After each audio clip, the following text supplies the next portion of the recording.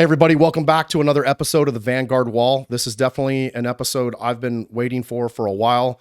My friend Doron Keidar has come all the way out from Israel, doing some speaking tours, and it's just awesome to kind of share a space. I think we met a little over a year ago.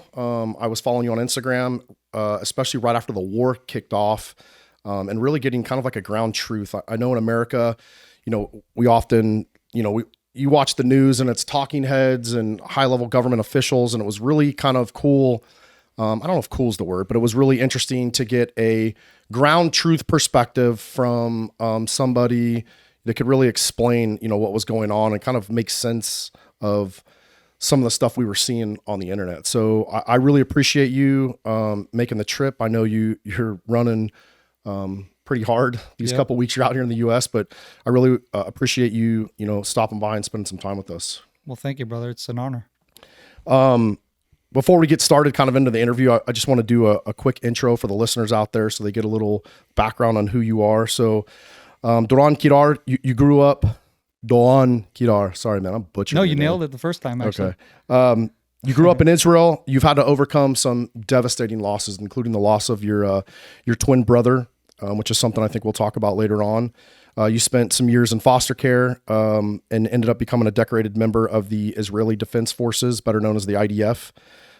You began your active duty service in the IDF in 2003 with the Givati Brigade, and you finished your time in service there in 2006 with the Northern Command. I think during that time of active service, you also helped stand up a search and rescue unit with the Homeland Defense folks? It's the Homefront Command. Homefront Command. And the name of that unit is Palchatz. The acronym is Palchatz, which is Plugot Chilutz V'Hatzala, which is essentially search and rescue units under fire. So they needed combat commanders to raise up and teach these kids not just to do search and rescue, but also to be able to do it under fire.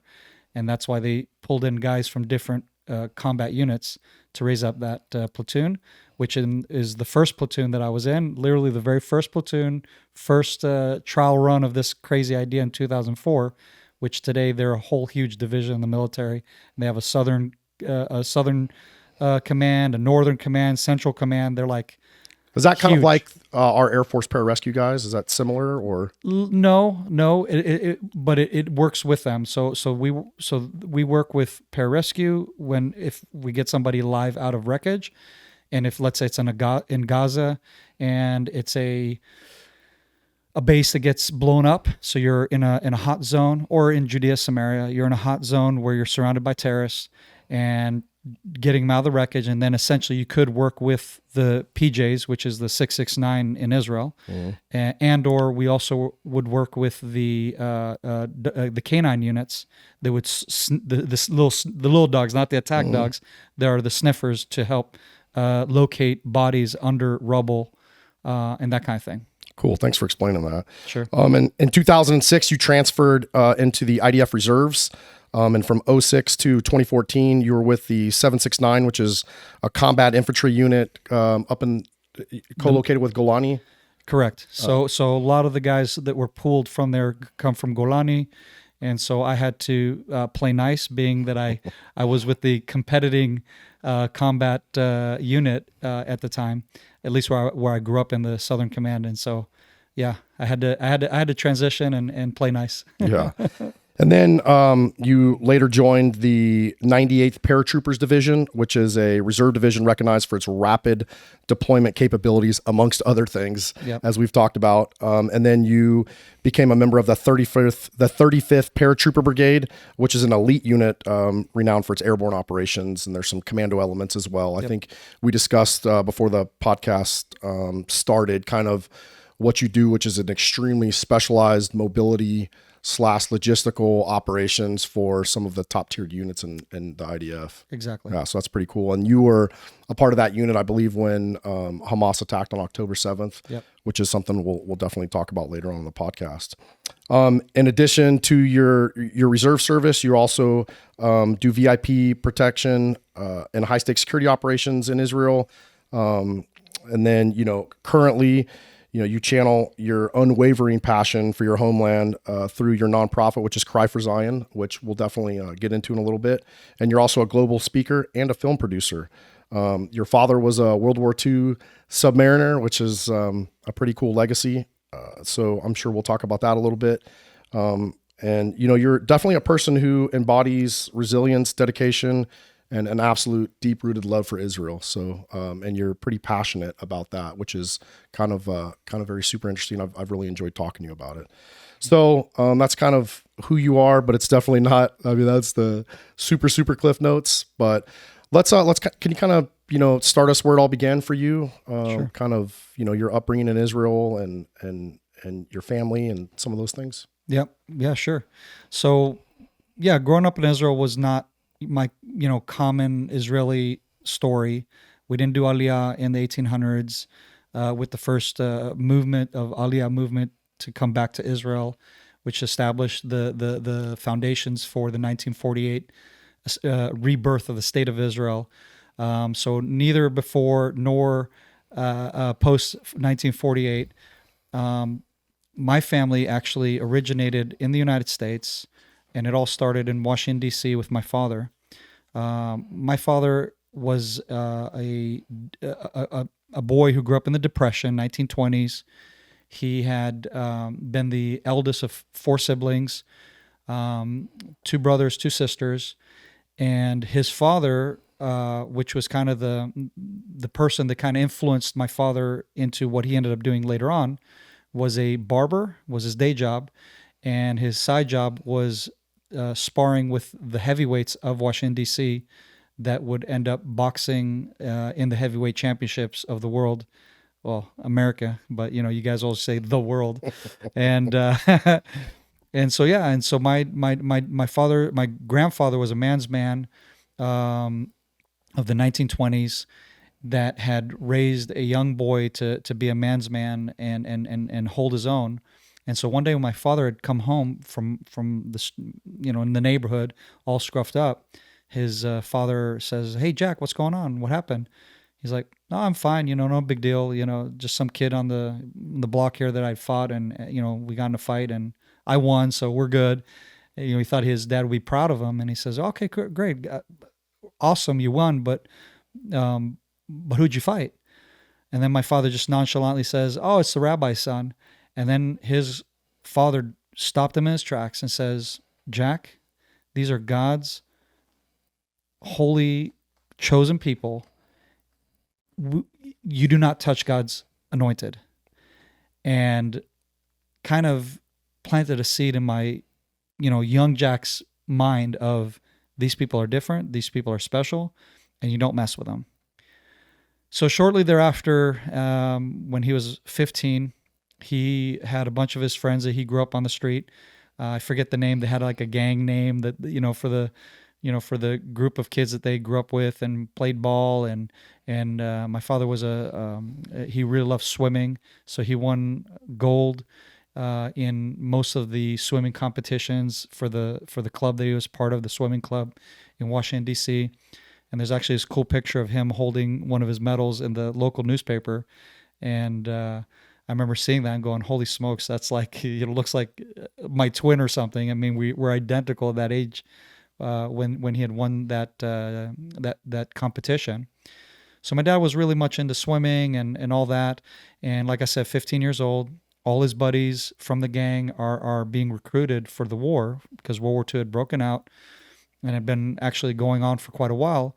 And so now the U.S. got involved after Pearl Harbor, and he's getting these postcards from his buddies. "Hey, Jack, we're having so much fun. Hey, Jack, it's so wonderful." And I'm like, I remember reading these and going, they're BSing him because they're in the Navy, and anybody who's ever been in the Navy and knows the Navy life, which if you're not in, I don't know, anything specialized, it sucks. It's a lot of cleaning and maintenance, and I'm going, they're BSing him left and right.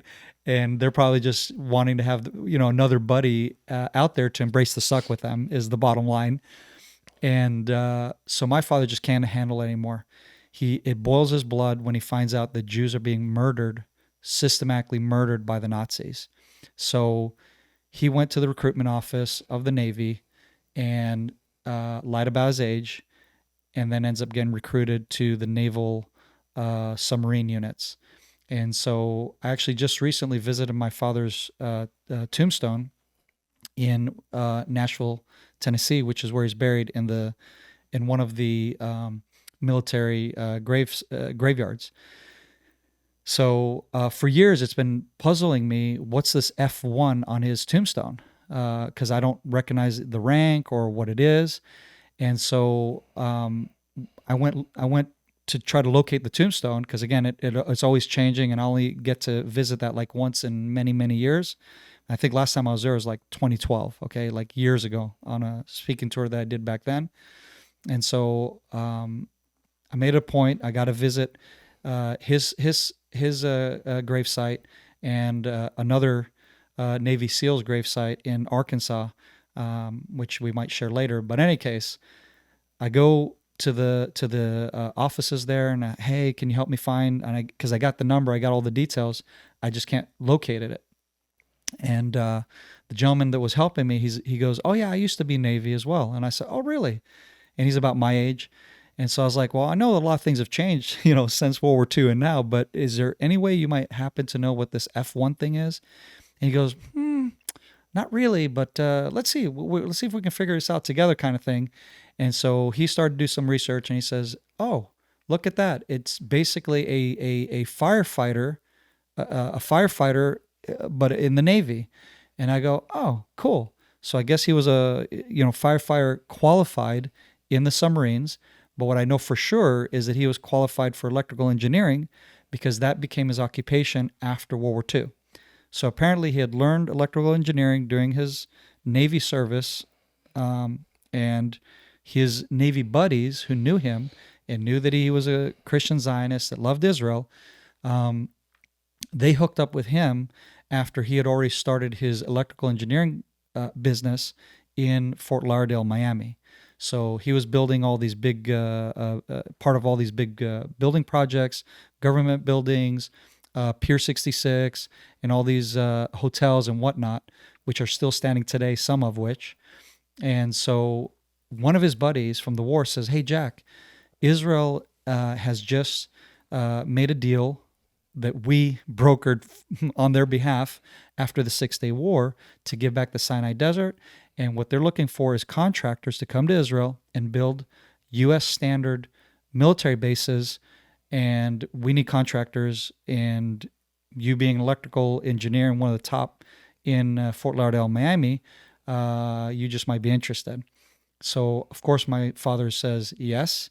He leaves his first wife and my sister, who at the time was just about 18 years old, finishing high school, and literally leaves all the money and the fancy home with the indoor Olympic pool and all this stuff behind, and literally goes to Israel with nothing.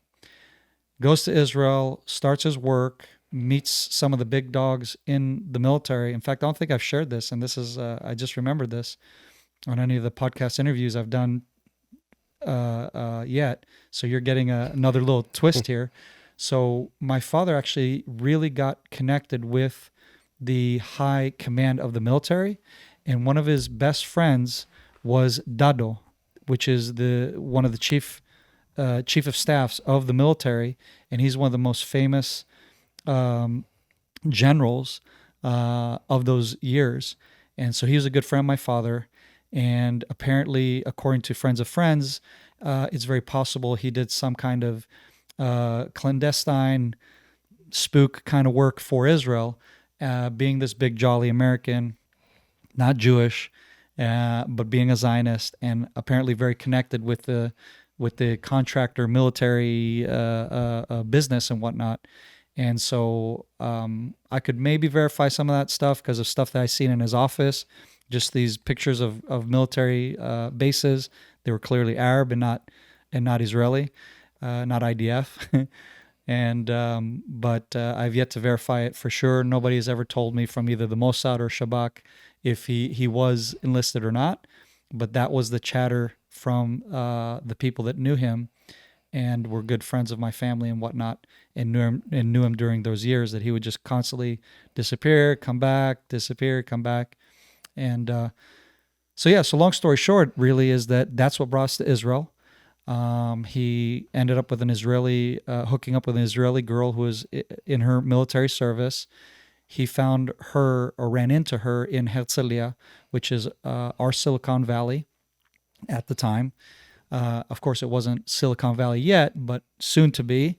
But it was the business central of Israel, and still till today, it's one of the major hubs for Microsoft and all these big high-tech businesses. They're there today. So runs into her, young girl. She's about my sister's age. And of course, the family frowns upon that here in America, and like, what the heck are you doing with this young girl? But he fell head over heels over this young Israeli girl who's from northern Israel. So all his work is down south, southern Israel, near Eilat. He was the one who contracted the Ovda Air Force Base and a bunch of other projects down south. And like I said, also in some Arab countries, etc., that are questionable if he did or did not pass on information to Israel. They split up. She wants America. He wants Israel. The honeymoon's over, and meets a Jewish guy that's going to fulfill her dream. But they bought a house in a town called Kiryat Shmona, on the very northern part of Israel, bordering Lebanon. And my father then meets my mom, my birth mom, who was a Catholic. She didn't have any aspirations for Israel. She didn't have any of the Protestant pro-Israel worldview of any kind. Could care less, basically. But they fell in love, and she was willing to come to Israel and live with him.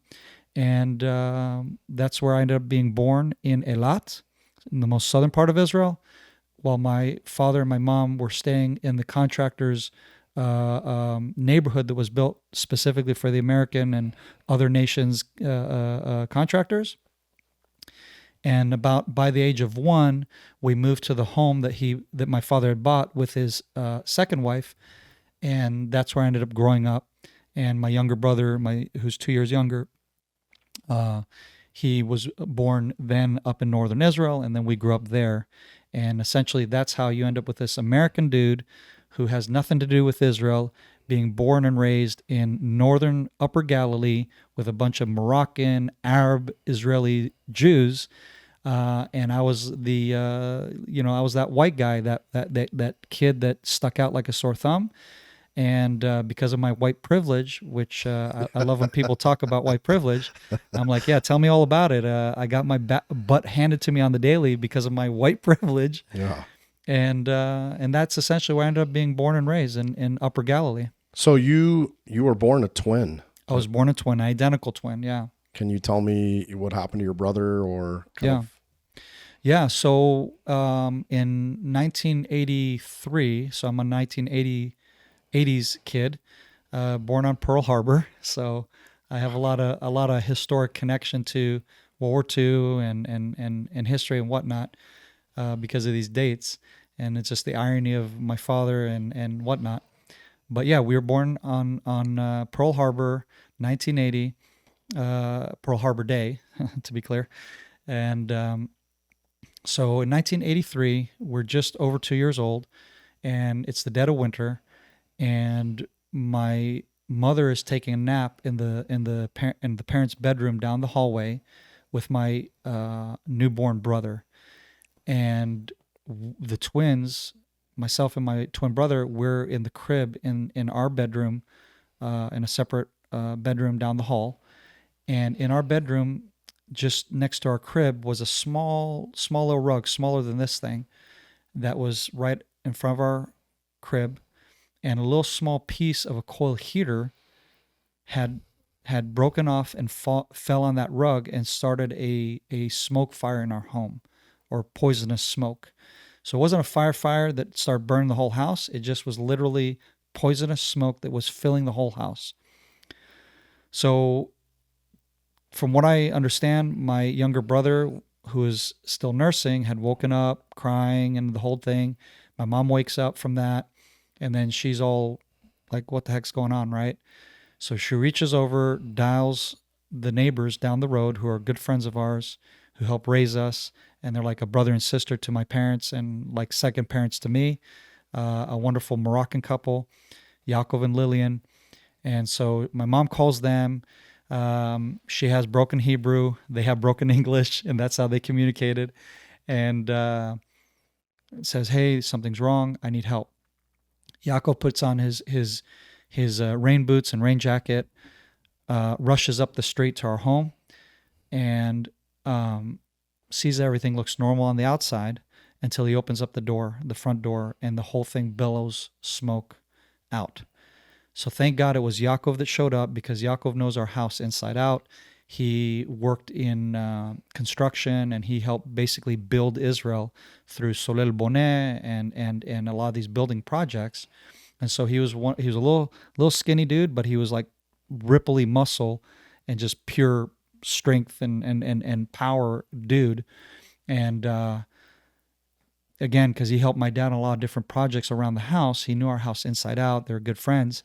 And he just rushed in. He knew where the bedrooms were. He knew how to get to us, and literally saved our lives. Pulled us out of the house, all of us, my mom with my younger brother, and myself and my twin brother, Jonathan.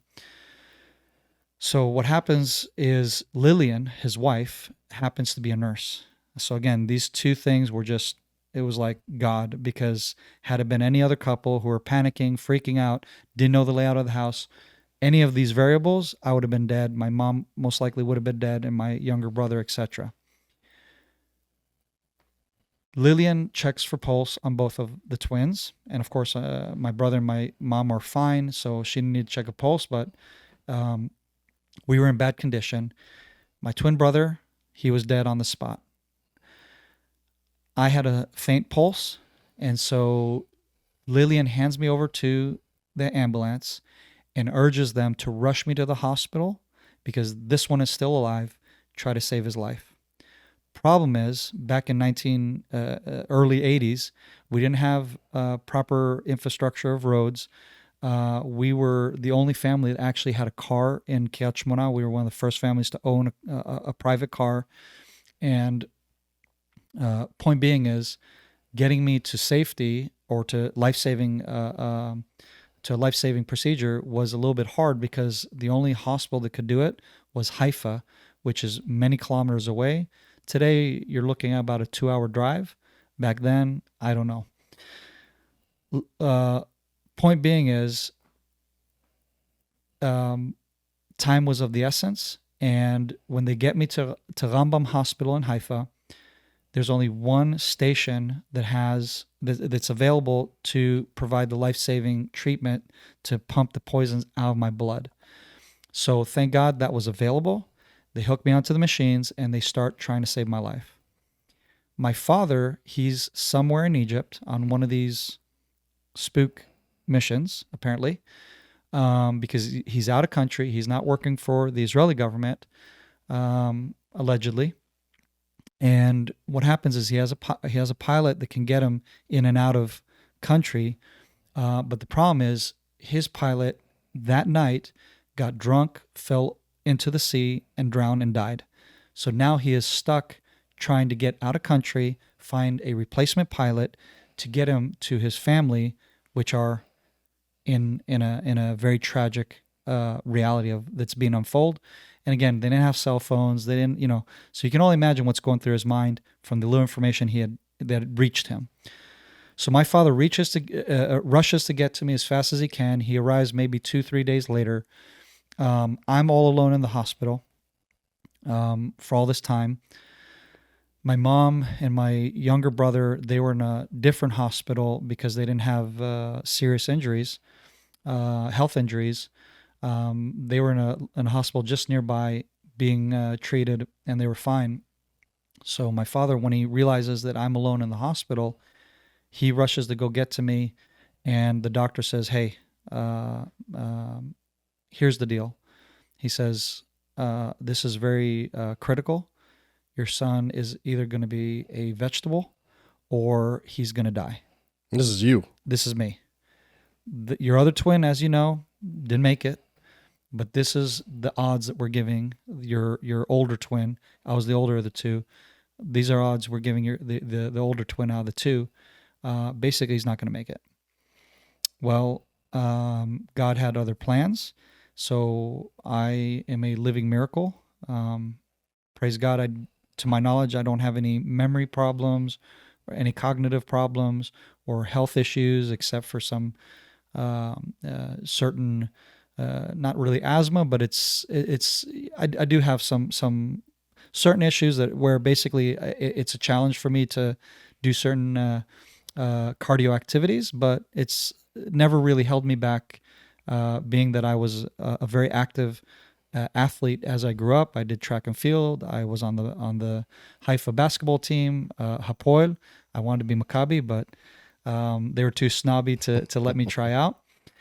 So I did get a position in the opening 5 for Hapoel for the youth when I ended up in foster care years later.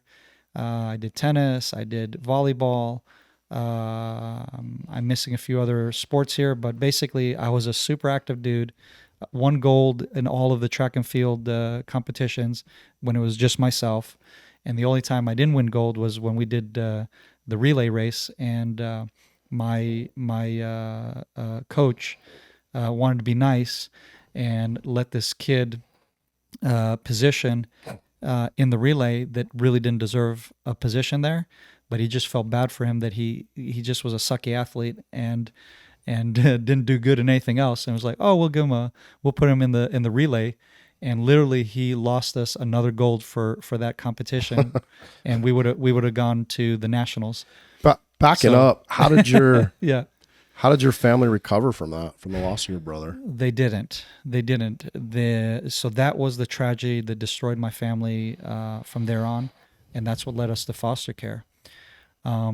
So I was 2 years old when this happened. My family never recovered. My father always blamed my mom. She was a smoker and she had mental problems, and he always blamed her and claimed that, even though the investigators, the fire investigators, pointed out what I just told you, that it was the heater that caused the fire, he always claimed that it was her cigarettes and that she dropped one of the cigarettes on, and caused the fire, and things got really sour, very, very violent. My father was a very loving, very large-hearted individual.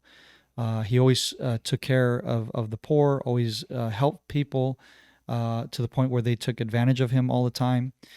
And so the sad thing is, though, when he came under the influence of alcohol, it was like his PTS from the war came out, because he had served in the Pacific during his naval years in World War II, which, for anybody who knows about the Navy and World War II, that was the worst place to be posted.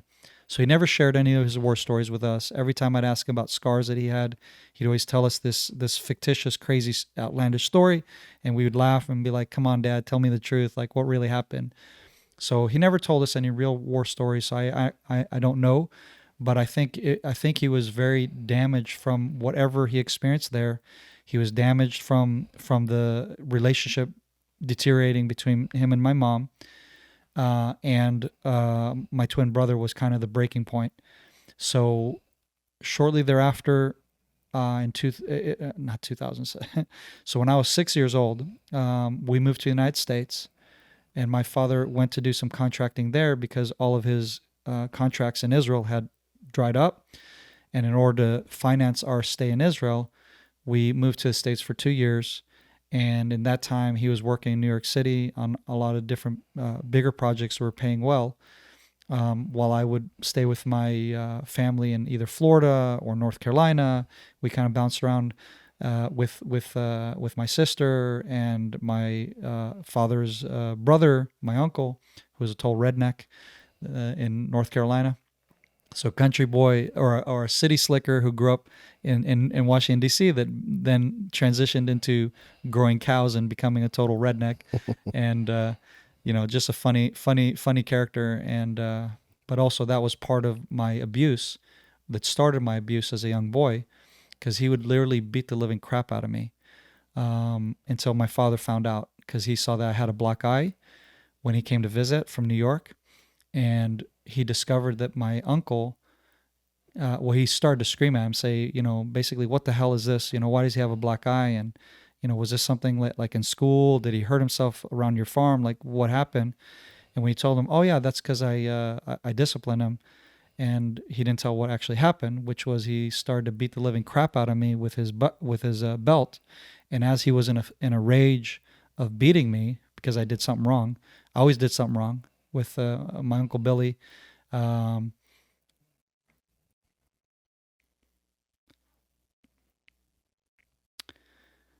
yeah, he was just an angry old man.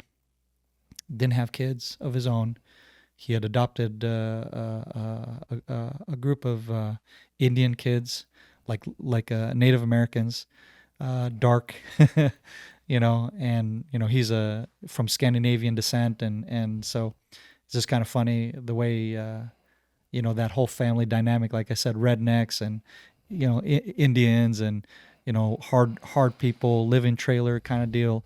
Well, his kids, but he lived in a nice farmhouse, and he was just an angry old man. And anything I did as a young kid, full of energy, 6, 7 years old, it just angered him, and he would just go in fits of rage and just beat the hell out of me, or make me sit in the corner, face in the corner, and skip lunch or dinner. What happened when your dad found out? So my dad found out because, like I said, one of those days he's beating the crap out of me. The belt buckle goes flying out of his hand and smacks me right in the eye, and created a mark, clear mark. And so basically, I think from that point on is why we got moved away from his farm, because clearly my mom couldn't handle this angry old man that was just beating the crap out of us, or mainly me, actually. So we moved back to Israel, and I'm 8 years old. So between 8 and 13, because my dad gets hurt on one of the building jobs and ends up getting disability and ends up with retirement. So this is where things went really, really bad with my family. My father started to become more and more addicted to alcohol, and essentially becomes an alcoholic, because he was a workaholic, I think, that kind of put to bay all of his pain and hurt from my twin brother, his wife, and their relationship that was getting shaky, whatever. And then, of course, the finances and how are we going to pay to live in Israel. Israel's more expensive than America. And then he essentially gets his retirement checks, and that's what we were living off of. And but he doesn't have a job. He's not doing anything. And so he slowly becomes more and more a heavy drinking alcoholic, to the point where he's like downing 2 or 3 1.5 liter vodka bottles a day. Wow. Yeah, I mean, just trashing himself. And he's an older man, right? I mean, so again, remember, my sister is way older than me. My older sister from the other marriage, my half sister, she was 65 years old about, I think, 5 years ago, when she died from cancer, right? So there's a huge gap between us, right? So I'm, the son of my father's old age. I think he was about in his 60s about then, roughly, give or take. And this is the kind of abuse he's doing to his body. So he became a raging alcoholic. Like he would get very rageful and angry. He would beat the living crap out of my mom. She'd have like fist welts sizes on her head, on her head, under her hair.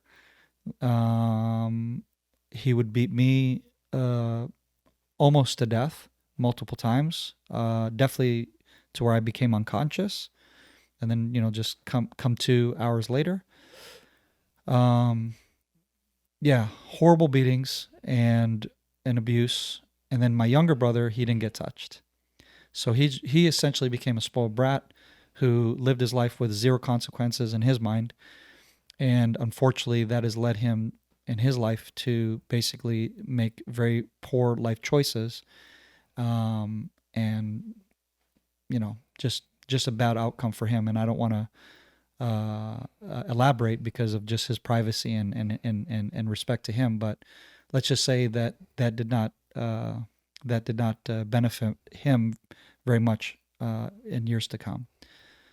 So yeah, I'm 13 years old. My brother's 11, and there's this this wonderful man from South Africa. His name was Tony. Hard, like a hard, small, hard guy with like he had a scar on his face from a shark that tried to kill him, that bit him, and so he just felt really bad for the circumstances of my family, and because he knew our family issue, and he knew of a ministry in Haifa, basically a couple that had left the United States. Their name was David and Karen Davis. Karen, she was a artsy type, into arts and music, and moved to New York City to kind of pursue her career and dream and whatnot. I think she was a foot model, and just like an actual foot model. Yeah. That was a thing. I know, right? But again, when you're in New York, there's lots of ways to get into performing arts, and but really, her passion was music, so she moved to New York from where she grew up in Detroit, Michigan, which is exactly where my mom grew up. So both my real parents, my birth parents, and my foster parents have the exact same background of where they grew up and came from originally. It's crazy.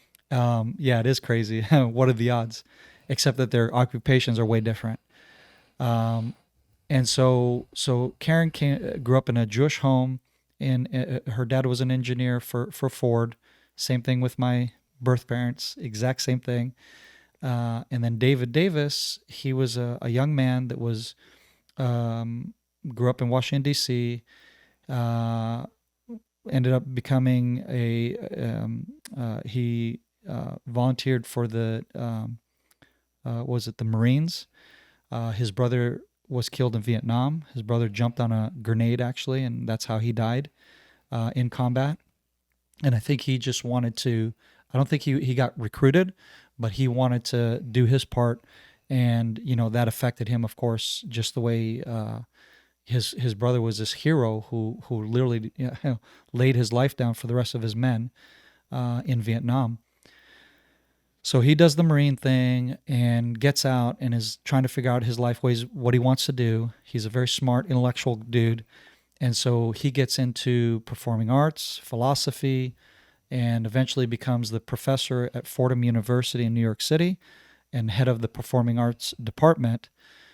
Simultaneously, he's also an actor on Broadway shows, on a TV series that was famous in the 70s. I can't remember the name, Days of Our Life or something like that, and acted with Anthony Hopkins in The Mayflower, and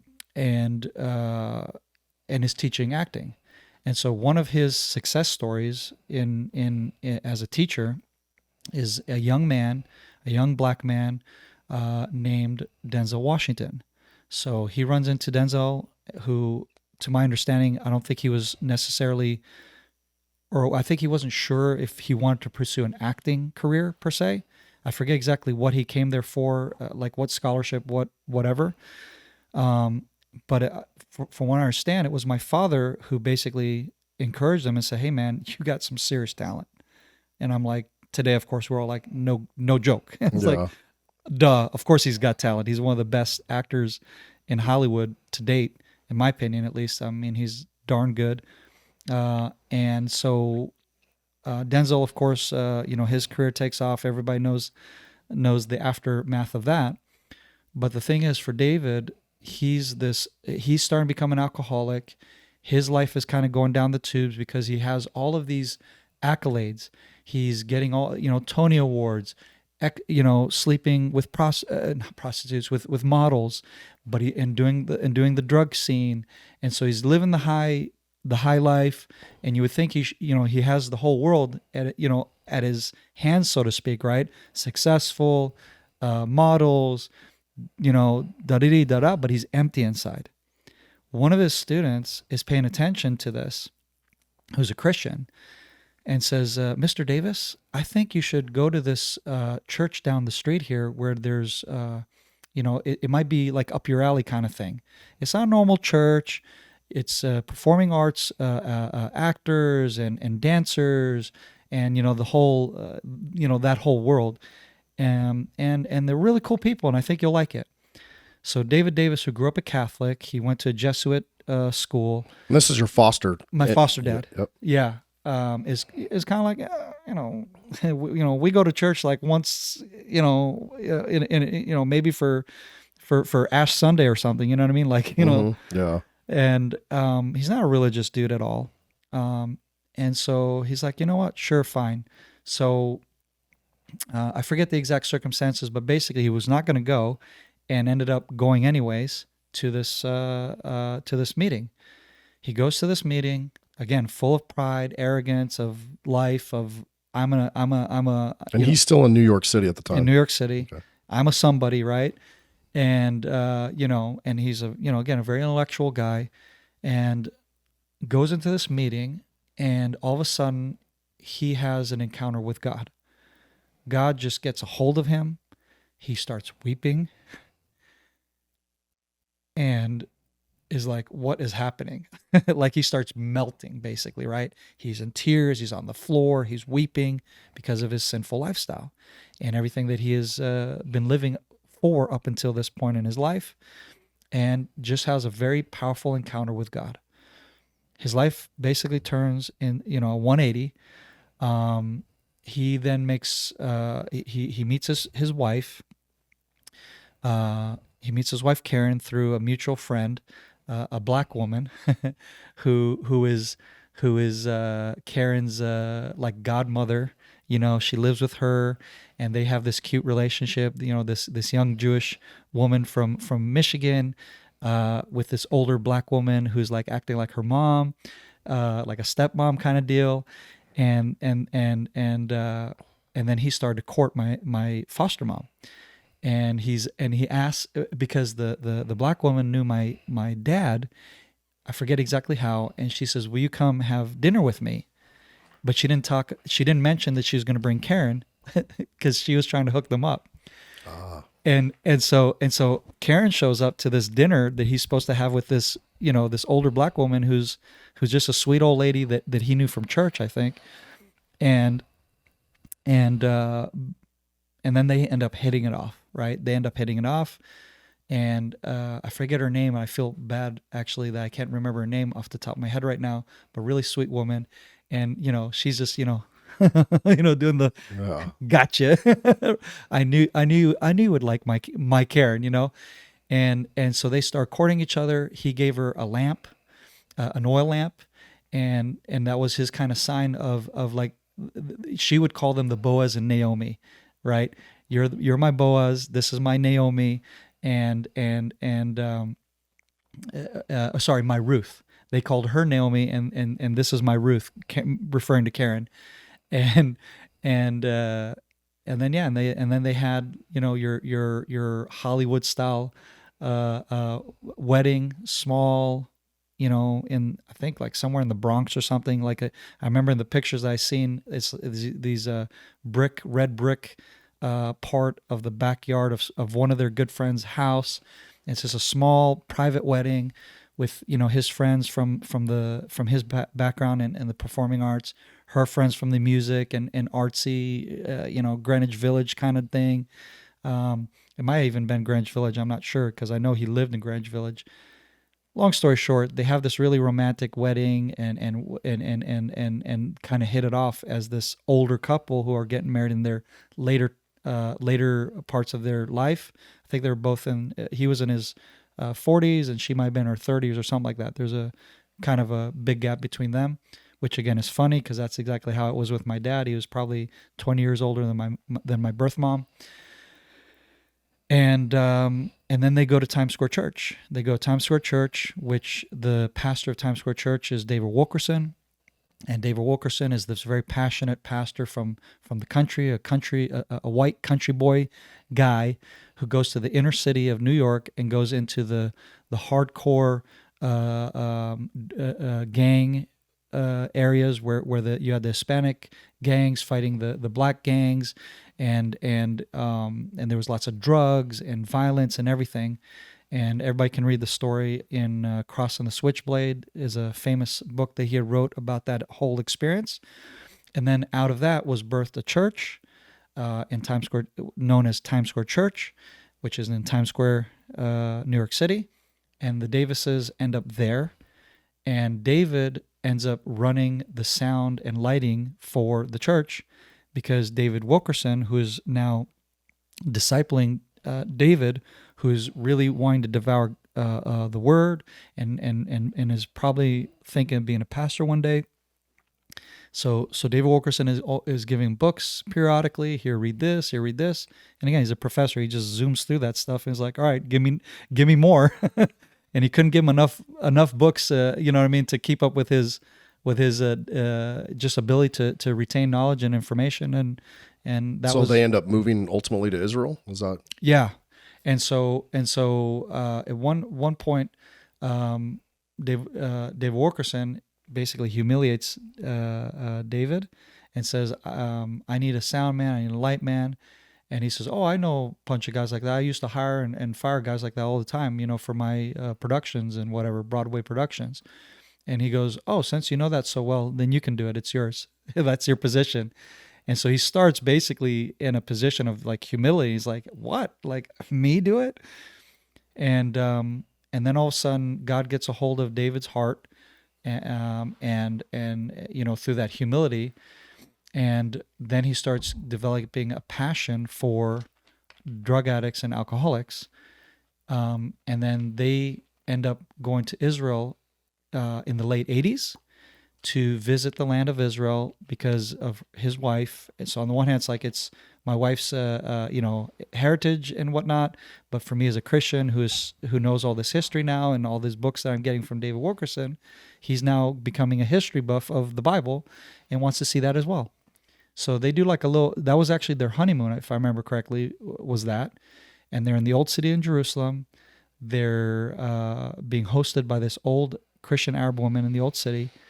And then they discovered that there's drugs and alcohol in the Holy Land. And so they're like in shock, right? They have this culture shock. Like, what?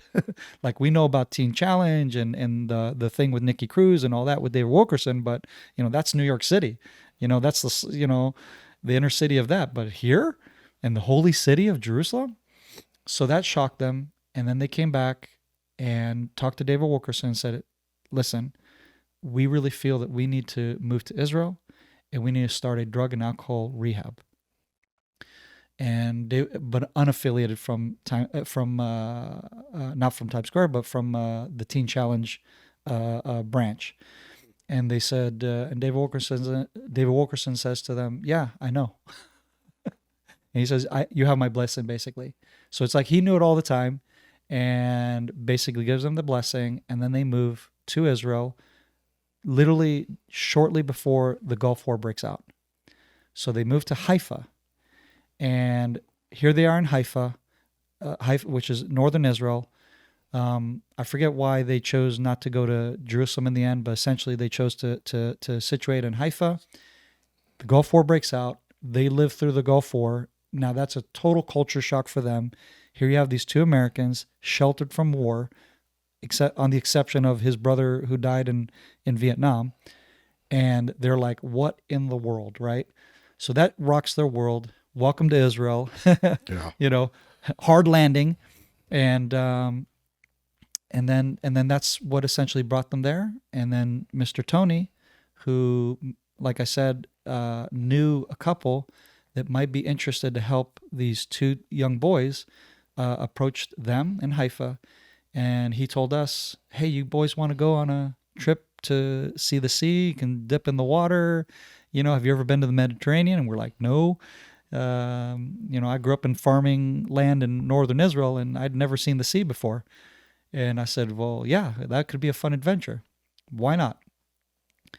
At this point, we had the social services trying to get us into boarding schools, into foster care, in kibbutzes, and all kinds of different And options. where's your mom during this process? She's in the mental institute. So she's been in and out of a mental institute. And at this point, she's in the mental institute. And my father he's checked out, alcoholic. And at this point, he's not beating on me anymore because I've gotten older, stronger, and was able to defend myself at this point. You're kind of raising yourself almost. I'm literally raising myself and my younger brother. That's right. I would cook for us and take care of our living needs. But again, that got very sparse because my father was just drinking away our money, and I didn't know how to shop for food, right? So I would actually go to the local market, who the young man knew my father as a young man, and my father would take care of him and the kids in the neighborhood. He had the only car, and so he would drive him up to the Mount Hermon to see the snow, and they always remember that experience. And so basically, because they kind of were had this nice relationship with my dad, they felt really bad for us. So he would actually write off food for me, like on a credit, so to speak, and I could kind of grab things and whatever. But again, it's a young boy, so I didn't even really know what I was doing. So it was mostly pasta and tomato paste, and that's how I kind of lived off of making that for my brother. Really hard pasta, because I didn't know how long you had to wait. I didn't know how to time it or anything. How did did the social workers ended up placing you in foster care with his family, or how did that work? No, because it's up to the children. So I kept saying no to everything. I said, nope, not interested. Don't want to go to kibbutz. I hate the smell of the poop of cows and animals. I said, so no to that. I don't want to go to the boarding school. I don't know why I said no to that, because that was tempting as a 13-year-old with raging hormones, and you get to hang out with a bunch of girls that you can maybe hook up with, and you know what I'm saying? Yeah. So that was my motivation to go to that. But for what weird reason, I was like, no, I'm not happy with that either. But then we go with Tony.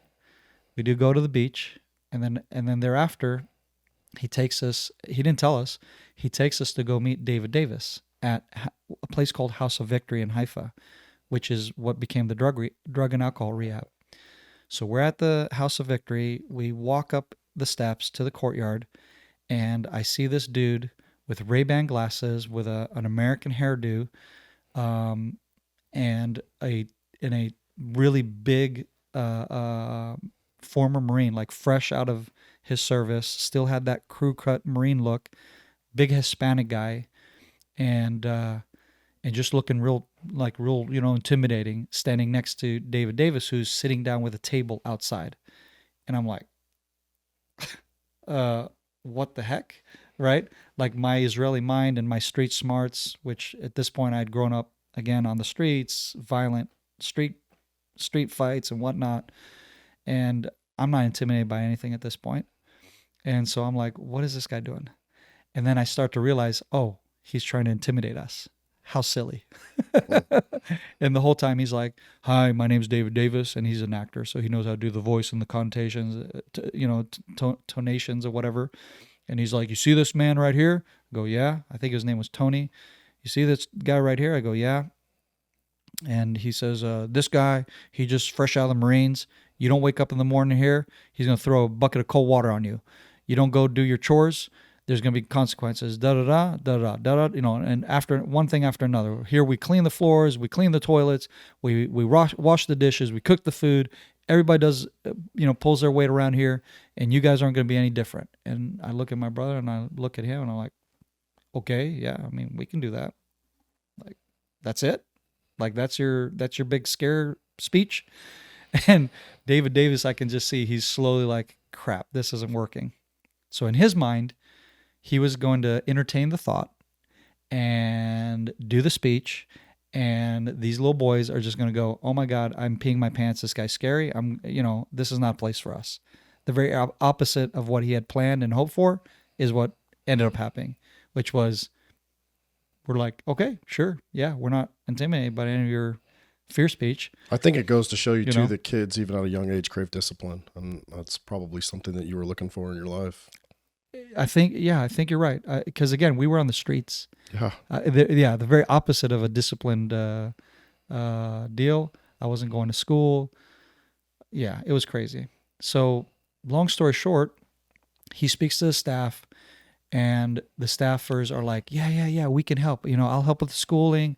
I'll help with this. And everyone's like pitching in, and he's like, oh, and like, in his mind, he's like, I don't want these kids here. This is not a babysitting facility. These are grown men. We got Arab terrorists who are drug addicts that are recovering. We got Russian alcoholics. We got Israeli football stars who got into crack, etc. Like, this is kind of the makeup of the men that are there. It's not a place for kids. So he reluctantly agrees to taking us in, and we spend a few months there, go to summer camp, and while we're at summer camp, the Davises pitched us the idea of living with them until the situation with my birth parents gets squared away. And we're like, all right, sure, why not? Unbeknownst to all of us, we would live with them until I ended up getting married, meeting my wife. And that's when I ended up leaving the home for the first time. And unfortunately, the situation with my family did not square away. My mom ended up getting taken to her family in Detroit. My father went to his family in Florida. He ended up living his life till he died in a assisted living deal. And that was the end of that, basically, for them. I mean, we never reunited. There was no happy ending. It was just my dad developing dementia and not knowing who we were. He had Alzheimer's. Would you go visit him every so often, or? That was the reason that I actually postponed my military service. So I was supposed to get recruited in 1999. That year, my mother had passed away from Legionnaires suddenly. And it was heartbreaking, of course, because she was the only one that communicated with us through letters and phone calls, because she was in her clear mind to have a conversation with. My father, on the other hand, like I said, he developed Alzheimer's, and there was no one to talk to. There was nobody home, so to speak. And so that, of course, devastated me, that my mom never got to hear that I was engaged, that I met the woman that I was going to be my wife. And I really wanted her to be involved with that part of my, with that joy of my life. And it just never got to her before she died. So that was, for me, devastating. And I wanted to make sure that when we got married, which was in 2000, that we would move next to my father. And then and at that time I chose to go to Bible school in Pensacola, Florida, which was relatively close to where my dad was. And then I would go visit my father during the school breaks from Bible school. Do you have dual citizenship because Yes. your mom and dad were American? Correct. Okay. Correct. At this point, I don't have Israeli citizenship, is the irony. At this point, I'm just a permanent resident, and I honestly didn't even know this whole residency deal that was not clear until later on when I started my military service. So, any case, like I said, I went to school here in Florida, and the second Intifada is at full swing. I'm heartbroken at the fact that I'm here in comfy America, going to school, enjoying myself, so to speak, while I have friends and family in Israel. Well, not really family, but like family, because really all my family is here in America. But people that are close to me that are affected by either blown up by the terrorists at a bus, at a cafe, at a restaurant, anywhere. Yeah. So for those of you that don't know, that was in what, late 90s, 90? Yes, sir. Late 90s, early 2000s. It was hell. That's when Hamas and Hezbollah, was it Hamas and Hezbollah? It was Hamas and the PLO. Yeah, they were in from Ramallah. So the PLO were there, Ashraf as we call them, and you had Hamas starting to kind of get in the game. Yeah, they were the new kid on the block, actually. Yeah, so for those of you that don't understand, that's when Israel was literally going through hell. I mean, there was bombings, suicide bombers, explosions, shootings. It was, yeah. I mean, it was literally a war on the home front. And it was. So yeah, downtown Tel Aviv, buses blown up. I mean, it's horrible. Well, before we go, and you had that Passover bombing, right? It's funny. I remember you had the dolphinarium where these kids went to party at a disco, and there's blown to bits, a bunch of kids, So it was eating me up. Before we go on to your next life, I mean, Yeah. we just talked about some pretty tough things, and I don't want to glance over that. Yeah. And one of the things is with this podcast, you just never know who's listening. Yeah. And so, what would you tell kids or someone that is going through or went through abuse, foster care, all that stuff you're going through as a child late into your teens? What are some of the things looking back that helped you, or what advice would you give to somebody in that situation of abuse and kind of despair? Well, first of all, my advice would be don't be a victim, right? Don't be a victim. Don't give in to the abuse. Stand up in whatever way possible in defiance against those bullying you. Because actually, the reason why I ended up becoming a warrior later on in my life was because I had to learn how to stop being a victim. And as a young kid, actually, I was being, like I told you about being bullied as being the only white kid and my white privilege growing up in Israel. And I got beat up repeatedly as a kid until one day the switch kind of switched on in my head. I was like, you know what? I could receive this abuse and just be, because I was a non-violent kid. I was not one of those kids that liked to get in fights or anything. I was the very opposite of that. And so because I was this quiet kid that kept to himself, the bullies picked on me because I was an easy pickings for them in their mind. So one day the switch went on. I thought, hey, he's going to kick my butt anyways. What if I throw a punch back, a kick, or anything, just resist? I'll get my butt kicked anyways. At least hurt him in the process, at bare minimum. And unbeknownst to me, I actually knew how to fight. And so, not like knew how to fight, but apparently I was pretty good at it. Because what happened was that bully on that day, who was the final straw, got the living crap beat out of him. And then his buddy came after him, got the living crap beat out of him. And then the bigger guy that came, and the bigger guy and the bigger guy got the living crap beat out of them. And it would be either one-on-one or it'd be multiple dudes.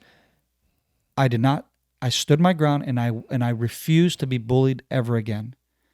Anyone who tried to stand to try to fight me, I literally handed their ass to them, to put it very plainly.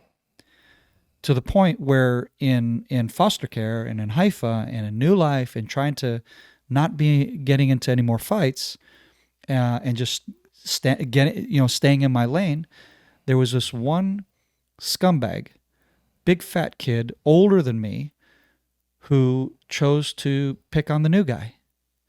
And every day during recess would walk by and slap me on the back of the neck as hard as he could and go, ha, ha, ha, ha, ha, ha, And I just looked at him and I was like, what the heck is wrong with, and I told him, because again, I wasn't a victim anymore. I just went, what the heck is wrong with you? Like I would address him and he would just, laugh in my face. And I was like, bro, I could drop you right now, but I'm refusing to fight. I'm refusing to fight. And this went on for about a week, day after day, until finally I had my breaking point and I said, okay, you want to mess with me? Check. He did that. I turned around and I started roundhousing him. He got stuck to the back of the wall that was behind him. Unbeknownst to me, I was what was keeping him from hitting the ground until the kids pulled me away from him, and then he just crumbled like a sack of potatoes. Fat ass sack of potatoes. Forgive me for my language, but this kid pissed me off. And this kid was just crushed. It's like younger guy, skinny little guy, me, I wasn't a big kid per se. Just literally beat the living crap out of him by just roundhousing him. Literally. It was like a movie kind of scene, it was kind of funny. When you play it through in your mind later, it's like, oh, that was kind of funny. And I don't know where that came from. I didn't practice roundhousing. I don't know. I saw it in a Van Damme film and I thought it was cool and just acted out what I had seen, right? And so later on during recess, this kid is still, after class, he's still sitting in one of the halls, bawling in tears, No joke. He is like this. And what happens is the kids in my class are like, "Do you know who you just beat up?" I said, "No." And I said, "I really don't care." I said, "I am done with this little turd bullying me." And they're like, "He belongs to one of the thug families in this neighborhood who are the worst family ever. Like, these are people that stab people to death." And I go, "Oh." And I said, "Well, copy that." And I was like, "I think I know how to handle this." So I go to the kid and I say, "Hey, man." And his buddies come and stand and, to try to like, and I just go, "Out of my way. I'm not talking to you." And I walk to him and they're like, "What? This guy's not afraid of me?" I'm like, "No, I'm not afraid of you. Like, I've already endured a lot of crap up till now. It's like, you're a kid, what are you going to do?" And I look at the kid and I say, "Hey, man, sorry for beating the crap out of you." He goes, "Okay, I forgive you." Like that, no joke. Yeah. And I said, "All right, cool." I said, "We cool?" He goes, and he's like, again, blubbering, crying. He goes, "Yeah, we're cool." And I said, "All right, check." I get on the bus to go home, and at the bus station, his thug family, one of his relatives, comes to beat the crap out of me and kill me. And again, I have another decision. What do? If I beat this guy now, it's not going to end, right? I'm like, here's the repeat of what I had in Kiryat Shmona. You beat this guy, you beat that guy. They just keep coming, and it's eventually going to get ugly, and it'll be stabbings and whatever. At this point, this moron, who's again much older than me, I'm in middle school, I think you call it in America, so basically 14. This guy he's out of high school, so he's a bigger kid, right? Older kid. He comes with a stick with a rock tied onto it, and he's gonna beat the crap out of me, right? So he starts, the whole like, "You beat my cousin, you this, that, the other." I said, "Yeah, your cousin is a total turd and a bully." And I just stood my ground. I didn't pick the fight. He picked the fight and he lost. And it's that simple. And by the way, he's older than me, idiot. So the ones who should be, if anybody should be humiliated here and not like standing up for his honor, he's the pussy that got his ass kicked. Is basically what I'm telling him. Like, are you for real? And now you're going to come and fight me? And so when he saw that I stood my ground and wasn't going to give up, and then I decided to play a King David move, talk gibberish, because I realized, okay, he just wants to square away. And then I start talking gibberish to him. He's like, "Talk Hebrew. What is that? What are you doing? What?" And he's like, I just threw him off his game, because he wants me to, mouth bag, whatever, do the, provoke him enough to start, laying into me. And I was just like, blah, blah, blah, blah. And I get on the bus. I'm like, "See ya." And he's just angry and, and he's like, it was so funny to watch his face. So kind of your advice for kids is just to fight back. Don't be a victim. Don't be a victim. Don't let your circumstances kind of define you. Yeah. And then find someone to confide with, and, don't hold it in. I was about maybe 10 years old. I've actually never shared this. It's kind of crazy. So I literally, like I said, I was so badly hurt by constant abuse, school, home, the whole deal. It was before I made that turn of defend myself. And I just wanted to end the suffering. And I literally took my mom's kitchen knife, the sharpest one that was in the kitchen, and just literally placed it right here, right in between my ribs, right in the chest. And I started to press in because I was going to kill myself. That's the only time I've ever attempted to kill myself, actually, which is kind of crazy. It's a little 10-year-old kid that has just had enough and is basically thinking of just press it all the way through. And I can't tell you why I stopped, because I honestly was feeling the blade cut into me. Didn't care, didn't feel it. It was like I was numb, right? And I don't know what stopped me. I just was like, I don't know, screw this, move on. It's a lot to endure as a child, man. Yeah. You So don't entertain those thoughts, because you know what? Here's the biggest finger you can give the bullies, is that you live out your life. Because I know there are kids out there who have taken their life because of bullying. Don't give them the satisfaction. Amen. Don't give them the satisfaction. The biggest finger in their face that you can give them of defiance is be like, you know what? I'm not going to give in to this bullying anymore. Go take Krav Maga lessons if you can, and you have a family network, then they can cater that. Go learn Krav Maga, go learn jujitsu, go learn something that will help you have tools to defend yourself. And if somebody comes after you and tries to hurt you, stand your ground. Oh, but I'll get hurt. Stand your ground. And again, like I said, do not give in to that temptation of, I'm just going to end it, because you know what? You are valuable in God's eyes. You are created in the image of God. There's only a one like you. There's no one else like you in the world. You are uniquely made in the image of God. You have a calling for your life, a talent and a gift to this world that is unique. No one ever in the world will be born again like you, with the makeup that God gave you and the gifts that God gave you to give to the world.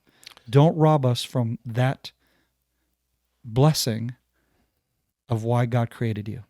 Amen, man. Those are great, powerful points. I just didn't want to glance over kind of some of that pain and stuff and suffering that you'd been through, because I know, I mean, again, that's a big reason why we started this podcast. There's a lot of people that have been through a lot, right? We think of trauma as somebody who is a first responder or somebody who went to war, but trauma could be anything. You don't have to go to war to experience trauma. So thank you for being vulnerable and sharing that story. I think that, I mean, just your childhood enough could help people. Before we kind of go into the next phase and you going into your military service, I just want to take a break real quick, if that's okay with you. Cool. Just coming back from the break. Just wanted to transition from, you go into foster care, you end up coming back to the States to go to Bible school. You have the second intifada going on in Israel. And then you end up going back to Israel. Did you finish Bible school before you went back, or? Right. So actually I did not. I literally signed up for the last semester and paid for it and all. And a big event happened in America that basically kind of curtailed everything. So I don't have a television at this time. I'm living with my wife. It's just the two of us, young kids, technically kids, really studying, whatever. And all of a sudden we get a phone call from my friends who are also in the school, and they're good friends of mine, live just down the street. They call me, they say, hey, you got to come down here real quick. This is, something happened. I'm like, what? And like, my mind is like, what in the world? What is he talking about? I thought maybe a burglary. I thought maybe, something along those lines, like some kind of deal like that. Run over there, and everybody's in shock, and they're glued to the television set in his living room. And I'm like, what the hell is going on here? And I see the Twin Towers. One of them is on fire, and then shortly thereafter, the second plane hits the second tower, and I'm seeing that live, and I go, whoa. And of course, everybody there is in just like a deep shock. But for me, it was like, all right, this is crazy. I mean, this has happened in America, right? It wasn't the same level of shock. It wasn't the same level of I mean, literally people they were checked out, And then we go to the Bible school, and they had a special prayer service for the families and the victims. The head of the Bible school had a family member that they were still trying to contact, but it turned out later this gentleman did die in the attack. And everyone's just in just shock and awe. In my mind, I'm not in shock. I'm in, I say medium shock, but it was more resolve. It was, I need to get back home. Enough is enough. They're now coming for America. They've been hitting us in Israel similar to this, on a similar scale. If you're going to, the ratio per persons per capita, etc., we've already had multiple attacks that were on this level that had already gotten me in a level of resolution. And so my resolve was, I am going back to Israel, and I am going to fight these bastards. I've had enough. I can't sit on the sidelines anymore. I'm going back home. So my wife and I literally, like no joke, within 5 days of me announcing to my principal of the school and getting his blessing of, hey, I'm not trying to leave you guys high and dry and just kind of up and leave for no good reason. I need to get out of here and we need to get back home. So thankfully he understood and gave me his blessing. I was like, no, man, you do whatever you got to do. And in fact, he even said, by the way, I know you paid for in full for this last semester. Those credits and all that is still going to be available to you if and when you decide to come back and finish off later. I was like, check. Within 5 days, we sold everything. We got the blessing of my landlord, which was also crazy, that the guy was chill with just leaving him high and dry. Really, God bless that guy, by the way. I mean, what an awesome man. Just a simple country guy. Really, really, really wonderful man, and was completely understanding. And he said, I got it. Don't worry. I really appreciate you guys. You were good tenants, that whole thing. Within 5 days, I'm in Israel. So our world just turned like that.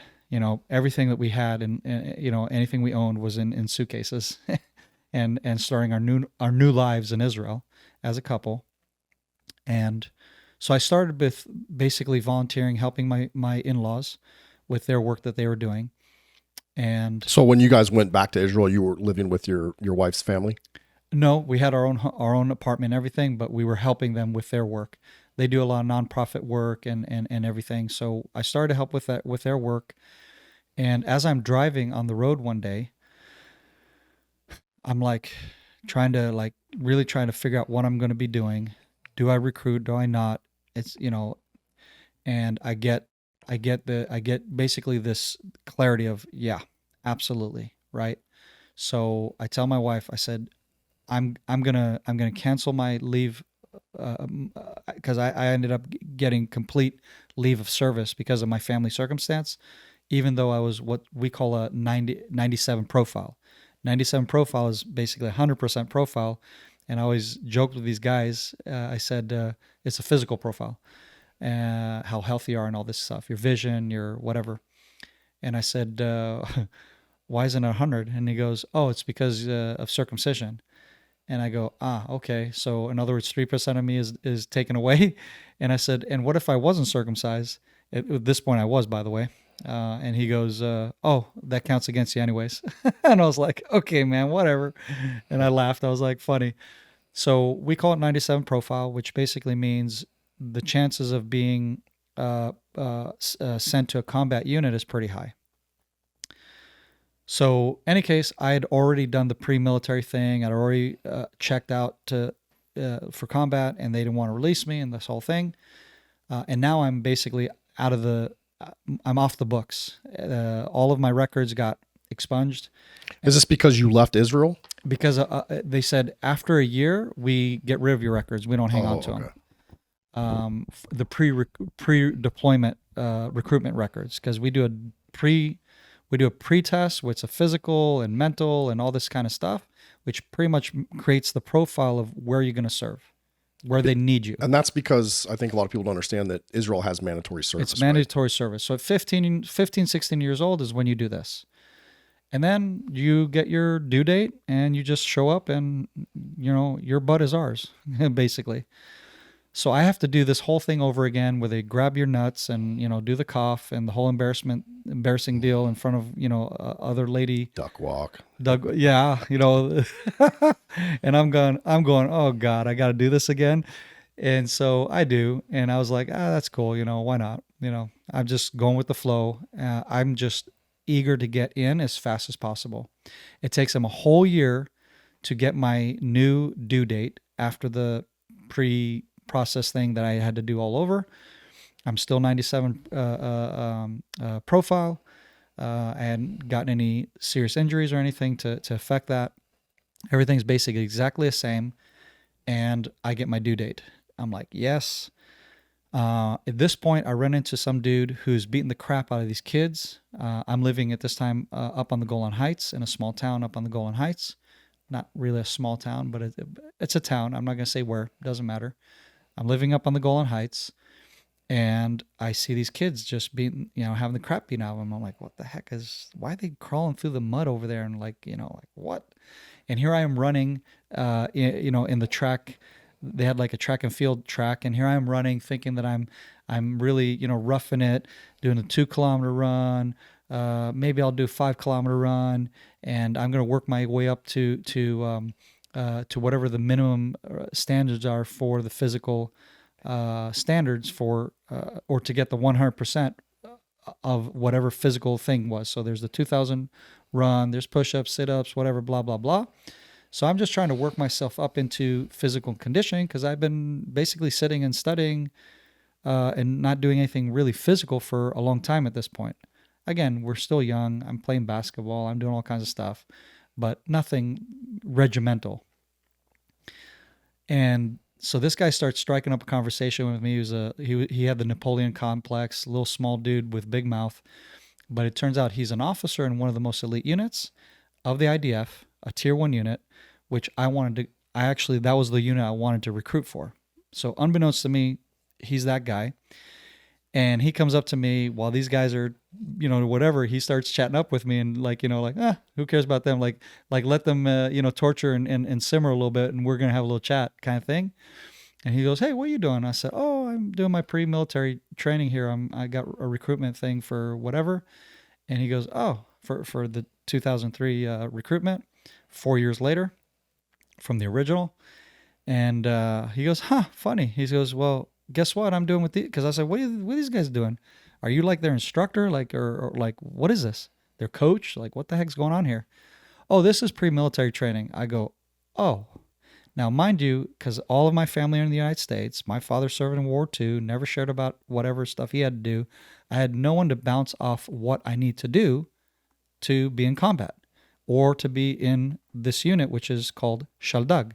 So Shaldag is the elite of the elite tier 1 units of the Air Force. They're the dudes who just recently in September, this last September, carried out a covert mission deep behind enemy lines in Syria and gathered intel and destroyed one of their ballistic rocket facilities that went viral on the news after the IDF decided they're going to release portions of that mission. So this is kind of unit that I wanted to be in. And I had found out about them and whatever through doing some online research and trying to figure out where do I want to plug in and what do I tell the military, and kind of try to point them in the right direction of what I want, because you can kind of give them your feedback, but at the end of the day, we don't care. We're going to put you wherever you belong. Long story short, this dude is like, "All right, man, you want to be in Shaldag? Well, guess what? I was an officer there." And again, like I said, he had such a cocky attitude. I thought, there's no way this guy's a special forces dude. Those guys are usually quiet. They don't talk about, their stuff, whatever. So I honestly was like, had a question mark about this dude. And, but then I was like, well, at least what they're doing seems like it's a little bit more hardcore than what I'm doing. Why not? So I signed up for this pre-military training. Now, the way this works is, you know how you have buds and all that kind of stuff? Mm-hmm. Well, there are pre-buds courses that you can take with Navy SEAL guys who have programs that basically will put you through the rigor of similar scenarios and whatnot that you'll be facing at buds, so that basically hiding the chances of success. Like we call it a pre-selection course. Pre-selection course? Yeah. Cool. So that's what it is. It's a pre-selection course for the IDF, for the special forces, the tier 1 elements, and that's where these kids will plug into one of these, and they have typically, again, one of the former instructors from one of these units that used to serve there or are actively serving there, and they're doing this as part of their volunteer downtime kind of thing. So any case, so this gentleman who's about my age, and we it's kind of odd, right? We strike up a relationship of like buddy, but I would pay him to both do the course with the kids, like the whole team, but then also by myself. I wanted to do extra training, extracurricular activities, because I wanted to speed it up. Basically, I knew I was way out of shape. These kids were kicking my butt. I was not anywhere near the level of how many push-ups they were doing and sit-ups they were doing, or the running physical abilities to basically be with them. So because I'm dragging butt, I realize I am out of my element and I need to step it up. So I just said, brother, I need you to kick my ass more. And he goes, check. And he's like, but it's going to cost you. And I said, well, duh. And so that's what I did. I paid him for the extra torture lessons. He created a plan for me, catered it for me, a diet, and also when we're not together, this is the rigorous training you're going to have to do on your own, and basically beat the living crap out of me. And so that's what created the kid who knew how to defend himself and be a defender, and then actually become a warrior and graduate to that next level of warriorhood. So did you get selected for a unit, or did you? I did not. So here's the sad reality. What happens is, because I wasn't Jewish, I did not get the opportunity to get selected, because for the tier 1 elements, you have to either be Jewish or Druze. That's the only exception from minority groups. I didn't fit into that category. Plus, I was married. They don't like married guys because of the missions and the long time deployed, whatever. You're not going to see your home too much. So that's another check against me. So he literally said, divorce your wife, do Jewish conversion, and I'll help you get in, or help you get into selection, not to into the unit. Obviously, it's not, there is no buddy thing. It's like you still have to pass selection. But the point was that he was telling me is, I'll make sure to get you into the selection, and then it's, it's up to you from there on. So I didn't get that chance, and I was heavily disappointed. My dreams were crushed, and instead, I basically said, "All right, so this is the problem." And every time I called and said, "Hey, why don't I get selection day?" and they said, "Oh, no, you don't. You're not able to." And I said, "Why?" They said, "That's classified." And I'm like, "F you too," basically, right? I was like, "What kind of BS is that? Like, you gotta give me a reason." But again, he gave me the reason because he did some research, and I was like, "All right." So I said, "Well, what are my options?" He goes, "Well, let me put it this way to you." He said, "You could choose the paratroop route, the sexy, wear the red berets, girls think you're hot and amazing, or you could choose the Givati route, which most of the country doesn't really know too much about. They're not one of your famous combat units, but it just so happens to be that one of my former commanders, he's going to take over that brigade. He's going to be the head of it. So even though you're in special forces, and once you become an officer, you actually don't necessarily stay within the special forces community. They will actually send you to command over a armor corps division, or like a Marine division, and whatever." And so I'm like, okay, all right, you got my attention. So essentially, one of the most elite units in the military, the head of our brigade is going to be from there. And I was like, well, and then he goes, and by the way, Givati is also the Gaza unit. They're the ones who are doing all the action, all the fighting, all of the hot stuff that's happening, that's current in the war against terror in Israel. And I go, check. Well, sign me up. And so that's what I did. I pursued that. I really pushed for that with my recruitment paperwork, whatever. He probably put in a favor for me to make sure that that's where I'm going to get plugged in. And that's where I start my military service, is in Givati. And how old are you at this time? 22 years old. Yeah, so I was 22. I mean, I laugh because, that's, for you all here in America, that's kind of normal. But for us, it's like I'm this old dude, and I'm the exception to the rule, basically, because everybody are already starting their military service at like 18. So how long is like your guys' training, like for the basic training?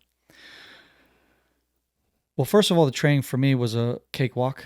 Not trying to be arrogant or anything, but the point is, the level of training and ass whooping that I got from this dude, who, I mean, in the dead of winter, is like, "Here, jump in this river, which was coming from the Herman Mountain.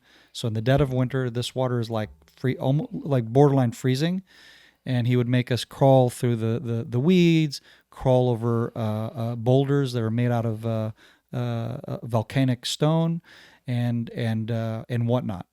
And so my training and the regiment that I had up until then was again for special forces. So everything they threw at us was like, again, for me, a cakewalk, to the point where at one point I go to the commander, one of my direct commander, and say, "Sir," like on downtime, I said, can I go and train? He goes, "What?" I said, "I'm not getting my physical training that I need for my daily routine." And I was such a moron and so green. "I'm requesting permission to do my own," because you can't do anything. How'd that go over? And he just laughed and he goes, "No." And I'm like, oh, it's like, dude, I'm getting out of shape is how I was thinking, because I wasn't doing nearly close to what I had done up until then. So how long is the basic IDF training? Yeah. So for your combat unit, your basic is going to be about 6 months, I think, give or take, of basic training. And then we do about another 4 months of what we call advanced training, where you basically, you already know your soldiering, you already know your profession, but then you hone in your expertise. So if you're a sharpshooter, it's sharpshooting. If you're RPGist, RPG. If it's a radio man, radio, and etc. What were you doing? I was a sharpshooter. Oh, okay. Yeah. So I was a sharpshooter, and then after that period, after you finish your advanced training, we call it going up to the unit, meaning you now become a full-fledged brigade, a part of the brigade. You get and then shortly thereafter you get your pin to signify that you're part of the brigade. But before you get the pin, the first thing the last thing that you do before you, what we call go up to the unit, is you have to do the final ruck march, which is over 90 kilometers with full kit, everything. This is everybody in IDF has to do that, or do you had to do this specifically for that brigade? Combat. It's the 10% of the military. So your infantry units. Correct. So you have the 10% of the military, roughly 10% of the military are your infantry units, and then 1% of the military is the tier 1. That's the breakdown, give or take, number-wise. So we started with 3 kilometers. That was the very first hike that we did, or ruck march. And then when we just build off of that. So it's 3 kilometers, 10 kilometers, 12 kilometers, whatever, 30 kilometers.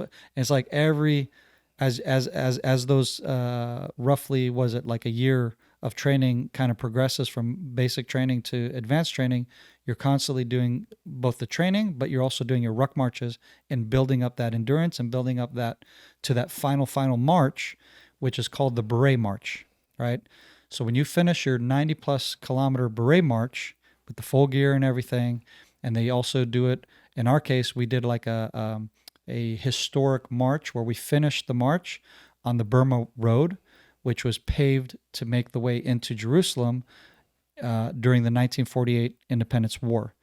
And so and it was rough because it's like uphill in the mountains of Jerusalem, basically, right? Was the last 10 kilometers or something of that 90. We actually ended up doing 95 kilometers because my platoon commander went lost. And at one of the points, he got a little lost. So we tacked on about another 5 kilometers to that, and we were just broken at the end of that. Officers, dude. Officers. He was a good officer, so I have to say, to his credit, even though I personally didn't get along with him, I think he just felt awkward being that I was his age, married for 3 years at this time, and just on a completely different mental place than he was. He was even though he was an officer. Again, he was single.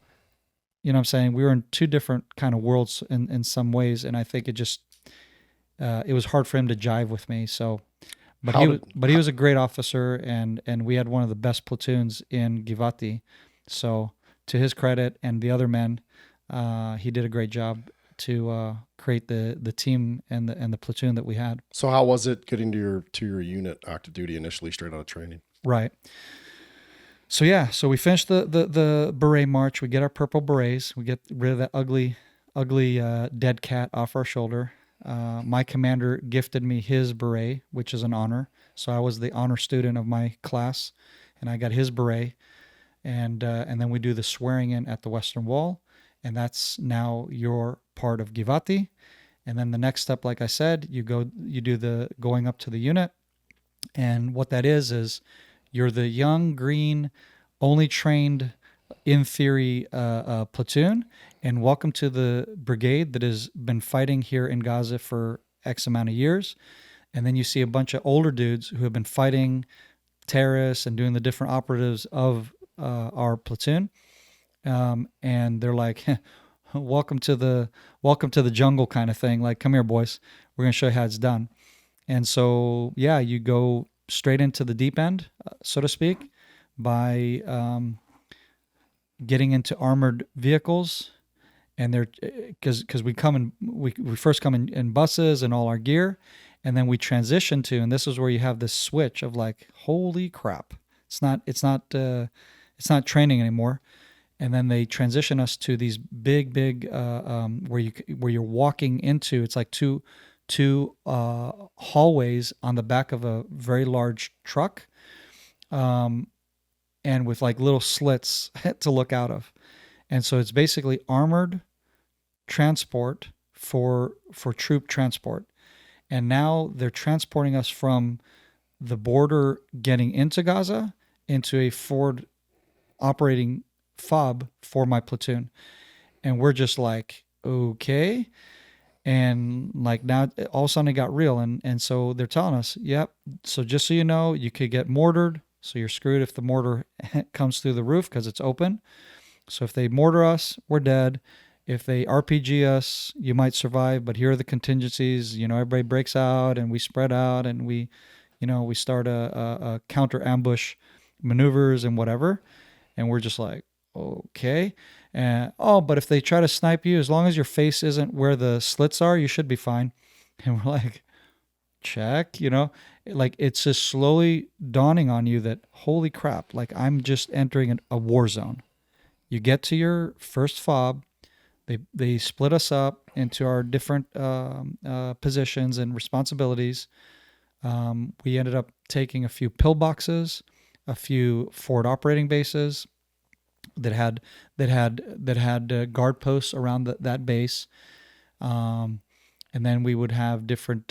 We had either Jeep patrols, where you patrol different areas just to have a military presence. We would do raids.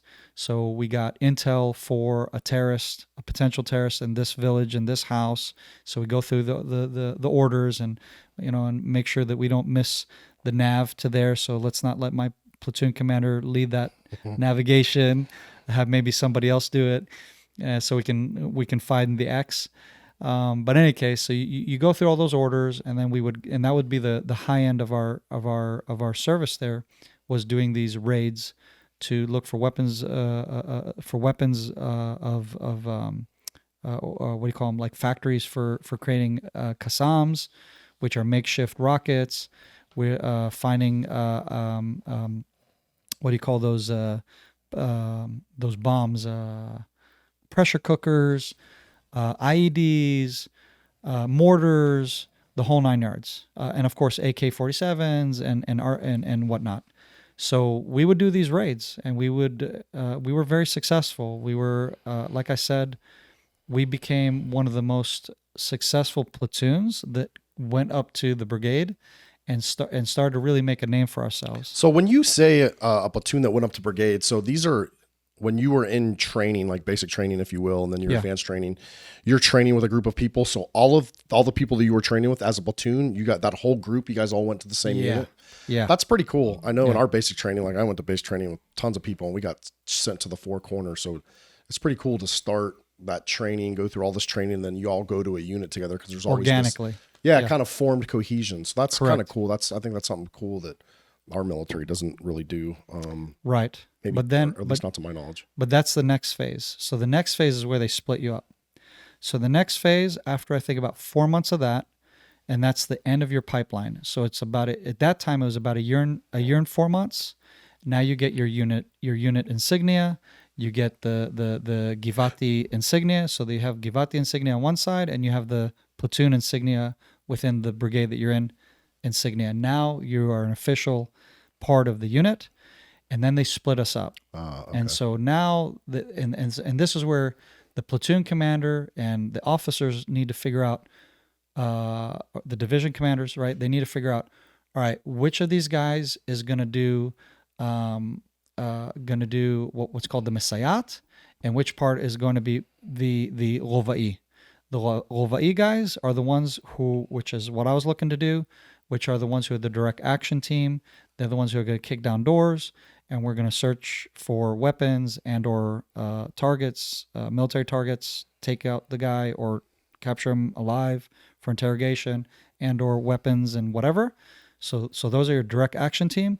And then you had your the Messiah, which is basically the ones who are creating a security perimeter. So they're the ones who will be in the backdrop, that will do the mortars, like the mortar teams.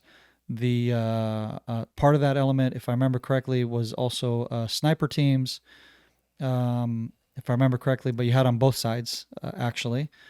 But in any case, so each one had their kind of their specialties, and I really wanted to be part of the door kicking and whatever teams. But before I got to even start that process of doing the real work done, the commander chose a group of us to go to what we call early commander course. So you have what's known as early commander course, mid commander course, end commander course, meaning that's the last cut. You're too old, and I think it's when you're 2 years in the military. So if you have seniority of 2 years, that's the last chance to go to commander course. And if you don't pass on that last chance, you don't get to try out again. You're too old. The military is not going to sign off on you. So I went to the early commander course, which is where all the guys who bring an apple to the teacher kind of thing, the goody two shoe soldiers, the ones who are the most squared away, the ones who are the most disciplined, will typically get sent to do early commander course. So I was that guy again because probably because my commander, I said, is that a leadership course or it's an NCO course? Okay. Yeah, so it's NCO course, so it's not an officer course, but it's a NCO. Mm-hmm. So my commander, like I said, he gave me his beret, which meant I was the top of my class, so to speak, of my platoon, and in that class of soldiers that I was in.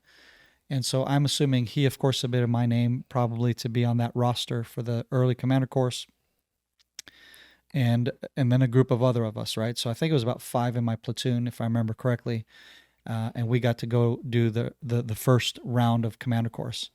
Went to go do that, and that was actually one of the first times I almost got killed, because what happens is when you go to the school, you sign off your weapon to the brigade, right? Because remember, we went up to the brigade. Well, the weapons that we had up until then are the ones that remain within the brigade. So you have to sign off your weapon, your AR, to the brigade, and then because you're going to sign on training weapons at the school. And they're usually more, crummier ones. They're not used for combat. They're just used for training. But because the school can get called up for an event, they have to definitely be combat ready, but they're not going to be the ones that belong to the brigade. So we go to to one of the fobs where we're going to spend the night after we signed all our gear that belongs to our brigade, and basically you're naked and all you have is your own personal kit. We're sleeping at the base that's where they're going to pick us up in the morning and take us to the school. So I'm unarmed. I don't have a weapon of any kind on me. And we come under mortar attack. And we call it purple rain. And you hear everybody scream, purple rain, and then whoop, and we're like, oh God, here we go. And first thing I do is grab for my rifle, and I'm like, I'm grabbing the air, and I'm like, oh crap. And then it dawns on me, oh yeah, I don't have a gun.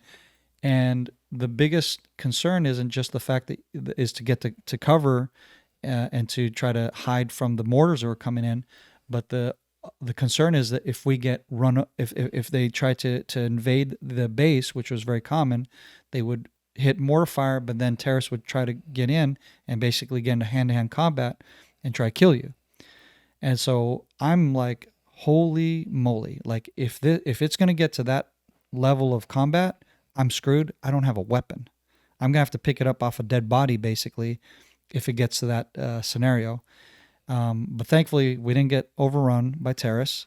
Instead, a mortar hits about 50 meters from me, and I'm like, dang, that was close, right? Because like I said, there's nothing I can do. I can't fight. I'm trying to get to safety, and as I'm running to safety, you hear like, and it's like insane, and you're like, all right, well, welcome to Gaza, right? And at this point, again, I've already had combat experience a little bit. Like I said, we did lose our platoon commander who got killed in combat just about 100 meters away from me while we were trying to engage with a terrorist who was trying to come and make his way to one of the Jewish communities and start to mowing down these folks. So he came fully kitted with grenades and an AK, and he was crawling through the sand dunes.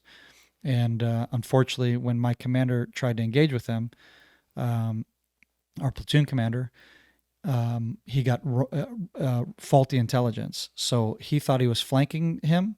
Instead, they were coming head on with him. And they were coming from the lit up highway, and he was in the darkness, right, in the sands. So as they're coming, they're like perfect targets, and he just pop, took him out like nothing. And then we later turned him into a strainer. So that dude got eliminated, and let's just say he was not going to talk about his experience after that. Yeah, I think it's an important thing to add the context, right? Like you're coming out of basic training and advanced training and going to a unit, but Israel's at this constant state of conflict. Yeah. I think a lot of people, especially Americans, because, war for us is you go to a distant place and then you come back home. Yeah. One of the things that, we're going to talk about too, especially when the October 7th conversation comes up is, you guys are, Israel's always been in this constant state of conflict, whether it's suicide bombers, attacks. I mean, you just never know. And so, when you get out of your advanced training and you get up to the Givati Brigade, I mean, you guys are immediately in conflict. It's not a declared war. Thrown into the deep water. Yeah, I mean, it's not a declared war per se, but it's a war at the homeland. And I mean, I think a lot of people who haven't served either in a law enforcement capacity or in a military capacity don't understand, what it's like where you're just in this constant state of readiness. Even if nothing's happened, you don't know when the next thing has happened. And sometimes, that can be exhausting, and you can get burnt out early. And so it's not like you're going on a 4-month deployment and then coming back. I mean, you're just living this constantly. Were you able to go home and see your wife daily, or how did that work? Well, yeah, we got to see our families typically once every 2 weeks. We would get to go home for a short weekend. So Friday morning, Sunday morning, you're back on base. So you were deployed consistently for almost 3 years then? Yes. Oh yeah. Yeah. So that's just it's different. And that's another thing I think that people just don't understand about Israel. They don't understand, the constant conflict, the threat, and how, Israel's had to just, struggle to survive and done it very well. And I honestly think sometimes, and that's another conversation we're going to have too, is that, Israel catch so much heat from other countries around the world because you guys aren't waiting to get smacked around anymore. I mean, Israel, it's pretty well known throughout the world that something happened to Israel, they're not going to wait for a response. No. They're going to get it. And I think sometimes some countries don't even have the guts, yeah. Well, I have a perfect story to actually give a point in case on what you just said there, where we just, if it's up to us, it's zero tolerance to terrorism. So I'm in command, of course, like I said, start the whole process to become a NCO. And 3 days before we're done. And it's like, and we're all done because this was a nasty course where the commanders actually, we found out later because they told us, and like, ha ha ha ha, is that funny? And we're like, no, that's not funny at all. Actually, you guys are morons. They actually bet how many candidates they could drop on just stupid infractions. And here I am, a volunteer. Unlike most of the dudes, I'm volunteering to be here. I'm married at this point for 4 years. Haven't seen my wife on anniversaries, birthdays, holidays. I'm putting all that aside, and you think it's a game. And you're trying to find out if you can drop me on just stupid crap, which they did. So an example is they said, oh, you can get your leave time and whatever, be back here at whatever. And I go, sir, I can't do that. I live up on the Golan Heights. I don't have a car. For me to take a bus and a train and whatever to get way down south where we're training, it's going to take me up until this time. This is just a fact. And he goes, oh, right. You're, one of those. I go, yeah, I'm one of those that lives in the boonies. And so he agrees and says, okay, all right, so never mind. So you show up by this cutoff point. Yes, sir. I show up ahead of time. And the dude starts chewing me out. You're late. You're this. I'm going to kick you out. I said, kick me out for what? For being late? I said, sir, with all due respect, if you or any of the other commanders were able to get here sooner than me and you take the exact same routes that I did, then I will walk away. How about that? And then he realized, oh, crap, that's right. We did have an agreement, right? And that was just the way the course went. So we were walking on eggshells throughout the whole course. But then 3 days before graduation, we all passed our tests, we all passed everything, and literally it's just to make it through those last 3 days without doing anything stupid. And we started doing our marches. I don't know what you guys call them, where you do the whole and the parade grounds and just spending those next 3 days with just making sure that we do all of our marching and positioning for the big ceremony of receiving our NCO rank. And so here we are, light at the end of the tunnel. And that morning, I walk by a group of soldiers after breakfast, and they're looking at the newspaper. And on the front page of the newspaper, I see my good friend Kobe.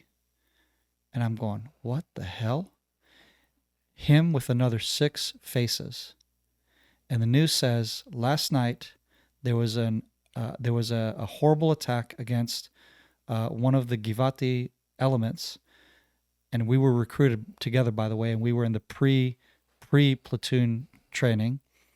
And so we became good friends from then, and then we ended up in different units in Givati.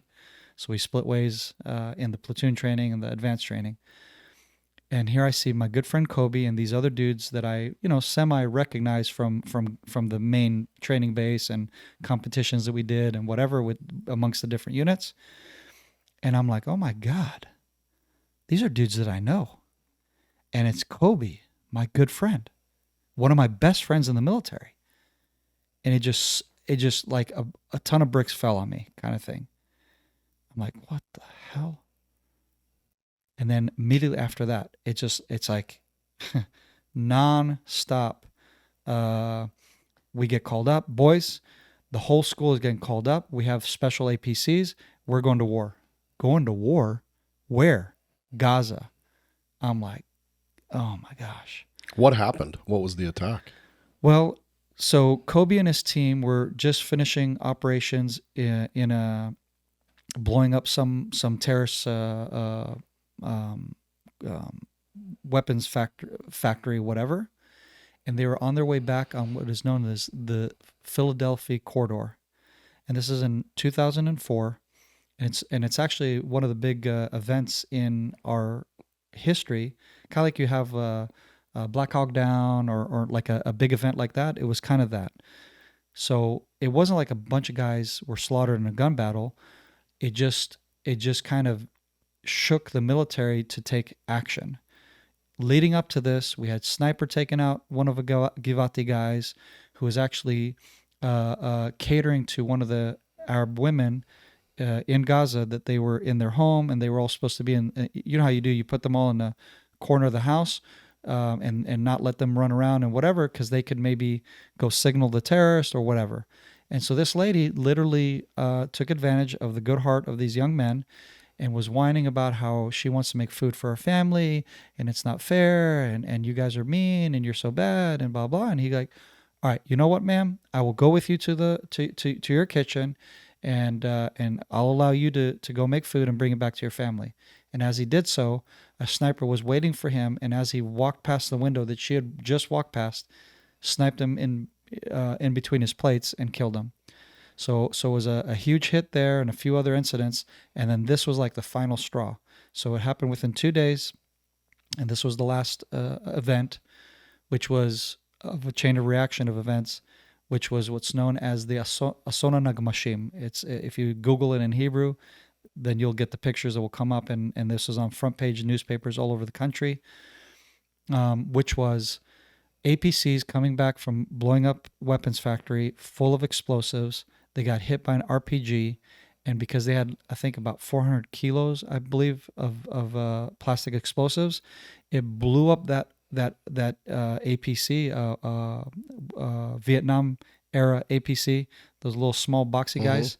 But again, we would put sandbags and reinforce it, whatever. Still, RPG made it through, chain reaction with the explosives, and then it blew up. And then the APC next to it blew up, and all the operators in those APCs just pink mist and created a 2-kilometer radius of body parts. And literally the APC, according to the commander that was there, he said he looked over where the APC was. He looked over and there was nothing. And then he looked over later, and the way they knew that because he thought because they heard a massive explosion, but what they thought was, oh, they must have gone, continued and why they together with us, like what's going on? What turned out is later they found the engine block of one of them, and then that's when it dawned on them, holy shit. That whole element is gone. And that's why when we're calling them on the radio, there's no answer. And then it started, and then they come under an ambush of light arms fire, and you hear the on the metal of the vehicles, and they get into like a long drawn gun battle. Once they eliminated the terrorists that were committing the ambush, then the military went into body retrieval mission, which is where we came into the picture. So you have the famous picture of the soldiers crawling, looking for body parts in the sand of Gaza. That was my school, and because you have the green tabs on the flap here, which was the commander course thing. And I actually told the commanders of the commander course, once I knew we were going in, I said, I highly advise you all to remove those tabs, because you're signaling to the terrorists that we're future NCOs, and they're going to want to kill us, because these terrorists, some of them are Chechnyan snipers, and the Chechnyan snipers get paid per rank that they kill. So in other words, the incentive of killing us and or officers is much higher. And I said, you're literally putting an X on our back. And they basically look at me like, you young, inexperienced, what do you know, spud. And I went, okay. And sure enough, we're crawling through the sands. And if it were not for the D9s with the big scoop that was standing between us and the gunfire, these dudes would have been shot and killed while they're trying to collect the body parts of our friends. And like I said, it's 2-kilometer radius within Gaza Strip, and the other bit, because it was on the Philadelphi corridor, and the other part of the 2-kilometer radius was in Egypt. So it was this collective mission to retrieve the bodies of our fallen men and to get them to burial. And that was the kickstart of, 2 or 3 weeks of combat, like hard combat in Gaza, where the military sent the big guns, so to speak. They send all the elements, all the big elements to start fighting. And basically, we're going to kick their butt. We're going to let them have it. This is in Gaza. And this is in Gaza. So that was my first mini war that I participated in.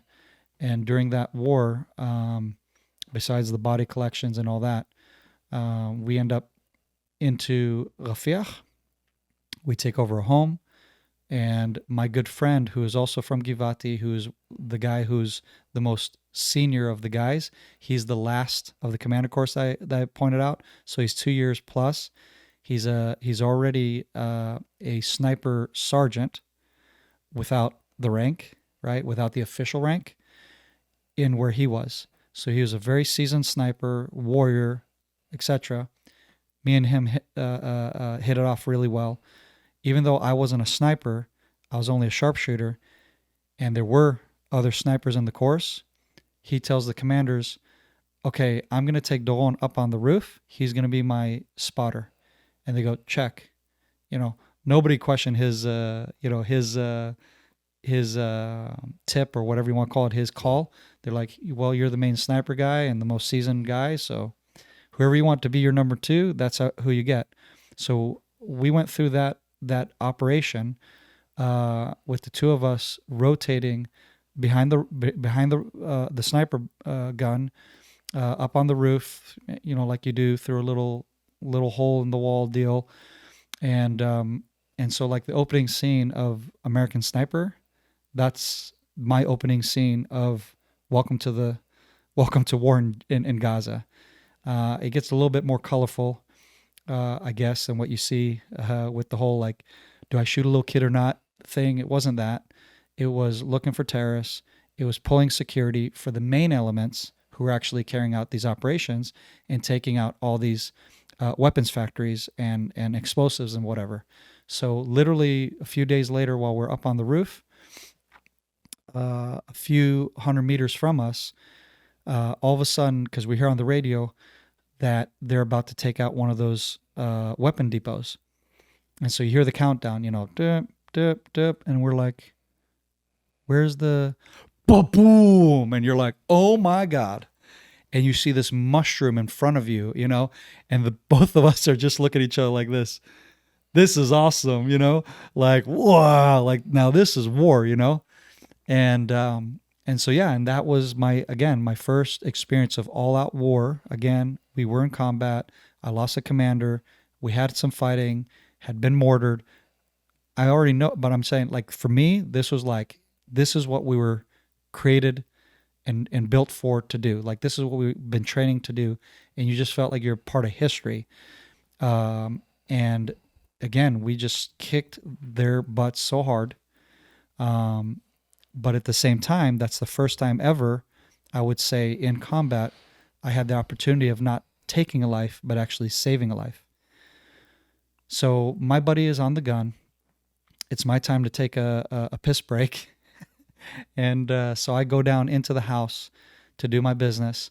And as I'm making my way back to the sniper hide, whatever you call it, I hear commotion. And I hear the dudes who are pulling security on the building below, because we have different positions that we're holding and covering like a 360 security deal. And they're like, oh my gosh, something's happening. And then I hear the machine gunners, who is this total psychopath Russian dude. Like, he was this, he was kind of borderline psycho. I mean, because he was just like a hardcore kind of dude. And he's like, all right, I finally get to do, to use my machine gun. I mean, because he was the machine gunner, right? Who carried the Browning machine gun. So he's like, bah, bah, bah, bah, bah, bah, bah, bah, bah. I'm like, oh my goodness, what the heck is going on? What is he shooting at? So I go to the other window where the other guys are like trying to get an angle and figure out what's going on, because you know how it is. Everybody wants a piece of the action. And I see that nobody's got a scope. Like, nobody's got I have a Trigicon. And I'm like, nobody's got what we call anyway, we have a name for it. And so I said, everybody move, coming in with a special. So I come in, I move them out of the way. I basically take initiative, push them out, because I see you're ineffective with your, AR with metal sights. Let me put in my Trigicon and get a recce on what the hell is going on. So I pull in there and I see that there's a van speeding down the road that we put sand berms to block, because this is a no-go zone. So we had what is known as a green zone, orange, red. Green means shoot to warn. Orange like open up with a heavy machine gun to like, bro, you pass this, you're now getting into the kill zone. Because the worry and concern was if a van like that comes up against the building, they're going to clack themselves off and you're going to be pink mist. So, of course, our adrenaline is all, at least mine is definitely like at 100. And I'm looking through the scope. I look at this dude, the driver, and I can't explain why. But even though he entered the red zone, and by the book, I was ordered to kill this guy. And I have my scope right on his chest. Now, I've never done any fancy tactics of shooting through windows or any of that crap. I'm just going to open fire and try to, button him up, right? From as low down on the windshield, and just work my way up and try to just take him out, right? So I'm about to pull the trigger, and then within, again, this was like milliseconds, I'm going, no, right? So I'm on the trigger, I'm on hot, I'm off safety, I'm just about to pull the trigger, and I'm like, I don't know, but I don't feel right about this. I don't feel that this is a terrorist. And as I'm about to pull the trigger and having this split-second decision of disobeying an order, the liaison officer who liaisoned with the UN, who's not part of our element, but he's the liaison who was supposed to notify us that this guy's an electrician who is coming to fix the electrical grid that we had ruined by building our defensive positions, and one of the tanks or whatever had messed up the electric wires. He was coming to fix, and all of that was piped down the chain of command to this moron who was supposed to tell our soldiers. That almost cost this guy's life. So the machine gunner is firing warning shots in front of his vehicle, trying to get at his attention and be like, bro, you turned in, you're going down the wrong path. Turn around and do not continue. And apparently the guy didn't figure it out. I don't know why he didn't stop. Maybe he thought it was Hamas trying to shoot him, because that also happens. This guy is just basically scared shitless, as we say. And I'm assuming that's why he just kind of gunned it and was like, oh my God, like he didn't have the brains to know, just stop and turn around and go back for where it came from. So when this guy screams, stop, and, fills us in on what's happening, he goes, I told the guard duty guys from last night to, and you're supposed to pass it down. And I looked at him, I got this, up in his face. I said, you piece of, I'm going to kill you. I almost killed an innocent man. We almost killed an innocent man because you're lazy ass to not pass down the order to the next shift. And you think, oh, I briefed the night shift guard and therefore check. I was like, brother, dude, I was livid. And the dude was just like, but I was like, dude, I don't even want to hear it. I'm going upstairs because I will drop you. I was so angry with this guy. Officers. Sorry to some of my good officer commanders, but I was livid. And again, I go up to be with back to my sniper hive with my buddy, and I tell him what happens, and he's just like, well, he's a Russian dude. He's like, pizdets, like it happens. And I'm like, yeah, sure. And so did you guys stay in Gaza that whole 3 weeks, or the whole combat tour of that operation? It didn't become a war. It just was classified as an operation. So we get no fancy pins or whatever that you participate in. And then we got a short break to go home, and then we got notified when to show up at Latrun. Actually, is where we got our the big parade thing and whatever. And this was actually kind of cool because the head of the school, the head commander, the brigadier general, he ended up, for whatever reason, befriending me. And even though my direct commander, who was a paratrooper and a total egotistic twerp, he essentially, the brigadier general essentially took me under his wing and is like, I want this guy to come with me. So I go from the sniper hive to, you're going to go with me and you're joining my security team come here. I want to hear your story. He tells me, I'm like, what story? And he's just a funny guy, a Golani guy. Like he was a former Golani guy, and just a really cool dude. And he's like, so I get in the APC with him, and doing all of his, because he's commanding all of the school, the commander school, where all our positions are. This is just one of many, and now I'm basically attached to the brigadier general of all of this. And I'm just kind of like, what the heck am I doing here? The guys who are with him are senior people who have gone through command course. They're 2 years plus in the military. I'm just I'm an older guy, but I'm like a young, middle of my service. What am I doing with you? He goes, tell me your story. I said, what story? He goes, I hear you're married. I go, oh, okay, sure. And what happened is the media had come and tried to get stories of the battlefield, girls in combat, whatever. Like they wanted some kind of juicy angle. And somebody pitched my name and goes, oh, do you know this guy's married? And they're like, oh, you have a married guy? So they did an article on me, and I don't think they did a picture. So somewhere in the internets, in a Hebrew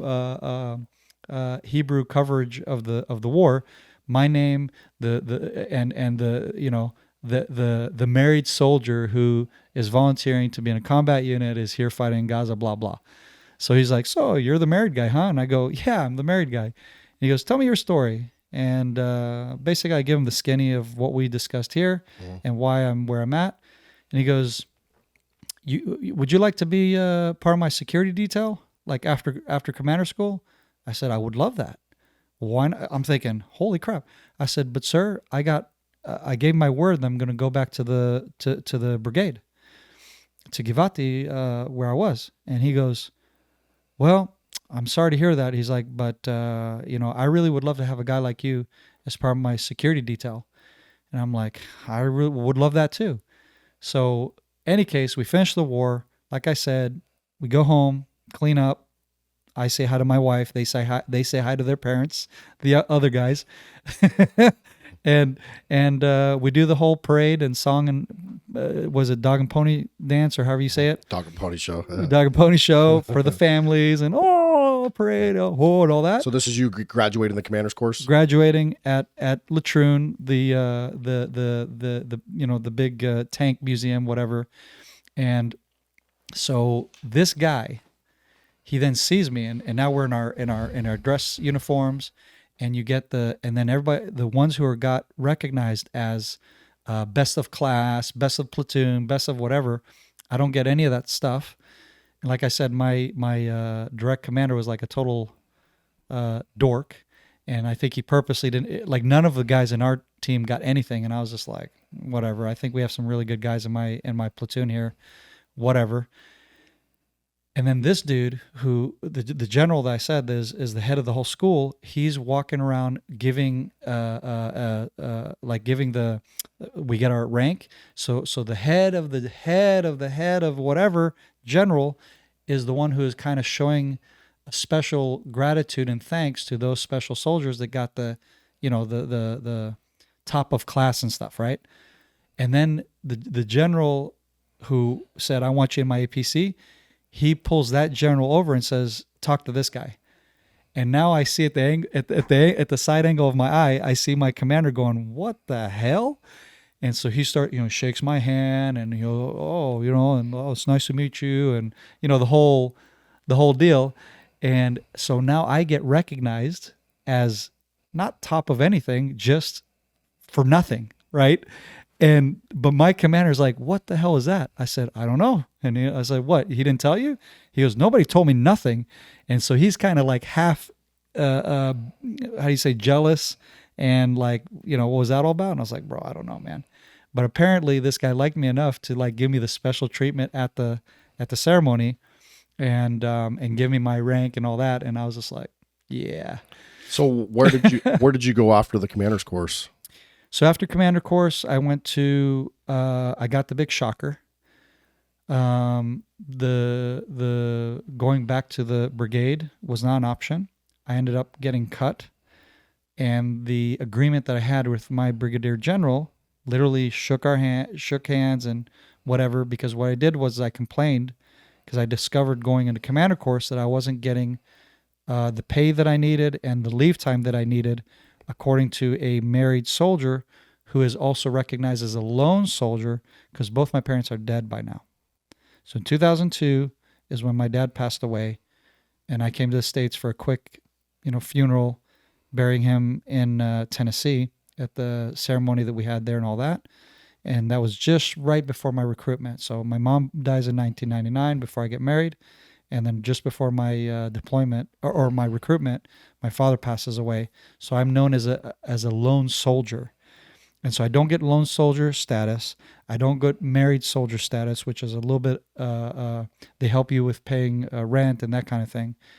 And I just basically notified them that, hey, you guys have been squaring me away. And I think the lady who was in charge of that didn't like that she was getting exposed for not doing her job. She got me out. And so long story short is, on that day, I'm the only one who's confident. I shook the hand of the general who's going to bring me back.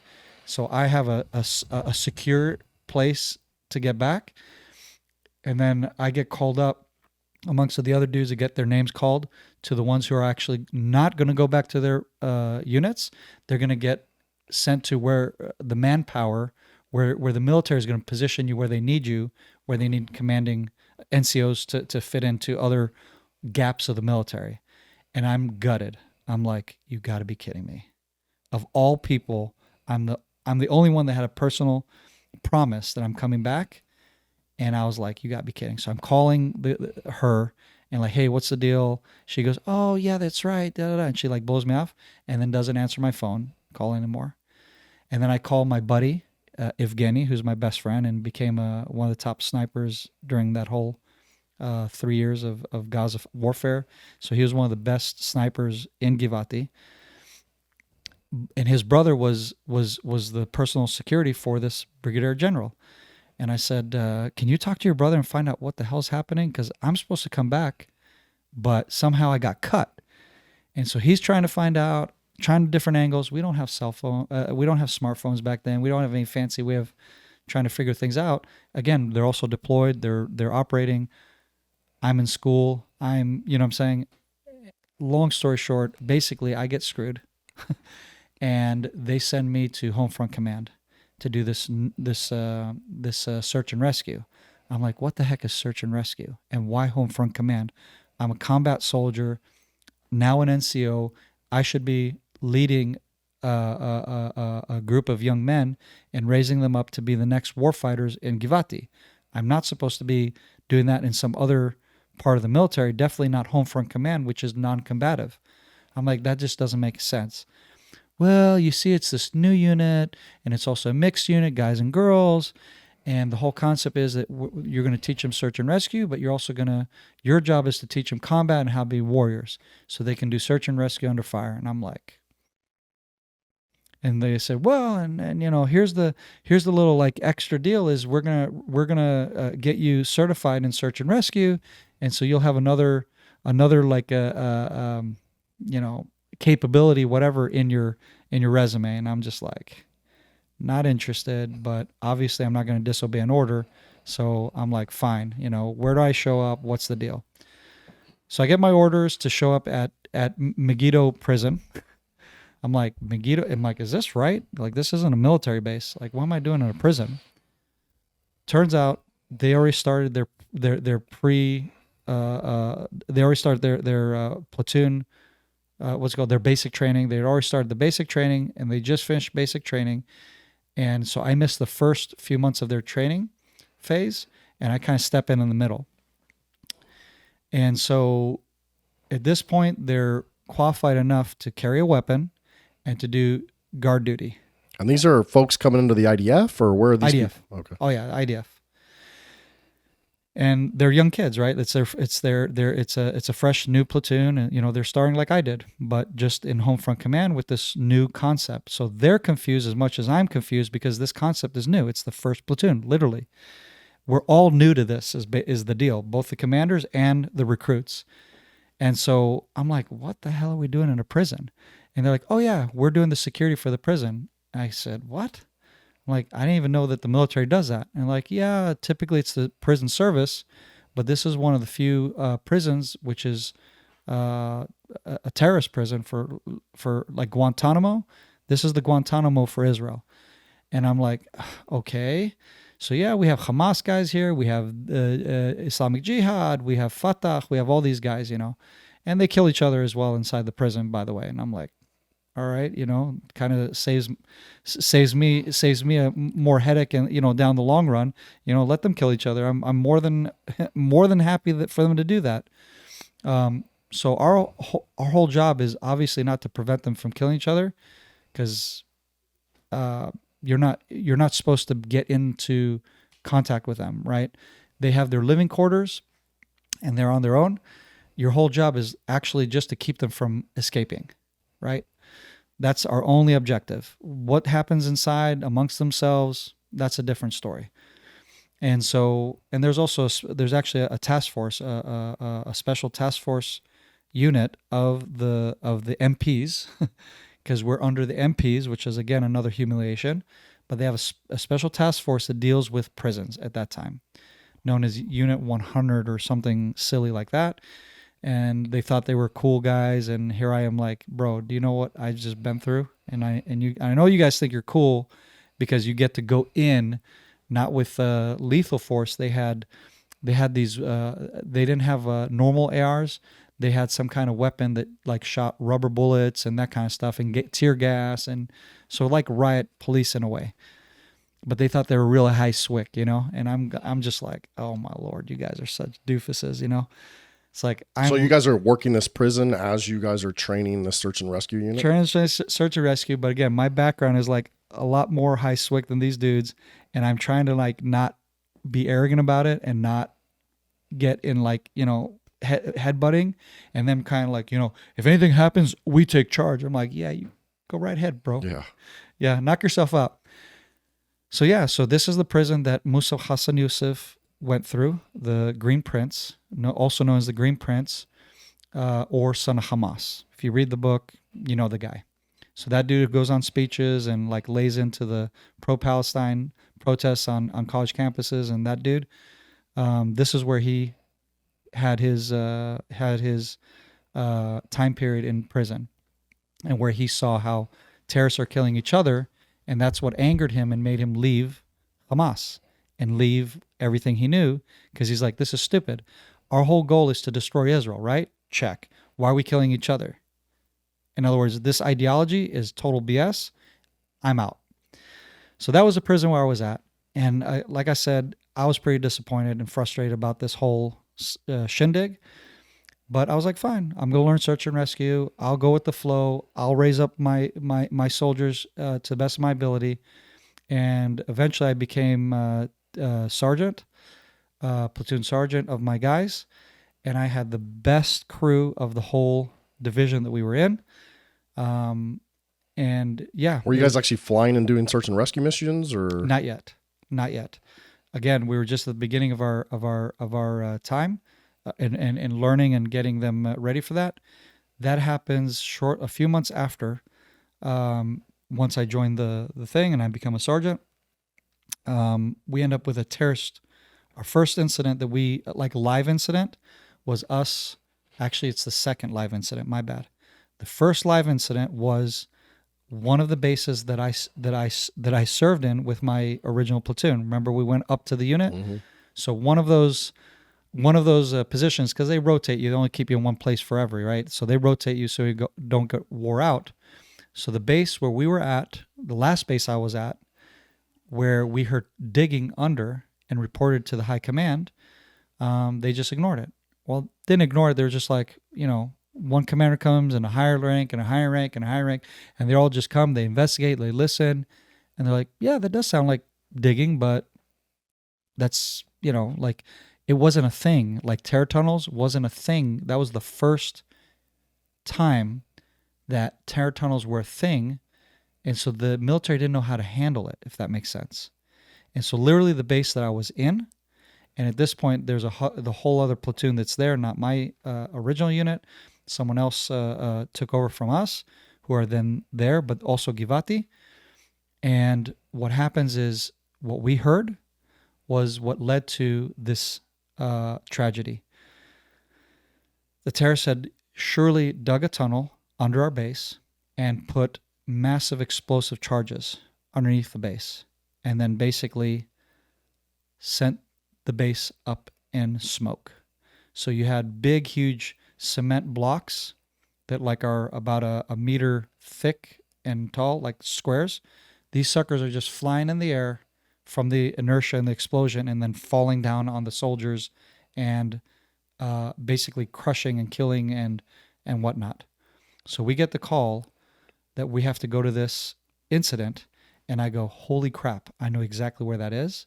And I'm playing out in my mind exactly what I just told you. That's most likely what we're going to have to face with my young soldiers. And I'm the only one that's been there and knows what that's all about. And then what happens is that mission gets taken from us, from the school that trained us, for whatever stupid reason. The school, they pitched, I guess someone in the school was like, no, give it to us. It's their first time that they get to do anything sexy, right, other than training. And so they actually took our mission. And my guys were just like gutted and like, oh, come on, right? Because this is what we've been training for. Well, shortly thereafter, there was a terrorist attack in Egypt. A terrorist drives up with a vehicle full of explosives, goes up against one of the hotels and just blows himself up, and like the whole hotel face side just like collapses and just destruction.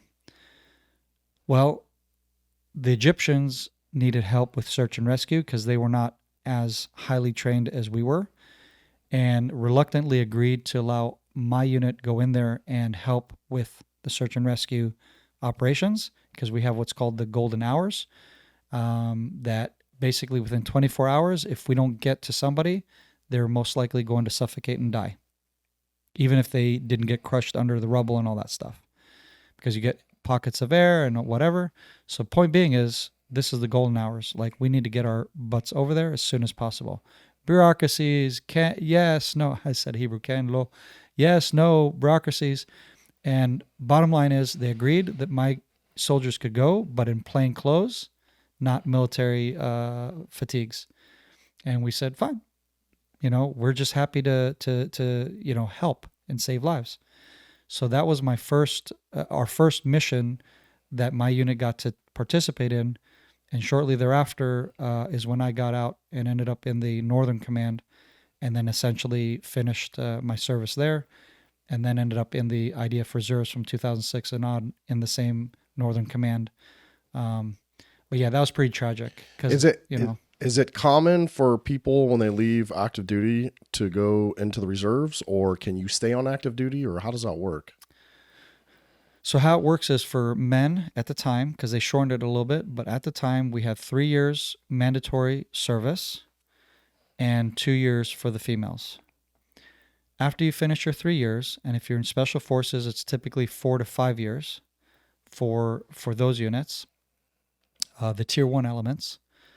After those 5 years, at the max, I would say, I think it's the max for those guys, you then get out of the military, you're discharged. What happens now from this point on is you become part of the IDF Reserves, and that every so many months you're going to get called up for training, and basically you're just doing train ups for what you used to do in whatever mission, in whatever unit. So if you're a Navy SEAL, you're doing Navy SEAL training, specialty training, whatever, every so many months. So obviously the tier 1 guys get way more training workups / and or active missions, right, for their skill set. The same thing with the fighting brigades is you do war games and scenarios and whatever as a workup towards every year. For the combat soldiers, every year you spend on average about a month of active duty somewhere in the country where they need you, like or specifically where you're doing your reserve duty, if it's Northern Command, Southern Command, Central Command, etc. So is reserve duty obligatory then? It's for a combat soldier, yes. So that's kind of the thing, is everybody says, oh, you want to be a jobnik. A jobnik is a mechanic, someone who makes coffee, someone who does office work, or someone who does resupply, or all kinds of, all of the logistics part of the military and what have you, or intelligence or whatever. But for the combat soldiers, it's mandatory for you, and the other ones you most likely won't get called up except for state of emergency. But for the rest for that 10% of the military, you're going to do on average over 50 days a year. So like I said, like maybe four days a week, sometimes 2 weeks of training if you're going to do hard training and war games. So that's, I think the max is about 2 weeks, and guaranteed you're going to do at least 1 month, a little over a month, because you also do a workup, a few days workup, whatever, but you're going to do a month guaranteed every year of active duty. Does that go That's on the routine till you're a certain age, or till I think till 45, if I remember correctly, the cutoff. So at 45, you're no longer obligated to do reserve duty anymore. So do you guys have guys that have done their service and still stay on active duty? Yeah. And those are volunteers. So you sign a waiver saying I'm volunteering to continue. And that's if the platoon wants to keep you too. I mean, if you're just some, out of shape, risk people's lives by trying to continue, they're gonna tell you no. But if you have a home, so to speak, where they're gonna receive you and they want you and they need you, then you can sign a volunteer waiver, basically saying I waive my rights to not do military service, which is the unit that I'm right now. All of us actually have signed a waiver because it's a special forces element, and I've learned that it's kind of different than the regular combat units. That you ironically you still sign a waiver that says it's for every so many years. You have to re-sign it, basically saying I'm waiving my rights to not have to be in special forces because it's a high risk, it's all the stuff. So you're actually a volunteer there as well, even before your 45th birthday. So when you got off of active duty in 2006, did you pick which reserve unit you were going to, or they do it for you? They do it for you, and it just so happened to be the last place where I served.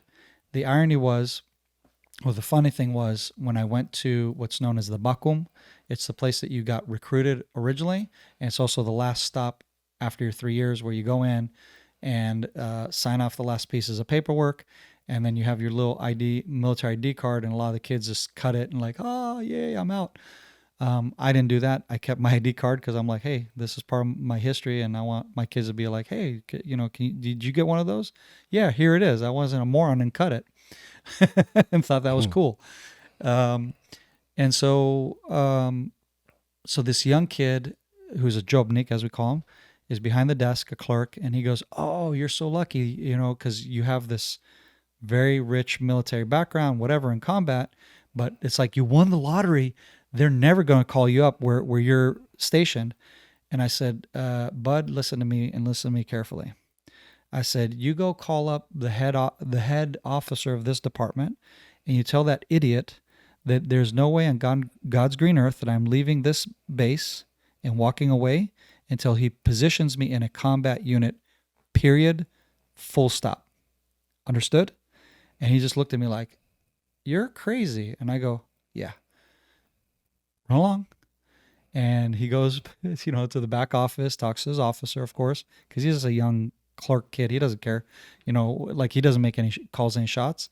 And then he kind of comes back and goes, all right, crazy, here's your new orders, and you're going to go actually to the Northern Command, the 769 whatever, and they're going to call you up because you're going to have to do your, like what I said is you're going to get the full package. And I was like, check. Now, when you guys get mobilized or when you go to training, do you guys get paid for that time like we do here in the States? Subsidized. You don't get your full pay. You don't get overtime, right?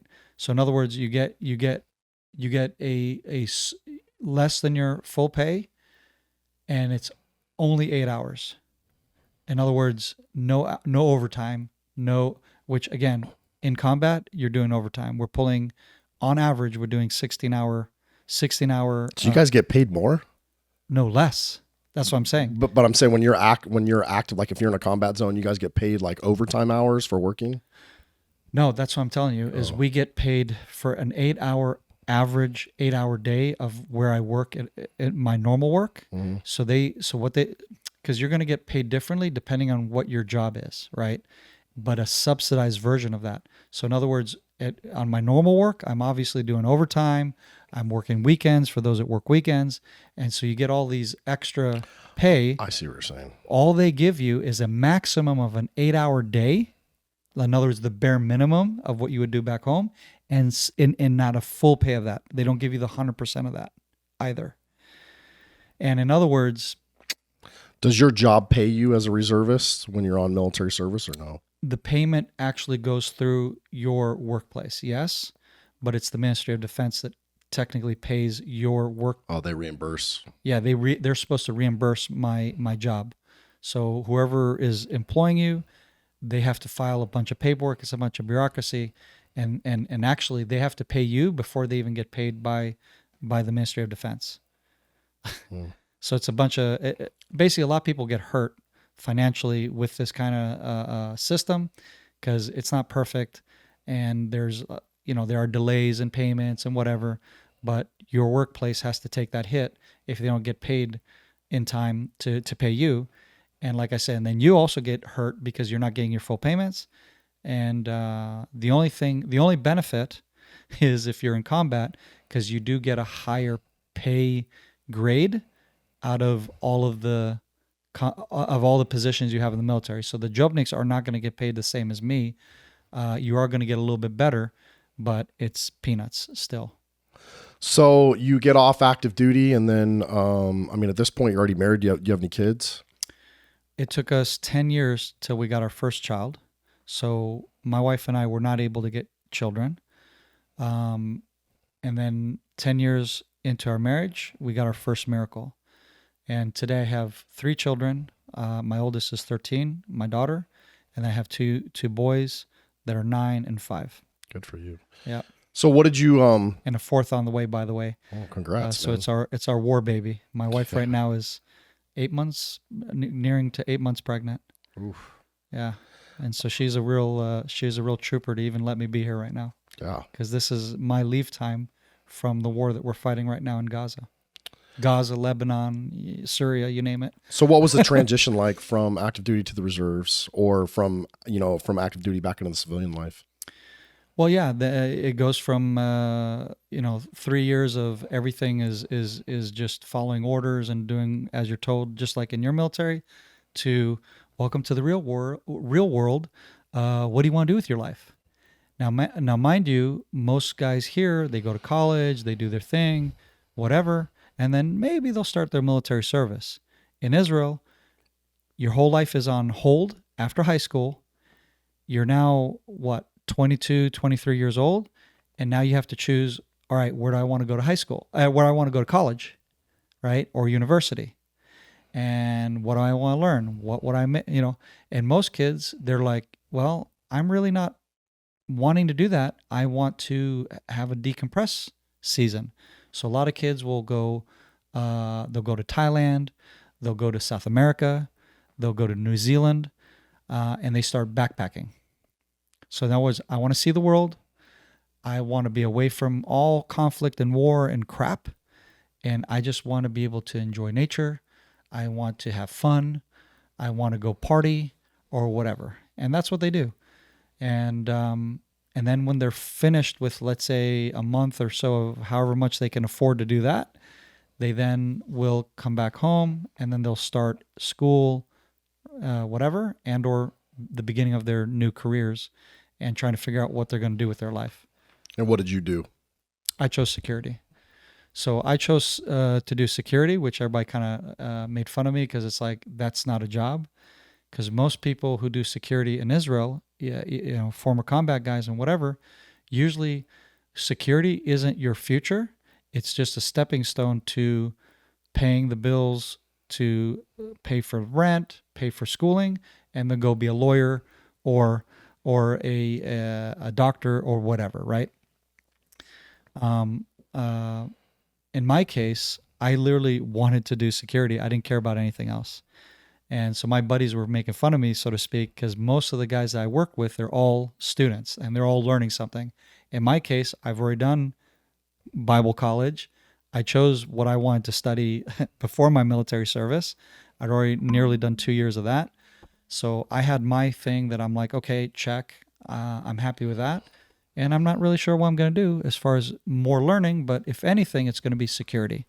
So I got a letter in the mail, like a lot of us do, from the Prime Minister's Prime Minister's office, basically saying, it's not the Prime Minister is hiring you, but they're just saying, hey, listen, you qualify to go through Secret Service level training, and you're welcome to come and show up for an interview. And if you pass the interview, you go to a psych eval, you finish the psych eval, you do a physical, you do a civil, and all that. There's a whole pipeline. And bottom line is, then you get to start doing security training like Secret Service. And if you pass all that, you get to do security for, of course, everybody's going to say to the Prime Minister, but really that's not necessarily what's going to happen. Just the cream of the crop are going to do the Prime Minister, his personal detail, the Minister of Defense, and whatever other minister I forget. And then it falls onto other different ministers of the government and or securing the Ben Gurion. So it's the undercover guys at Ben Gurion and or the marshals on El Al flights, which are different skill sets that you're going to learn. But we all start with our base 9-week course of weapons handling, Kamaga, and just giving everyone a baseline of basically being a very highly efficient security personnel. And that's when I started getting into that and doing that pipeline, and started working actually at the most basic of all of that at the Ministry of Education, which was like a very low ball, not a big deal security position, which of course I was a little disappointed about, because I'm like, come on, man, I want the cool stuff. But then eventually I got accepted to do that course I mentioned. I passed the psych and all this and all the testing, and I got the date for the course to do the security for the airport. And then I got a call up from my brother-in-law that says, hey, there's some dude here in New Mexico that wants to start a security company. And I pitched your name as, being the guy who's going to help him do that if you're interested. So I was like, Israel, work for the government, or go learn how to be an entrepreneur and start start a business with someone. And I was like, yeah, start a business with someone. Why not? So you moved to New Mexico? So I moved to Clovis, New Mexico in 2008. It's a beautiful place. I love it. Yeah. Yeah. Well, I love it, but it also has its drawbacks, because there's very little to do for people like me. I learned very quickly. New Mexico is definitely an interesting state in the United States. Yes, sir. I spent a lot of time there. So how long were you in New Mexico? 2 years. We spent 2 years in New Mexico. I started to work for that security company. The recession hit. They cut me. They broke contract. We had a minimum of 2-year contract agreement. They basically broke the contract. I chose not to sue them, make a big hubbub about it. Although I'm very pissed. I'm here with my wife by ourselves. Although I have my brother-in-law and his family and her sister, because that's the connection, is the sisters.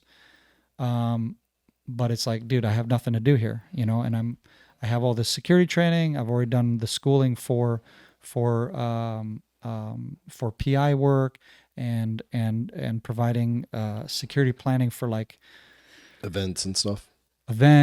Power plants, sensitive facilities, and all that kind of stuff, right? So this is my schooling. This is what I have. Is in addition to my security training that the government did. This was actually what I paid to do as an extra diploma in that. So I'm like, what I have up till now is military experience, all of this security experience, and a diploma that I can wipe my butt with, because these guys don't give a flip here in America. So you moved back to back to Israel? Nope. I located a position that I could plug into, which was the local shooting range, which I didn't even know existed because I was too busy working. And I was like, oh, we got a shooting range in town. I mean, I saw the signs, but I was too busy trying to build a business for this guy together with him, who ended up having to cut me because their business wasn't working out. And I was like, all right, so I'll go check out that Patriot Outdoors place. That looks really cool. They have a really cool logo, and I like the name Patriot Outdoors. I'm an American patriot in addition to being an Israeli Zionist / patriot Israeli. And I'm like, heck, why not, man? Like, I'm all in, on that theme. So I go out to Patriot Outdoors. I meet the owner. I said, have you ever heard of Krav Maga? He goes, no.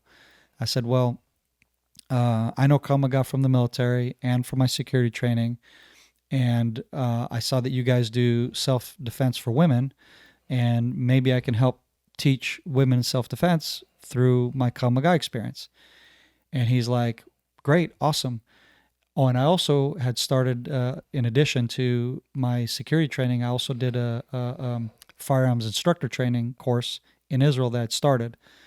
So in my mind, they're not going to let me do firearms instruction teaching, because for sure, like in Israel, you have to have all this schooling and certifications, whatever. The guy goes, well, we sell guns, we have a climbing wall, an indoor climbing wall, we have paintball, and we have shooting ranges, open shooting ranges down below for rifles, for pistols, etc., like different ones, different lanes. I go, great. So you can sell the guns, whatever, to the customers during the day. Occasionally one of us will go down and just basically watch over the people shooting. You can do that. And I go, I can what? I can go, but I'm not certified. And he goes, oh yeah, just basically make sure that, you're serving people down there and nobody blows their head off. And I'm kind of like, okay. He says, but you want to teach Krav Maga? You're going to have to get a certificate here in America. I'm like, so I need a certificate to teach hand-to-hand combat. I don't need a certificate for people who can blow each other's heads off downrange. Welcome to America. I know. And I just cracked me up. That's what I told him. I was like, are you for real? He goes, oh, I'm for real. And I said, all right. So I looked up a school in America that was certified to do that. Because again, Krav Maga at this time is starting to become a big deal. And I see all this fake crap online. And I'm like, these guys that's fake. Because I recognize the real deal. I'm like, that's not real. That's not real. Oh, this guy. It turns out there's this Israeli guy named Moni Isaac, who is an Israeli judo champion as a teenager, who then in his military service was the main instructor for his unit. He was in a special forces unit where he was training the guys hand-to-hand combat. And I'm going, that's the guy I want to learn from. So I go to Moni Isaac together with the owner of the company, Stephen Powell, and the two of us. He pays for the two of us through the company to get certified. Both of us get certified to do Krav Maga, and I'm the lead instructor of the school that we opened at Patriot Outdoors in Clovis, New Mexico, and that's what I ended up doing for up until 2010.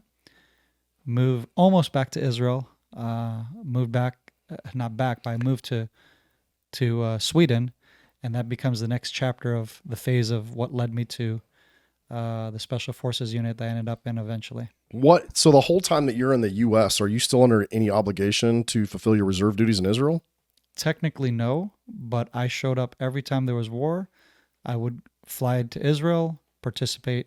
For example, I think it was in 2009. There was a Gaza war. And I showed up for reserve duty, did that whole reserve duty, and then flew back to the States and kept working. And again, Stephen was cool to let me do that and continue my work there at Patriot Outdoors. Dude, walk me what that's like. So you're here in America, yeah, like teaching Krav Maga, shooting, and all of a sudden, like something pops off in Israel, and you're like, man, I'm gonna jump on a plane and get in the fight. What was that mindset like? That shift. I mean, you obviously have like some warrior ethos, but yeah, I mean, Clovis isn't a super huge populated place. So you're in this small town, kind of rural area, and then you fly back to war. Like what's that mindset? What's that like, landing on the plane back in Israel? Right.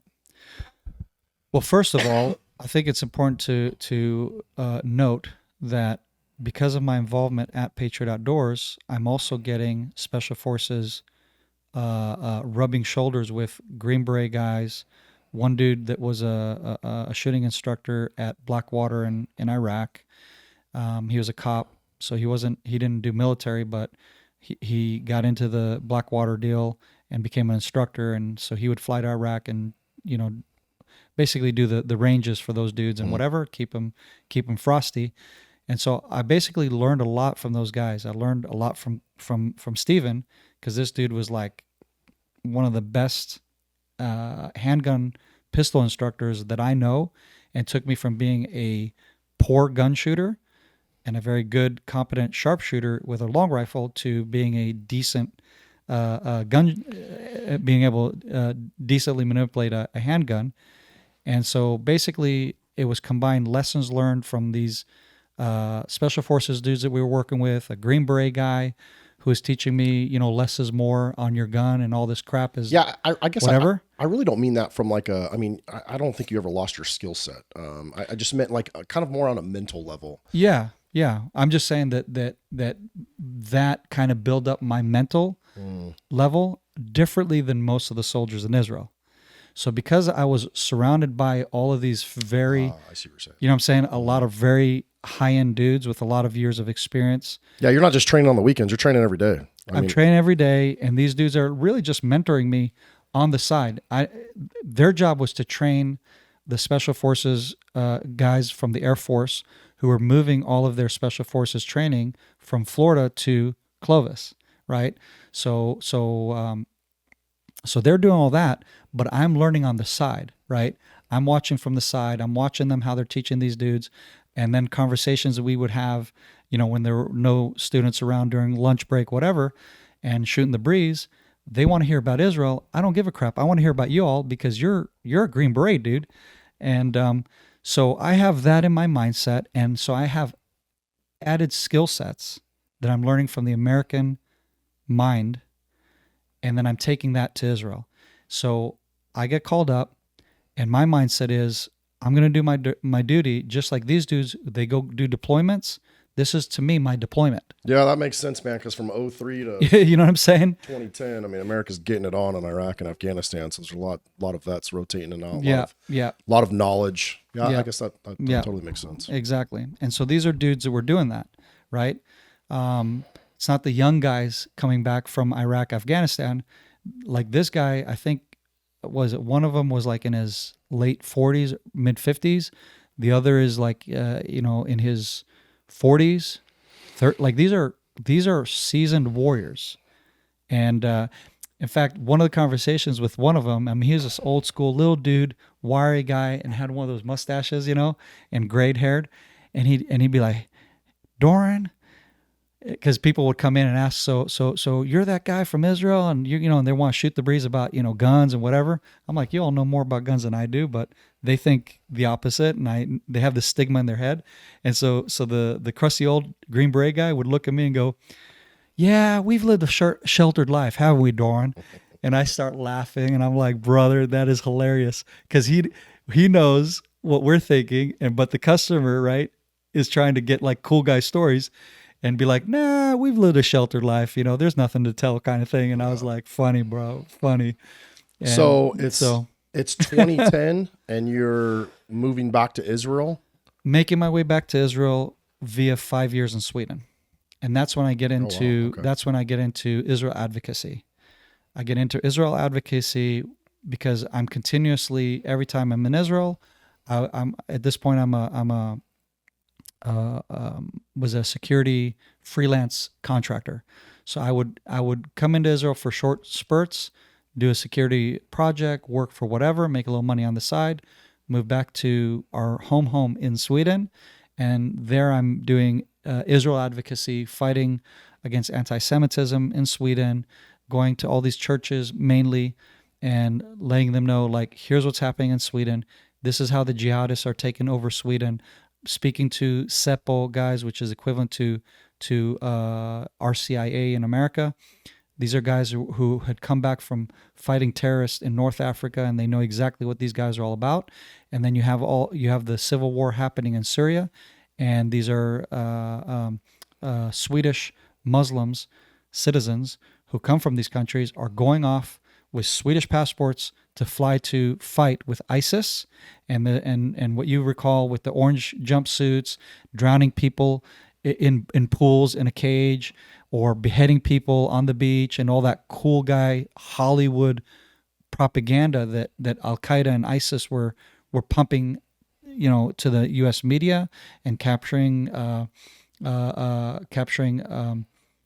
you call them, journalists, American journalists, and doing all those. Well, before we dive in, so all of that is happening, right? Yeah. And I'm seeing that unfold in Sweden, and I'm seeing these dudes coming and going, and I'm seeing how the terrorism is growing, and it's all focused towards anti-Semitism and muscling Jews out of Sweden, and then therefore I decide I'm out of here. Well, let's. I definitely want to talk about Sweden and kind of your time there, and then go back into Israel. But let's take a break just for a sec. Check. All right, we left off with you leaving New Mexico, heading to Sweden, and it's. I think you said you spent 5 years in Sweden, and then you were kind of doing executive protection, going back and forth between Sweden and Israel. Yeah.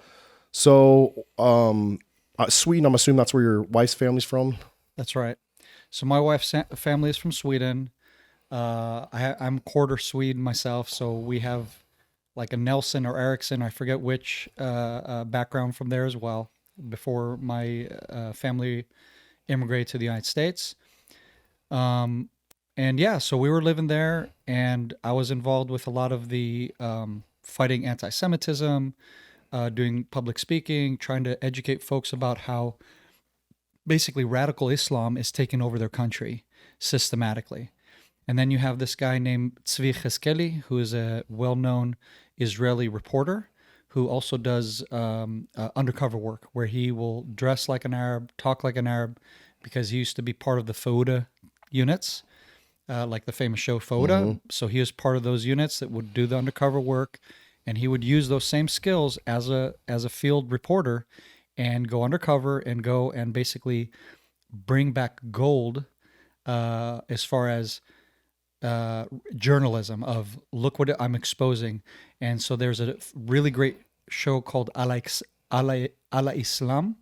It's only in Hebrew, and sadly, because I was like, bro, you have to have this in English. He went to Europe, and he basically exposed how radical Islam was using the immigration system that they have for immigrants coming from Syria, Iraq, Afghanistan, wherever, and just systematically coming into the country and flooding it with actual terrorists, not refugees. And he proved it. He proved it by showcasing this on camera, going undercover. And I think his cover story was, we're a Palestinian news documentary show, and we just want to showcase to the rest of the Arab world your struggle here in Europe against the West and against these loathsome Swedes, Holland,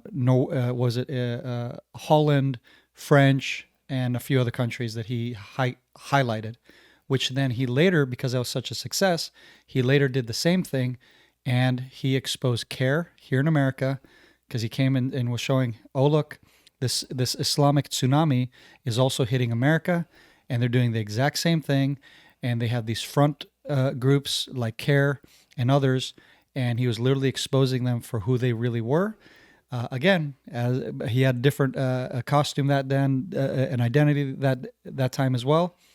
And let's suffice to say, those dudes were pretty pissed. And again, sadly, it was all done in Hebrew for the Israeli audience.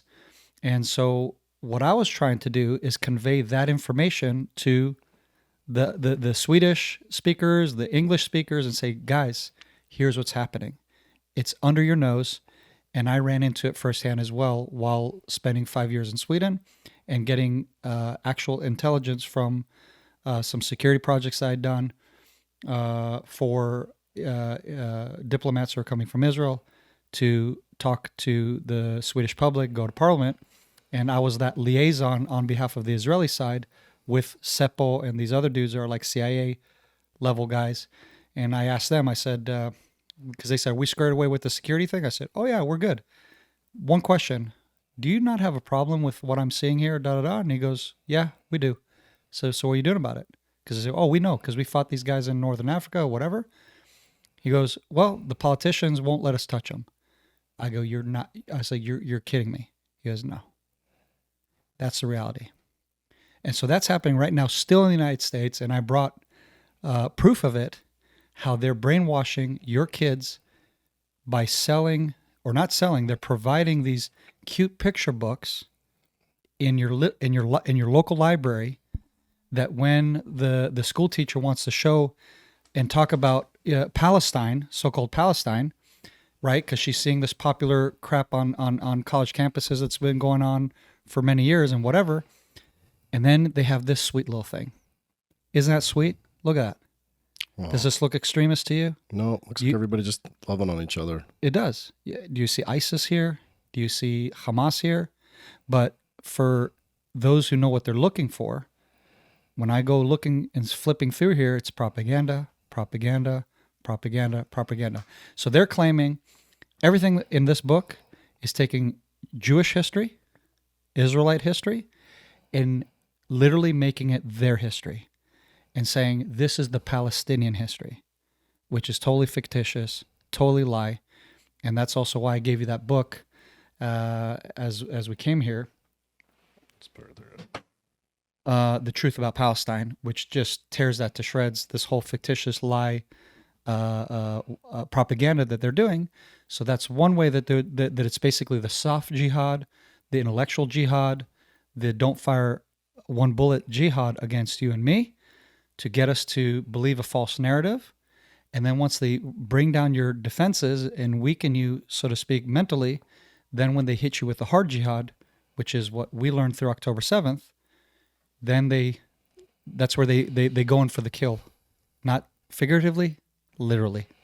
And I know because of the sake of time and you have another event to get to, I don't want to skip over anything, but we only have so much time. So you spent 5 years in Sweden, and I know we were talking off camera. The whole reason you end up leaving Sweden is because they're becoming radicalized. Yeah. So I was getting targeted, actually, and I'm like, I'm out of here. So you move your wife and your kids, and you guys go back to Israel? Yep. We go back to Israel. I moved to southern Israel, just outside the Gaza Strip in the farming communities. We spent about 5 years there, and then we moved back to Jerusalem, where we were before I started my work in Clovis, New Mexico, and all that. And the whole time you're in Israel, are you still doing security and protection? Security, IDF Reserves. My last war was in 2014, the last Gaza war that we had, and then shortly thereafter, I get a very short sentence for my reserve duty because the platoon commander that was over me decided that he wanted to cut me short because we basically butted heads during that war in 2014, where I actually saved the lives of the guys in my platoon as a platoon sergeant, because we were patrolling. He was patrolling the whole element that we were with along the fence, the security fence, which is just a chain link fence. And the terrorists on the other side could literally just open fire and kill us if they wanted to. So it was that stupid of a movement, troop movement. But again, I'm not the guy calling the shots. I'm just closing the element. And as we walk by, I see a blinking green light on the other side of the fence. And I call it in and I say, sir, we have a problem. And I, of course, everyone who's around me, I get them in a defensive position, get ready to go basically to engage in a ambush. And he told me that I was wasting his time. What was the blinking light? We don't know because it was on the other side, on the Lebanese side of the fence. So we couldn't really examine it. I don't think he ever called it in. He's just like, well, there's nothing I can do about it. This is bullshit. Leave me alone. You're wasting my time, and chewed me out. And then other things kind of deteriorated with our relationship because I was trying to be professional. I was trying to fight terrorists. He's a manager at some company, whatever, and doesn't give a crap about, you know how that scene from 13 Hours, the CIA guy who's making fun of the contractors, and he's like, freaking animals, right? And all those tensions, it was that. Except that he is in charge of the animals, so-called. So you got out of the reserves completely in 2014? Yeah, I get a letter a few months later saying, "Hey, you don't have to do reserve duty anymore." I'm like, I'm not even 40 years old. I'm like, this is bullcrap. I was 35 years old, 35 give or take. So I'm of course like, this is odd on the one hand. On the other hand, I'm like, hey, I'm a free agent. So thankfully, because of that, I wasn't going to be held back from progressing to a better unit in the military. And through a fellow friend who served in one of these really high SWIC units, which I thought there's no way on God's green earth I'm going to get a chance to go there. Because again, up leading to this, I'm always wanting to excel, do better, go farther. As my SAS friend says, always go farther. I'm always trying to do that and not really getting the chance and opportunity to do so up until 2017. And my buddy says, hey, you want to be in our unit? And I'm like, come on, man.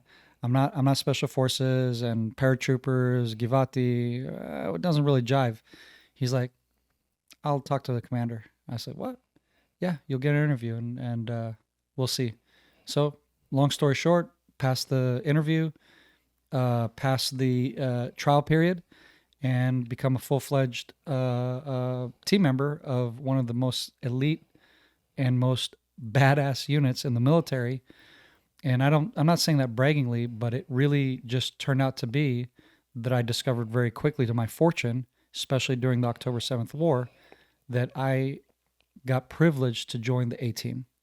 And that actually is not my words, but that's what everyone who operated with us and experienced our unit, that was how they labeled us. They said, oh, here comes the A-team. And it literally was that. The best dudes, literally, I could not go to war with any better unit, any better. I wouldn't want to be with our Navy SEALs. I wouldn't want to be with our Matkal guys. I wouldn't have wanted, well, maybe with some of the Shaldag guys. But in any case, because I have some good friends there. But honestly, and I have good friends also in the flotilla units, but point being is, for me, these men were my brothers. We had developed a brotherhood. We developed a professionalism. We all were on the same page, we're all pushing each other to go farther. And for the first time in my military career, I go. And this is 2018 when you get assigned to this unit? 2017. And what unit is this? This is the 35th? This was the 98th, under the 98th Fire Division is what it's called, which is basically the big umbrella of underneath them. There's a bunch of units. And that's our equivalent to our to your SOCOM. That's our SOCOM. So it's Special Forces units, elements, and we were one little unit that's in there. And again, if people want to Google online and look it up, knock yourself out. But honestly, you're not going to find our unit because ours is kind of secretly embedded in there, and we've done a good job at just not advertising ourselves up until I came into the picture and literally became the unit PR guy, photographer, while deployed, while training. And, I'd upload some, cool pictures because that was part of my wearing many hats. I had learned photography, and I always thought, how cool is it to be able to be with these guys and do all this cool stuff, but also document it, because I know full well from my experience with a lot of Special Forces guys, they're never documented. They never show anything. We're always these secret squirrels, which is fine. But I was like, what if we push the buck a little bit of just giving a small, what's not classified information, and share that, right? Because to me, it was all about pushing the pride of IDF, Special Forces, of anyone who's looking inside from the outside and maybe wants to aspire to be a Special Forces operator. Well, this is what it looks like. You know what I'm saying? So to me, it was just kind of a thing of like, hey, you trust me, it's worth going the extra mile to be a part of this kind of element. And that's really what kind of, for the first time, exposed some stuff. But again, it was with not blurring certain faces, not showing guys that are classified in my team, because I have guys who work in classified jobs on their day job out of the military that they can't show their faces. So basically anybody that you see, that's not the full team. and everything has basically been scrubbed for showing certain things and whatnot. And apparently, according to the internet, we're a Matkal unit, reserve duty. Well, let's Because I read it on Reddit. Yeah, let's drive towards October 7th then. So Yeah. I mean, I know for Israel, I mean, that's pretty much your 9/11. I mean, I know if you ask anybody in the United States, where were you at 9/11? If you were old enough to remember, you can remember that day vividly. So Yeah. You responded when Israel was attacked by Hamas on October 7th, 2023. Can you describe what happened that day from your perspective? Yeah. And what's your immediate role entailed? So on that day, I wake up to explosions overhead, some impacts around us, and my wife waking me up because I was actually fighting a cold. And so I wake up, in a total daze or blur or whatever you want to call it, and my phone is buzzing off the hook, so to speak. So my wife is like, "Wake up, wake up, wake up! There's explosions, there's this, there's that," and your phone hasn't stopped ringing for hours, or for a long few minutes. And I'm like, "Wait, what?"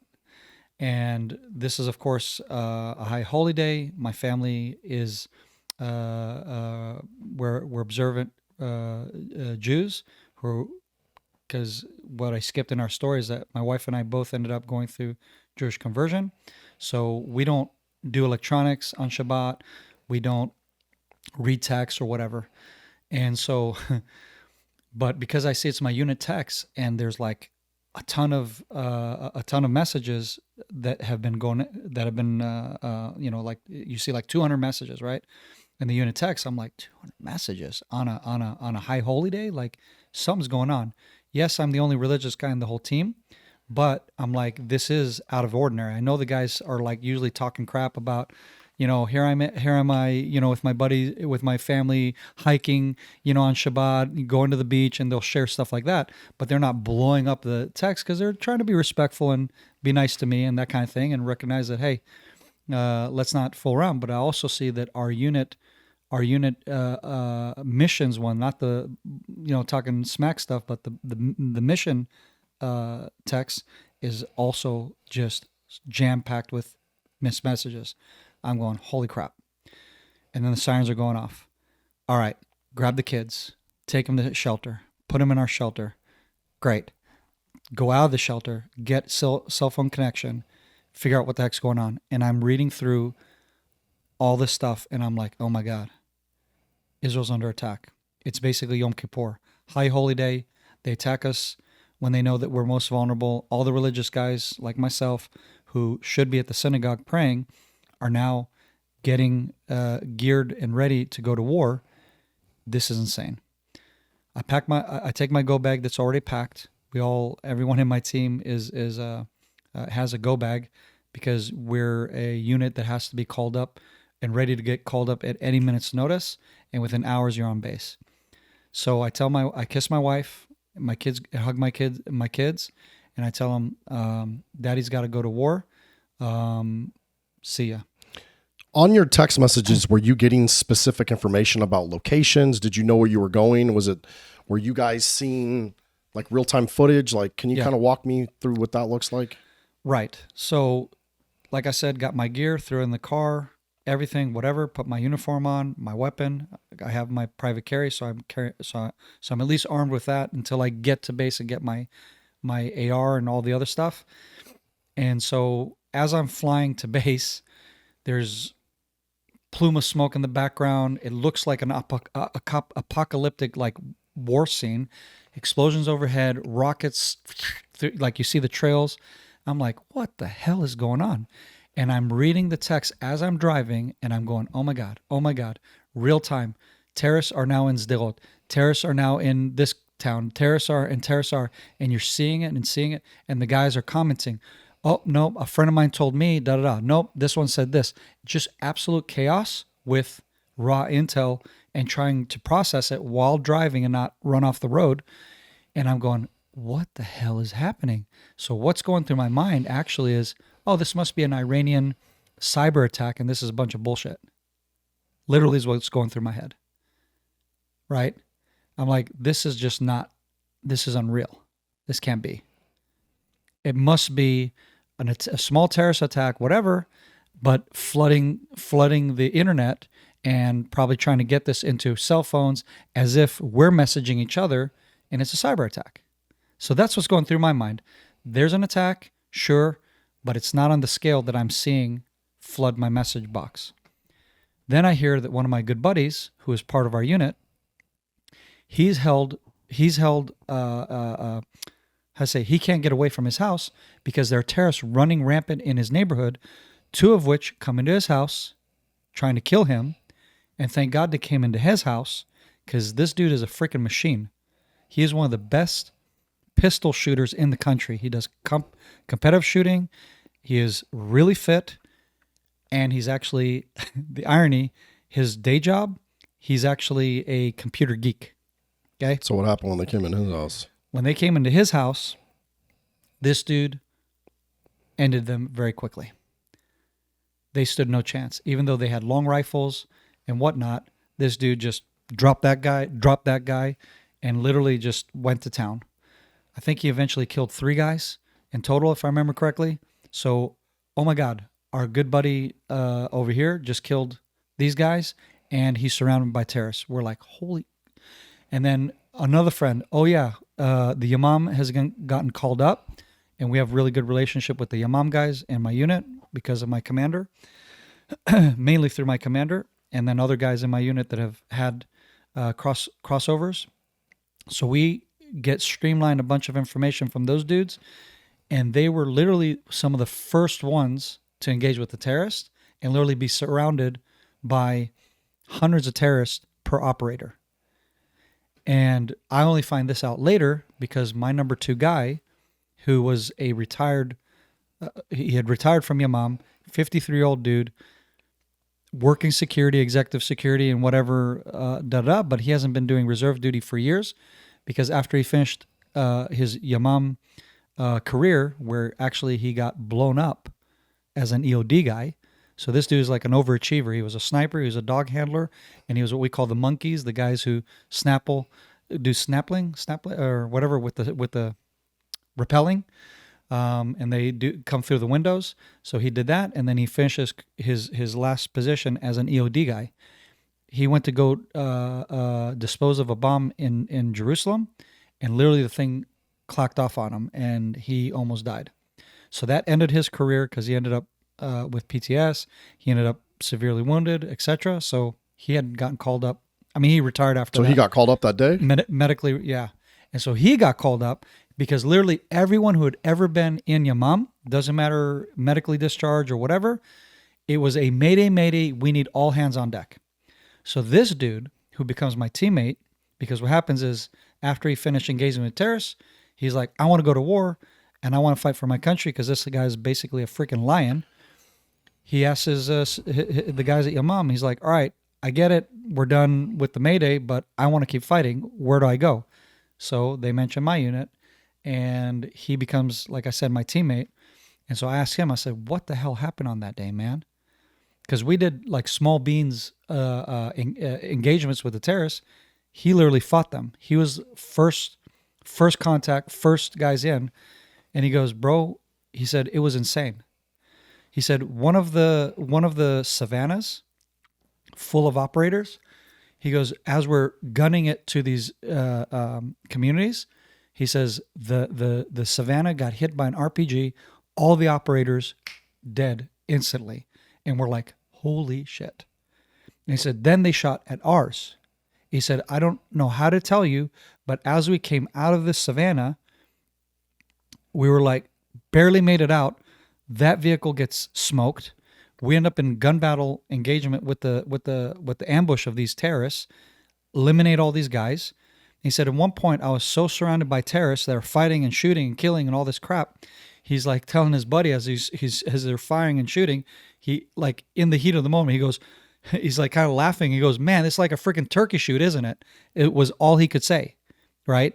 To kind of like, as a in the heat of the moment of this overwhelming force of being surrounded by bad guys, that's what went through his head, and that's what the only thing that comes out of his mouth. as they're just killing one guy after another, all these dudes armed, trying to kill him. And he was like, dude, it was insane. So where you get the call, you're driving, where do you go? I go to the paratrooper main base. As I show up there after picking up one of my good buddies in the meantime, and then I was terrified, so to speak, or on high alert, because I heard already through the chat that I'm watching and driving and seeing what's happening, that they are dressing like police officers. They're dressing like IDF soldiers. In other words, they're mimicking our first responders and saying, hey, come here, come to safety. We'll help you. And then they'd murder you on the spot. They would do checkpoints, makeshift checkpoints. And like I told you about my buddy, they drive up and they saw one of those and like, oh, something's fishy from afar. They could tell something didn't add up until all of a sudden the guy pulls up an AK and they go, it's fake. So this is already a reality that I recognize is through the intel I'm getting. And I see a checkpoint to go pick up my buddy in one of the central big cities. And I'm going, okay, here we go. So I literally have my weapon here, and I'm on 100. I'm like, all right, it's a gun battle. Here we go.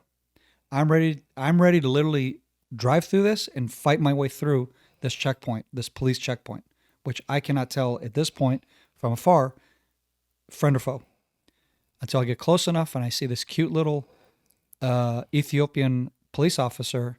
And I go, oh, thank God, because the terrorists don't have those. We do have Middle Eastern Jews who look like Arabs. Mm-hmm.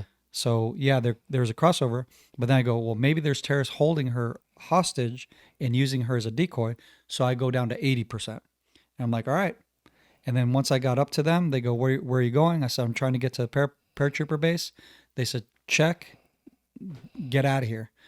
And get to base with my buddy. I'm like, dude, that was crazy. And he's like, yeah, man, this is crazy what's happening.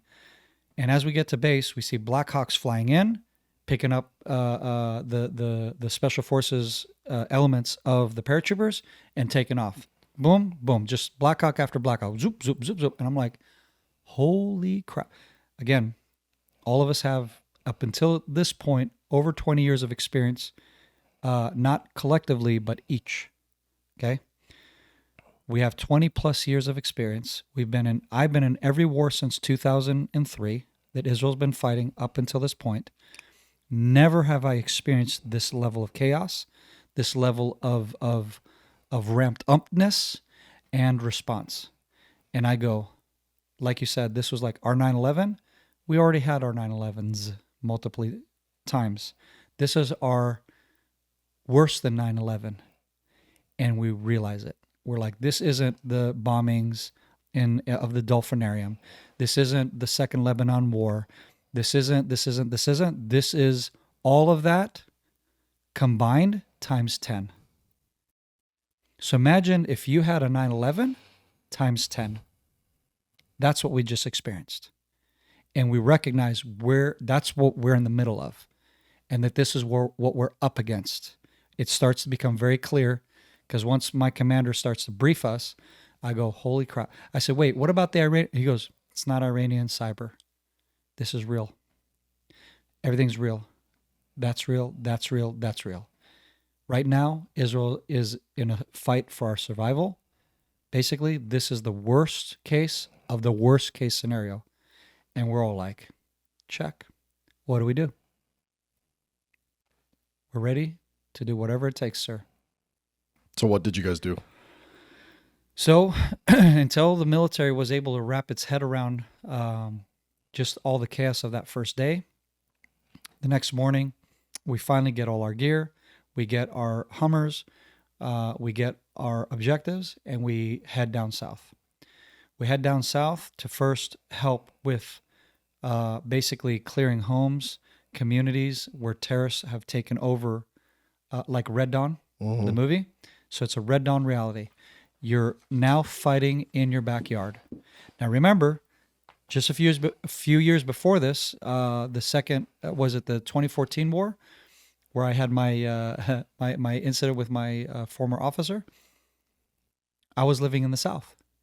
So I know the South. I know a lot of friends in the South. I know a lot of the first responders who live there and have been trying to help and support them and raise awareness for them and their cause and their need and the disparity of what they're up against. Knowing that before October 7th happened, something like this was brewing, but we had no clue it would be that level of extremity. So now what they kept telling everybody, to the military, to whoever would listen to them, that, hey, something is brewing, right? We're now living out the ramifications of what they all warned us. And here we are fighting in our own backyard. So as you were pushing down south, was there still active threats? Man, yeah. I don't know how long they stayed. They stayed, the longest that I recall last was we found some dude in an open field somewhere hiding for like a month. Oh, really? Yeah. So everywhere we went, we knew there's a terrorist on every corner. Okay? Everywhere we went, we knew there was sniper threat. There was RPG threat. There was Colnet threat. There was rockets that were still flying in, but there's also mortar threat. Like literally everything, including drones. So we're like, all right, here it is. Here we go.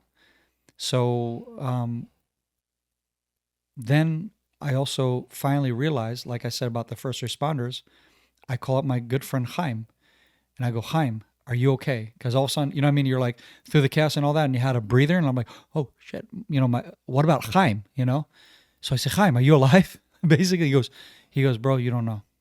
I said, dude, what happened? He says, I'm here alone. You know the story, and he actually sent me footage right after of what he had just engaged with these terrorists. He says, bro, my close relatives shot down, killed, murdered, cold blood. Good friends of mine in my community killed, cold blood.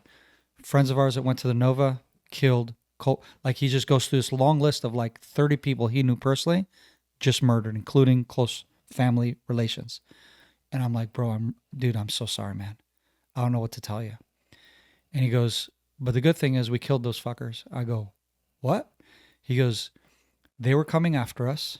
Forgive my language, but that's how I'm just conveying what he's trying to tell me. And he goes, you wouldn't believe though what a miracle we just witnessed. I said, what miracle? He said, it was just me and the other dude. He's the head of the security of his community, and then his number two. It's just two of them, and that's it. Because the military and the Ministry of Defense says, oh, you guys don't need all this weaponry and all this defense and cars and bulletproof and blah, blah, blah. And drones with capabilities for infrared or whatever. And sure enough, everything that they said that they needed, all of a sudden they found themselves unmanned, under equipped to stand off against 200 Nukhba terrorists who are coming on motorbikes down the main highway leading to them. It's down south. It's not like highway like you guys. Down a country road. And imagine you have 2 rows of these motorbikes. He said it was about 200 of them. And at the very back, we see dudes in the hillexes and all that. And at first, they were like, because their first connotation was, oh, it's the police or something like that, right? Because we have the motorbike units. Because they saw them from far coming. And the other guy goes, no, they're terrorists. And like screaming at him to kind of wake him into action. And he's like, holy shit, it's terrorists.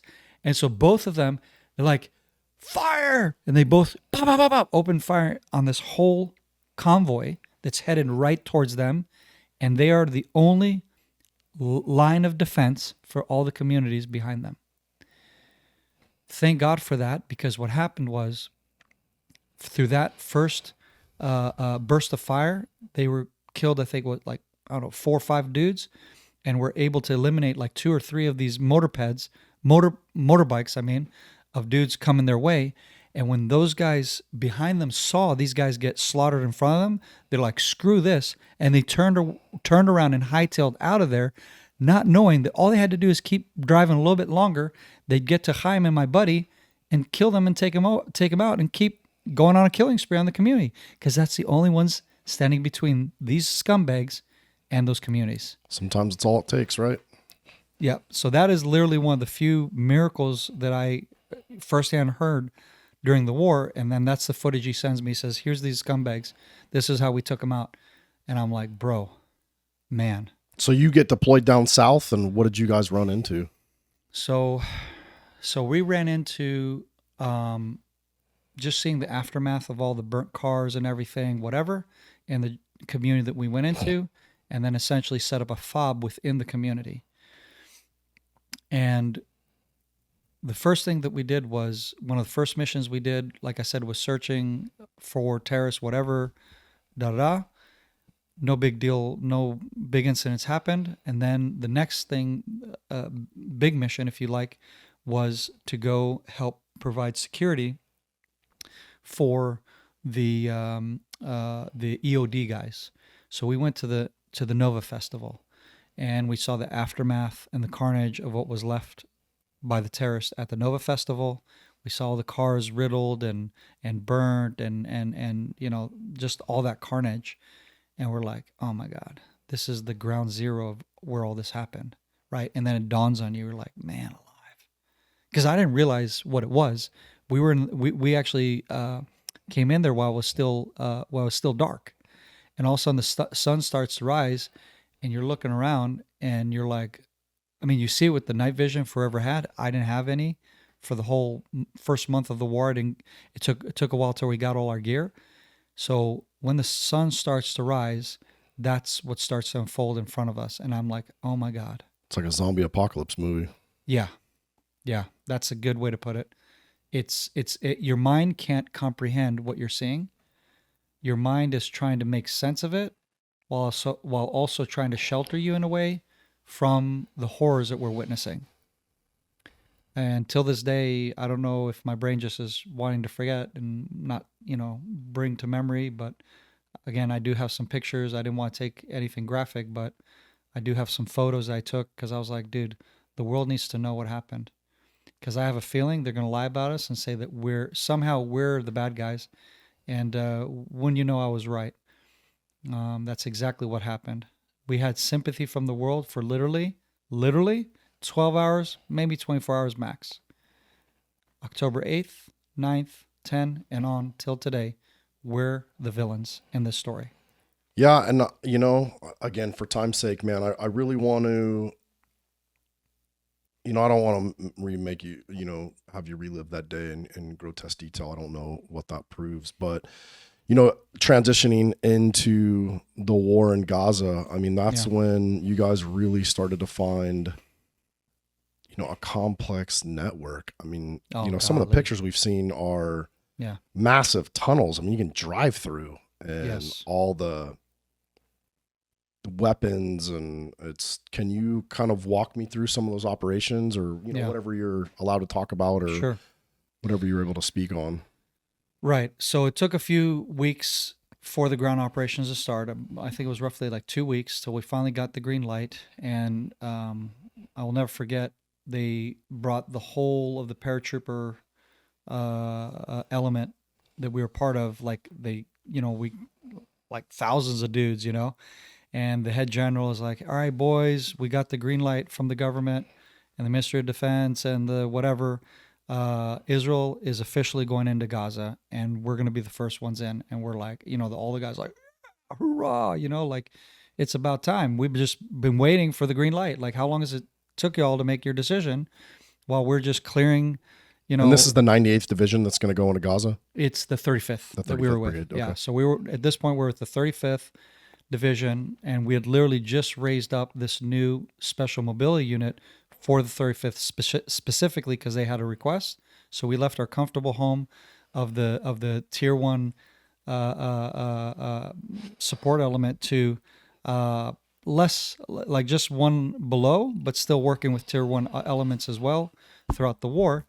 And so that's what we started doing. We started working with the paratroopers, going in, start with the ground invasion, and it's just intense gun battles, intense RPGs and IEDs, and you name it. And after a few weeks of fighting, you start to discover that, holy crap, they have a full network of tunnel system underground. They have drone attacks that they're doing on us. All these complex attacks and complex war environment and close quarter combat that is beyond anything we've ever faced before. Basically, it's everything we've experienced up until now, but on crack. Underneath our feet, unbeknownst to us, we later discover, why are we not able to get to these terrorists as quickly as we wanted to? How are they able to maneuver from doing ambush in this building and then disappearing, and then from here and disappearing, and like, where the hell are these guys going? Underneath our feet, we discover later, the Gaza Strip is about 42 kilometers long and about 12 to 14 kilometers wide at its widest, with over 640 kilometers of tunnel systems all throughout. And we're like, whoa.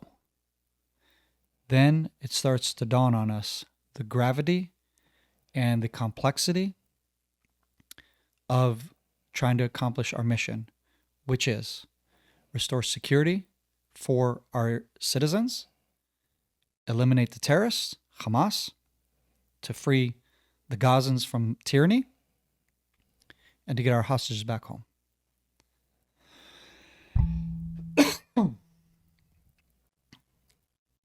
And we discovered that that is a very, very, very, very complex job to do.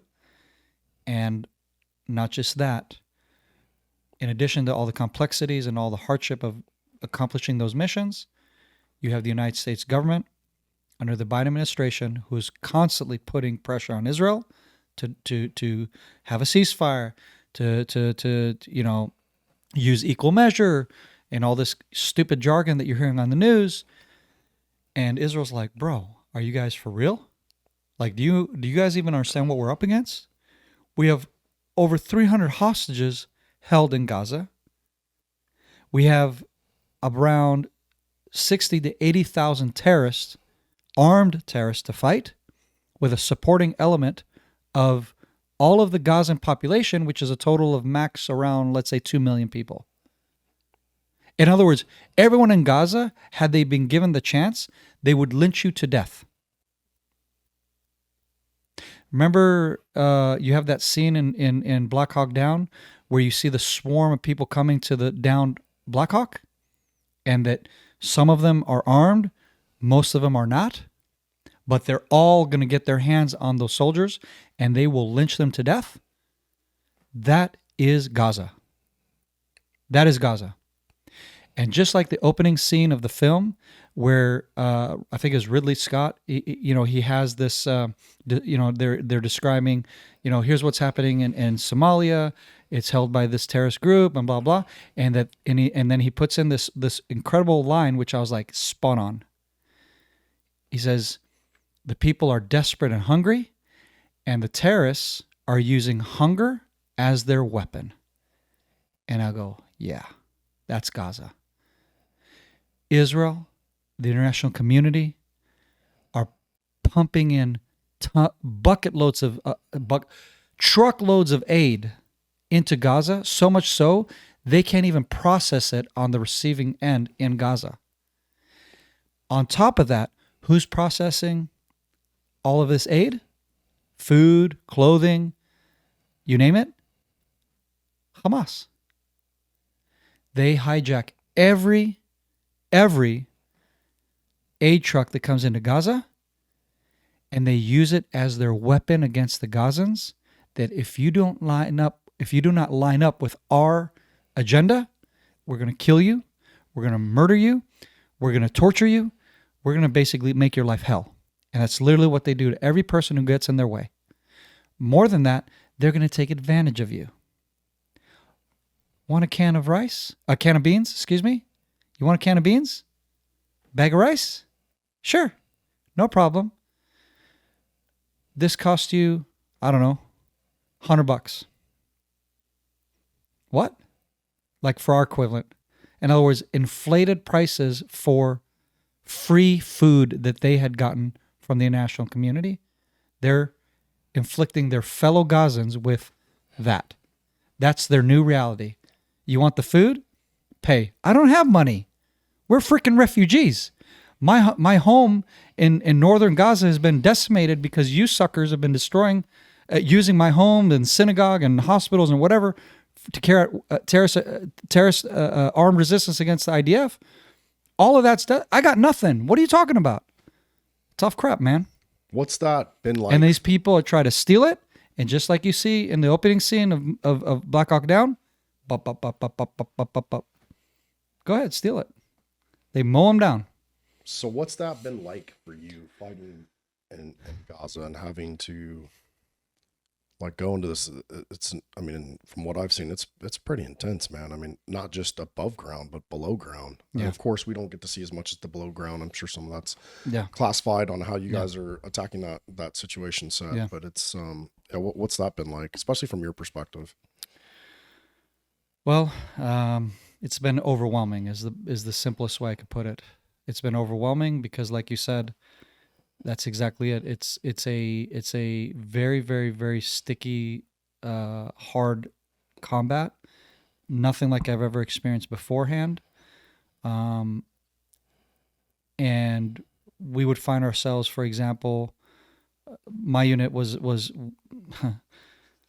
even though we're fast mobility unit, what have you, we're usually always a few hundred meters next to where the gun battles are happening, where the push of the military is. And let me just explain for the viewers on what a mobility unit is, because if you're not in the military and you don't have a military background, you may not even know what that means. So what Doron is talking about is his unit is part of a special operations brigade. So a lot of different special operations, moving pieces, and they provide all mobility support. So anything that you can think of as far as logistics, food, fuel, medevac sites, and then how to get those things, to and from these units, to plus them up, to resupply. I think a lot of people don't understand, especially if you don't have a military background, what it takes to run a military, even a special operations unit. You get in a massive gunfight, you need food, water, fuel for your vehicles, more ammo, and nobody really thinks about how that stuff gets there. A lot of people, if you've never been to war, you think that stuff shows up magically, but mobility units, have to drive through the war zone to resupply the warriors. So you're not some rear echelon FOB, as we call it, right? Hiding on a base, eating ice cream while everybody goes and fight. You guys are in there resupplying them, moving, and then providing logistical operations from everything to convoys, fuel, and food, but also to medevacs, medical evacs, aid, all that stuff. So I just wanted to give the person that hears this who may not have a military background a little bit to understand, because you and I exchange that term, mobility. That's something that you and I, can speak of. So, you're again, in close support, literally. Yeah. So that was the secret scroll version that you then elaborate on. Because again, we don't like to talk about too much and reveal kind of the secret sauce behind our success. That's exactly it. I mean, what we had to do was go into the lion's den on the daily. We're there with the soldiers in Khan Yunis, in Rafiah, and wherever, and we're there. We're there where the war fighting is happening, and what we would do for ourselves is we would rotate the being in the combat to the outer FOB, which is just outside the Gaza Strip, right? So we would rotate ourselves so that we wouldn't get wore out. But while you're in, and it's a brace to suck. It's war rations. It's sleeping in dirty, nasty, blown up homes. The house is shaking and about to fall over because it got airstruck, and you have a tank driving by, and you're like, oh my God, is this building going to sustain that motion of this massive, however many ton tank and whatever. Plus you're getting like told intelligence of these tunnels, right? And so, not just intelligence, we see it. Yeah. And that's something I think, even U.S. soldiers may not fully comprehend unless you're, a tunnel rat in Vietnam, Right. It's one thing to fight above ground and you can see, but it's another thing, man, that you're hearing these tunnels where these people can just dip in and out, kind of like the Viet Cong did in the Vietnam War. And exactly. That's, I don't care who you are, dude, unless you're just absolutely exhausted. I'm sure it's hard to even get a nap in that type of environment. It is. Were you seeing, or Yeah. was Hamas moving around in and out of that? I mean, they obviously must still be doing it because, Yeah, they are. it's, I mean, Gaza hasn't been, I guess, I mean, there's still active fighting going on. Is that correct? Yes, 100%. So literally everywhere we would lay our heads, you knew that a terrorist would come up out of that tunnel at any given moment. And if the security element for the building isn't done right, you're going to find yourself with your neck sliced as you're sleeping, and basically you're not going to wake up. And so that was your everyday reality. And so yeah, falling asleep, not so much. You do get a little bit of shut eye, and you get woken up by an airstrike. Ba-boom! And a door goes flying and hits one of your buddies and smashes his leg, and you're like, crap, right? Because now he's injured. Another one gets injured. This one gets injured. It's like just constant either explosions, terrorists popping up everywhere, to you name it. RPGs hitting you, mass casualty events constantly. In the beginning of the war, we were literally involved in the front line of where the push of the war is, or where the battles are taking place.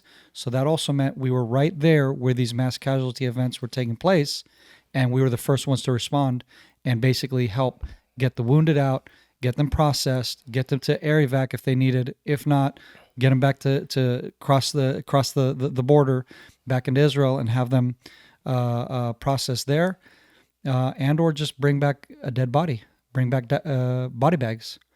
And that's your reality. That's, you had to get used to seeing death a lot and seeing the effects of this war just overwhelm you, and basically not break, not lose it. We did have, I think in the beginning of the war, we had some dude that just lost it and checked out and was like, all right, I had enough. Not part of my team, but within the same division we were in. And it's like, bro, I get it. Well, that kind of brings me to a question that I have. Yeah. And I mean, the question I kind of wrote in my mind was coping with conflict. Yeah. And after experiencing direct conflict in emergency scenarios, which strategies have you developed for mental resilience and recovery? I mean, yeah, I would say comedy. The boys are constantly joking around, and just making light of the crap we had been through. So I'll give you an example. One of the guys, or not one of, all of the guys pitched in and said, hell yeah, tell that story. So this is a story where we're going to laugh on my behalf. And we're in the beginning of the war, like within the first month, I get seriously ill with the Gaza flu, we called her, something like that. Basically, dudes were getting sick left and right by some nasty diseases that were being exposed to from whatever was, in there. And so one night I'm on guard duty with another dude for the building that we're in. Like I said, to keep whoever it is, they have to come through us before they get to the boys who are asleep. And so there's two of us, so we keep each other awake and basically have a lot more gunpower if somebody's coming through this particular direction that we're covering. And then there's another one of my team who's on the radios and the comms. So the team sergeant, who's a total badass, former like Navy SEAL equivalent, he started his pipeline there, and towards just before he got his Trident equivalent, he dropped out and then ended up in another Special Forces element, and then later on joined us years later. So this dude is probably one of the hardest dudes in my team and most professional dudes in my team, which is why he's the team sergeant. And he's also the dude who's always able to rally a bunch of baboons like ourselves to do whatever is needed. And so he gets on the radio because some other soldier, this young guy, goes, sir, I think I see something coming and moving and da-da-da-da-da, suspicious movements, and basically I'm shitting my pants. And so my sergeant goes, well, tell your officer and they'll square it away. Like it was really funny. The other line goes, I'm that officer. And he goes, check, I'll be right over. So he grabs my number 2 and leaves me alone. And the radio guy, who's, not next to me, but he's down there on the comms. So they go to investigate the deal. I'm all by myself and like, okay, sure, whatever. And then all of a sudden, it just hits me like instantly. I need to throw up, and hard. And I go, oh my God, here we go. So I literally just run, and there's our Hummers right in front of us in the courtyard of this building. So in this pitch darkness night, I run and I have to go around this stupid Hummer to get to our P corner of this compound that we're in, where you guys do number 1. Number 2 somewhere else, but at least I'm going to go there, because if I got upchuck, it has to be there, not where our sleeping quarters are, is the concept. So I'm running as fast as I can because I feel it coming really hard, and I just start, and the dude on the comms goes, Doron? Doron? And I don't answer, and he screams, Doron! I don't answer, but he hears, in the background. He's like, holy shit. A terrorist probably is gutting my buddy here, and we need to take action. So he screams, Kulalakum! Like, and he's the dude who has the most bass, loud voice, like loud as in deep voice, like a bear, out of the whole team. So the whole team who's asleep right now just go, right? From a dead sleep, you hear guns in the background. I'm like, oh my God. And I'm hearing all this happen, but can't respond. And I just throwing my guts up. And all of a sudden there's lasers on my back and on the wall. And I'm like, holy shit. And then somehow I finally get a little breath. I go, don't shoot, I'm okay. And then he's like, and then everybody starts getting angry with me. What the hell's wrong with you? Why didn't you answer us? I'm like, guys, can you let me catch my breath first of all? And they're like, what is wrong with you? I'm like, dude, I am throwing up my guts and you're screaming, Doron, I can't answer you, man. And I get angry back at him because I'm like, you freaking almost got me killed. And so long story short is, my team almost killed me in Gaza. And then that is how we cope with this trauma, by just telling those stupid stories. And there's plenty of them where we just, we get together, we make an effort. Since we all live in different parts of the country, we make an effort to come together, have grill outs, sit by campfires, go on motorbike trips together. Whoever's into has a motorbike, and go driving down, these cool roads and camping and whatever.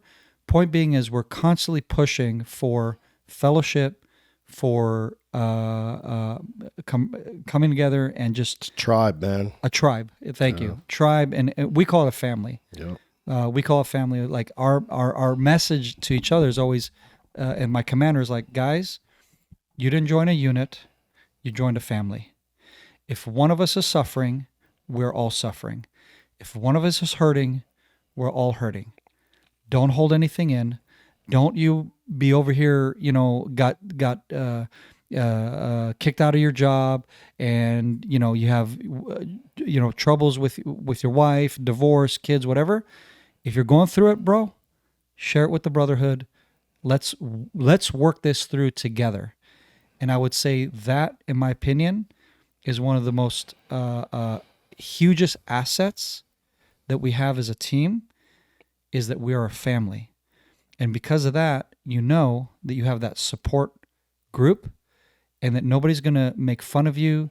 I mean, we're going to make fun of you because they do anyways, but we're not going to make fun of you if you're going to be vulnerable and say, hey, man, or hey, brothers, this is what I'm going through. This is because we will all shoulder ourselves together, and we will turn heaven and earth to help you with whatever it may be, because that is exactly what it is. It's a brotherhood, and we are family, and we're in it together for the long haul. Yeah, I think as like the mental health thing has become big in the veteran community in the U.S. Yes, I use the term tribe a lot. I talk to a lot of guys who, they get out of service and they struggle, and I find oftentimes that people are looking for tribe, man. They're looking to find that they're not alone, that they're not crazy for whatever feeling they have from whatever trauma that they've gone through, and so. Family, you call it. I use the word tribe, but it's the same thing. Correct. It's looking out for each other. I think the biggest problem here in the States is that you all go to fight in Iraq, Afghanistan, wherever it may be. And then when you come back here, you're in Texas, you're in Carolina, you're in Colorado, you're in California, you're in Arkansas, right? In other words, the dudes who serve together are like so spread out in such a large country. It's very difficult to retain that tribe, right? 100%. And I think, to me, because I've been thinking about it, why is it that guys are having such a hard time here, and girls? And I go, oh, that makes sense. That's where it dawned on me. I'm like, oh yeah, America's a much bigger country, so it's much easier for us to retain that tribal community and fellowship after the war than it is for y'all. And my question is, well, is there a way for us in America to develop that tribe, even though we're not all able to congregate and come together per se? Well, and I really think that's why podcasts have really starting to pick up. I mean, you have a podcast. Yeah. You know, I have a podcast, and it's a way to get the word out, I think. And, that's why I refuse. I try to stay away from negative stories. I really try to stay away from politics, because that stuff's heavily covered in other places. Yeah. But really just tell stories of courage and listen to people like you who are vulnerable, not only about, your childhood experience, but your wartime experience, and Almost realize getting shot for throwing up. Yeah, man. I mean, we're all, that's the hero story I just gave you, right? and we're not all that different too, man. Yeah. I mean, what you guys have gone through in Israel and what your experience and your trauma, I mean, war is a war, you know? Yeah. So yeah, I think, anyway, just to reiterate your response, I think it's a good one. I think, and I think a lot of US veterans, they get out of the military and they spend a lot of time by themselves, right? Mm-hmm. I think humans, Sebastian Junger, I think is his name, wrote a book called Tribe, and we were never meant to be by ourselves, and I think a lot of guys, especially in the tier 1, tier 2 communities, they get out and they, had this team that they fought with and lived with and went through all the stuff, and then they get out and they're all of a sudden they're just by themselves in their thoughts. And I think that's it's dangerous, and then you mix that with, our VA system over medicating people, and then you add alcohol into it, and it's a perfect storm. So Correct. What is one of the most intense moments you've had on the battlefield so far? If you could think of one that comes to mind. I would say there was a few. There was a lot, actually. But I would say it's not the most, but the most recent, I guess, is a good way to put it. That's more fresh in my memory. It's our third deployment. We deployed 2 deployments to Gaza, 1 to Lebanon. So it was our last deployment. We've done 295 days of combat days. And so this is at the end of those 295 days. We're in Lebanon, and we realize and we know that these guys aren't Hamas. They're not amateurs. They're a whole other level.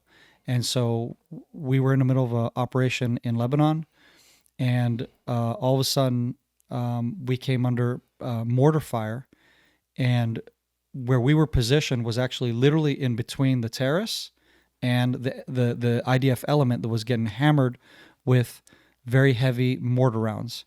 And at the time, I did not even realize what was happening, of course, right? Because you're operating in pitch darkness, and I do see some lights and stuff down there through my night vision, and I understand that something's going on, but I thought, I don't know, there's maybe terrorists there, maybe it's IDF, I don't know. And so at first I thought it was us hitting the terrorists, because you hear, and then boom, boom, boom, right? And you're like, holy crap, like this just got intense real quick.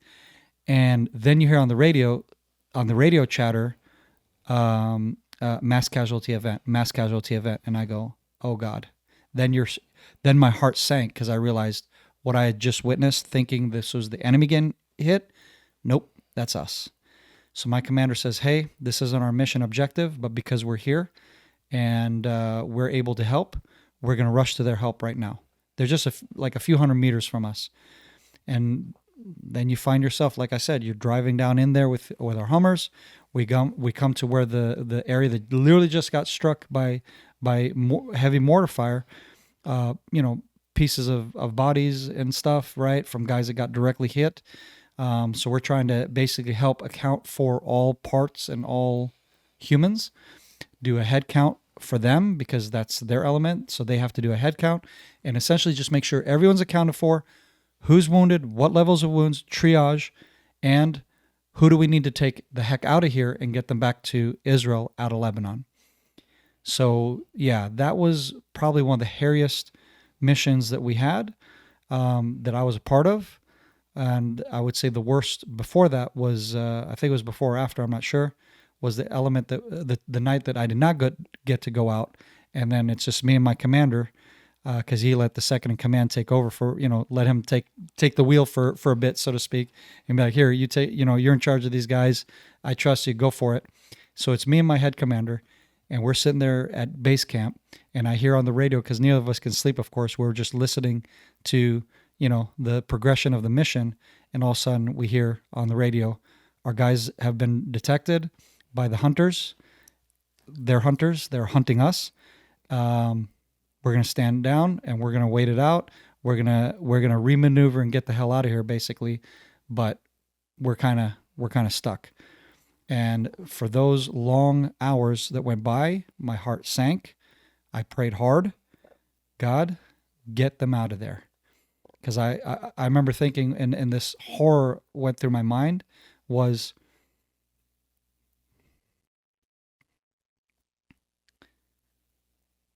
I do not want to be the only survivor with my commander of the Brotherhood. Those are my brothers out there. And that was the most sickening feeling that went through my mind of just going through, I'm going to have to tell his wife and his children, my brother and that brother and that brother, both me and my commander are going to have to basically mourn a huge mourning, right? Because most of those guys are married. Most of them have kids. And I'm like, God, I don't want to do this. I don't want to do this. And that was the worst feeling of my life until we're back in Israel. And I'm like, oh, God, thank you. Thank you for not letting my brothers get slaughtered right now. And that nightmare came to an end, and I was very thankful that my brothers came back home. Yeah, we are too, brother. I know we're getting close to wrapping up. I just have a couple more questions. What message do you have to the critics? How do you handle criticism or backlash from those who might not understand Israel's security needs or your advocacy? Simply put, if you're in my shoes, if America was under attack from Mexico, from Canada, for example, and I think people don't understand the gravity of what we've been under. We've had a multi-front war against 7 different countries that are trying to annihilate Israel. One ballistic air attack that Iran fired into Israel, the first one, by the way, that air attack alone of ballistic rockets fired into Israel, hundreds of them, was the largest ballistic missile attack on another country in the history of modern warfare. Let that sink in. That was the one of the many waves of ballistic attacks against Israel, Israeli civilians, not military targets, Israeli civilians from Iran, from the Houthis in Yemen, from Syria, Lebanon, and Gaza. So my question is real simple to y'all. If this was Texas, and you came under that threat from, I don't care who the heck it is around you, if it was Colorado, most likely y'all are going to retaliate, right? And that's Americans against Americans for the worst case scenario. God forbid that ever happened. But for example, I don't see Texans saying, oh, that's okay. It's just some morons over there. And no, man, it's like, what? So imagine it's a foreign nation, Mexico, or our good friends in the north, Canada. What would be your response? That has been our response, but way, way less than what you would ever do. And yet, all the critics and all the armchair experts, like you mentioned earlier, have no problem shooting in the mouth and saying all kinds of stupidities as if they know better. They don't. I've lived through this right now. Many of Israelis have lived through this hellish 1.5 years of war. while I've been here in the States during my leave from deployment, my wife, who is pregnant with 3 of our kids, has had to run to shelter from one of those ballistic attacks from the Houthis at 3 a.m. And then I have to answer my wife on the phone and say, honey, it's okay. I'm with you. I'm sorry you're doing this alone. And her being this brave mother to allow her husband that she hasn't seen for 295 days in the past year and a half to come here and to warn America of what's coming, because she understands that this mission is just as vital and important as what I've been doing by fighting the terrorists in Israel. That's a great explanation, man. I just think, I asked, I kind of know the answer, but I feel like sometimes people just need to hear that, right? I just feel like, yeah, not from the people that I associate with, but just watching our media, it just seems like it's been like cool, like some cool thing to be pro-Palestinian and bash Israel, as Israel's really, you guys didn't level Gaza. You guys could have. You guys had the means, the methods, the ammunition. It's been this constant surgical scalpel of trying to root out some pretty bad people, man. Let's call it what it is. They're terrorists, and they're terrorists in every form of the word terrorist. And they're above and below. And I think a lot of people, don't understand too. Israel's been under constant threat since its existence. Yeah.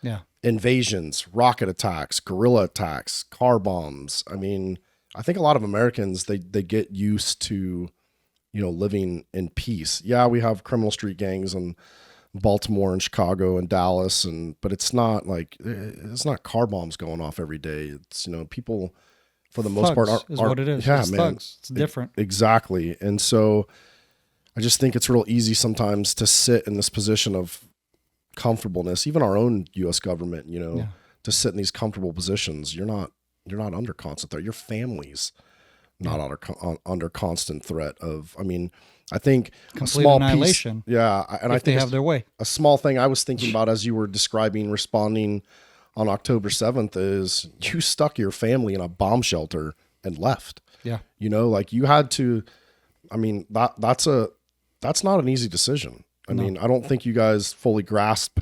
I'm sure as you were driving, I've been in multiple national responses on my previous life, and sometimes, man, you don't even know the information. It's not always accurate when it's coming out. So you're getting this information, but you don't really know. And I think by the time you get the gravity of what's happening, you're already far away from your family, and so. That's something else like people don't consider. That's something that you and I had talked in our initial conversations. Yeah. Of just, you're fighting at home. Yeah. Like, it's not like you're going to Jordan or Syria or deep into Lebanon. You're a couple of hours away from where you live, where your kids go to school, where, your friends from your community, it's a whole nother level of warfare and conflict that I think a lot of Americans just don't grasp. I grasp it because I worked as a first responder. I was in the military. It's those are things that I've thought of, but again, I've never experienced it. We went to war and we come back, and we come back. So yeah, I really appreciate you taking the time to kind of give us a perspective. How has your faith or spiritual outlook evolved through serving in combat and advocating for Jewish rights? Yeah.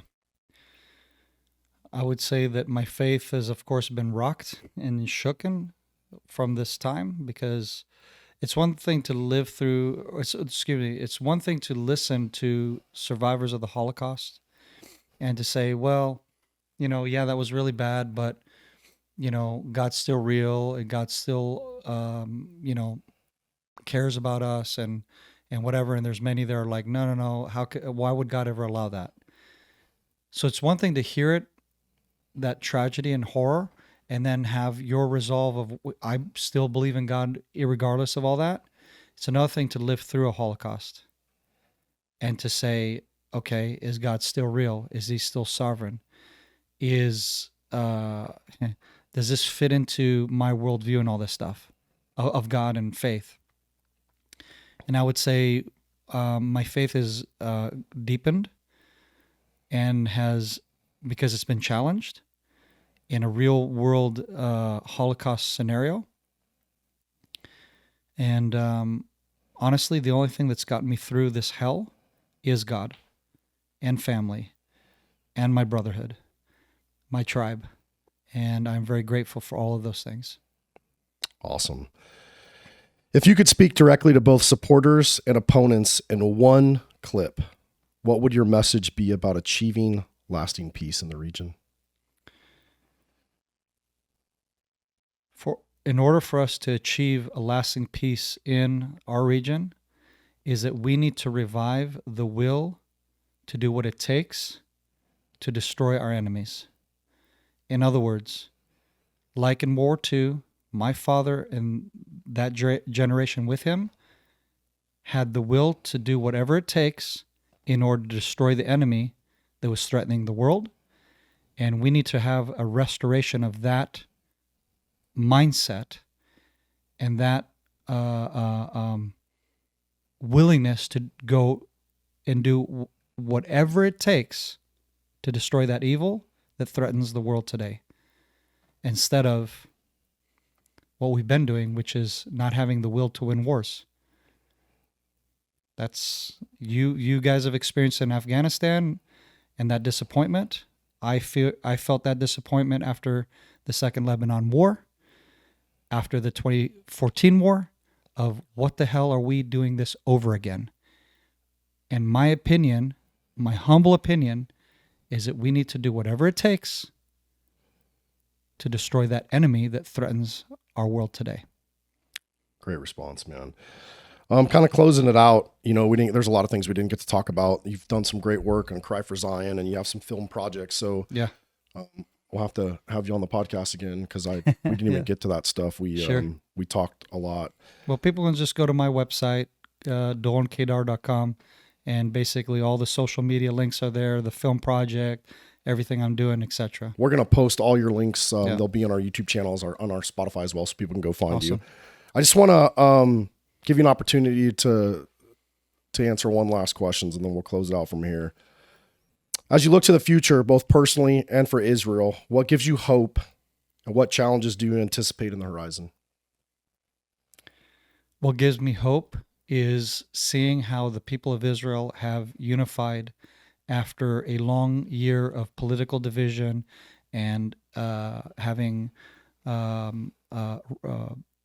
protests and whatever, political protests and a bunch of division that was leading up to the war. What I've seen, that there's been a coming back together and recognizing that it's we're in this together, and we need to put all our political stupidities aside, things that don't really matter, and focus on things that do. And what gives me hope is seeing how Israel has been able to do that in a very beautiful way. And I really hope for the future, and I have a stronger, greater hope because of this new administration the United States has. And I'm really hoping that they will have the wisdom and the courage to work together with Israel and other nations that are going to take care of business. They are going to clean up the region. They're going to put out all these fires that have been lit, so to speak, because of poor policies, poor leadership, weak leadership. That's opened the Pandora box to what we've experienced on October 7th. And so I have a hope through, by God's grace, because I don't look at man to be the answer. My answer is to everybody in the United States and in Israel. No one else is coming. The buck stops with you. So think about how you can be a contributor to the solution to the problem, instead of looking to the government to magically wave a wand and everything's going to be okay. And because the military is going to come in, the police is going to come in. So I have hope that people are going to start to wake up and realize, and hopefully quit looking to the outside, looking to a leader or whatever. We need to look internally, clean our home, so to speak, get our tribe together and get ourselves squared away, and we can tackle whatever obstacles are in our way here in this coming year. That's a great point. I was telling people, before couple 6 months ago, there's a lot of doom and gloom in the news. I mean, there's always doom and gloom in the news, and I don't really watch the news anymore. Right. If it don't bleed, it don't read. Yeah, man. And I would tell people all the time, because there's a lot of people, at least in the US, that are just, really scared and really nervous. And I would tell people all the time, like, you can't change the president. You can't change maybe what's going on in Congress. Yeah. But what you can do is be a good neighbor. Exactly.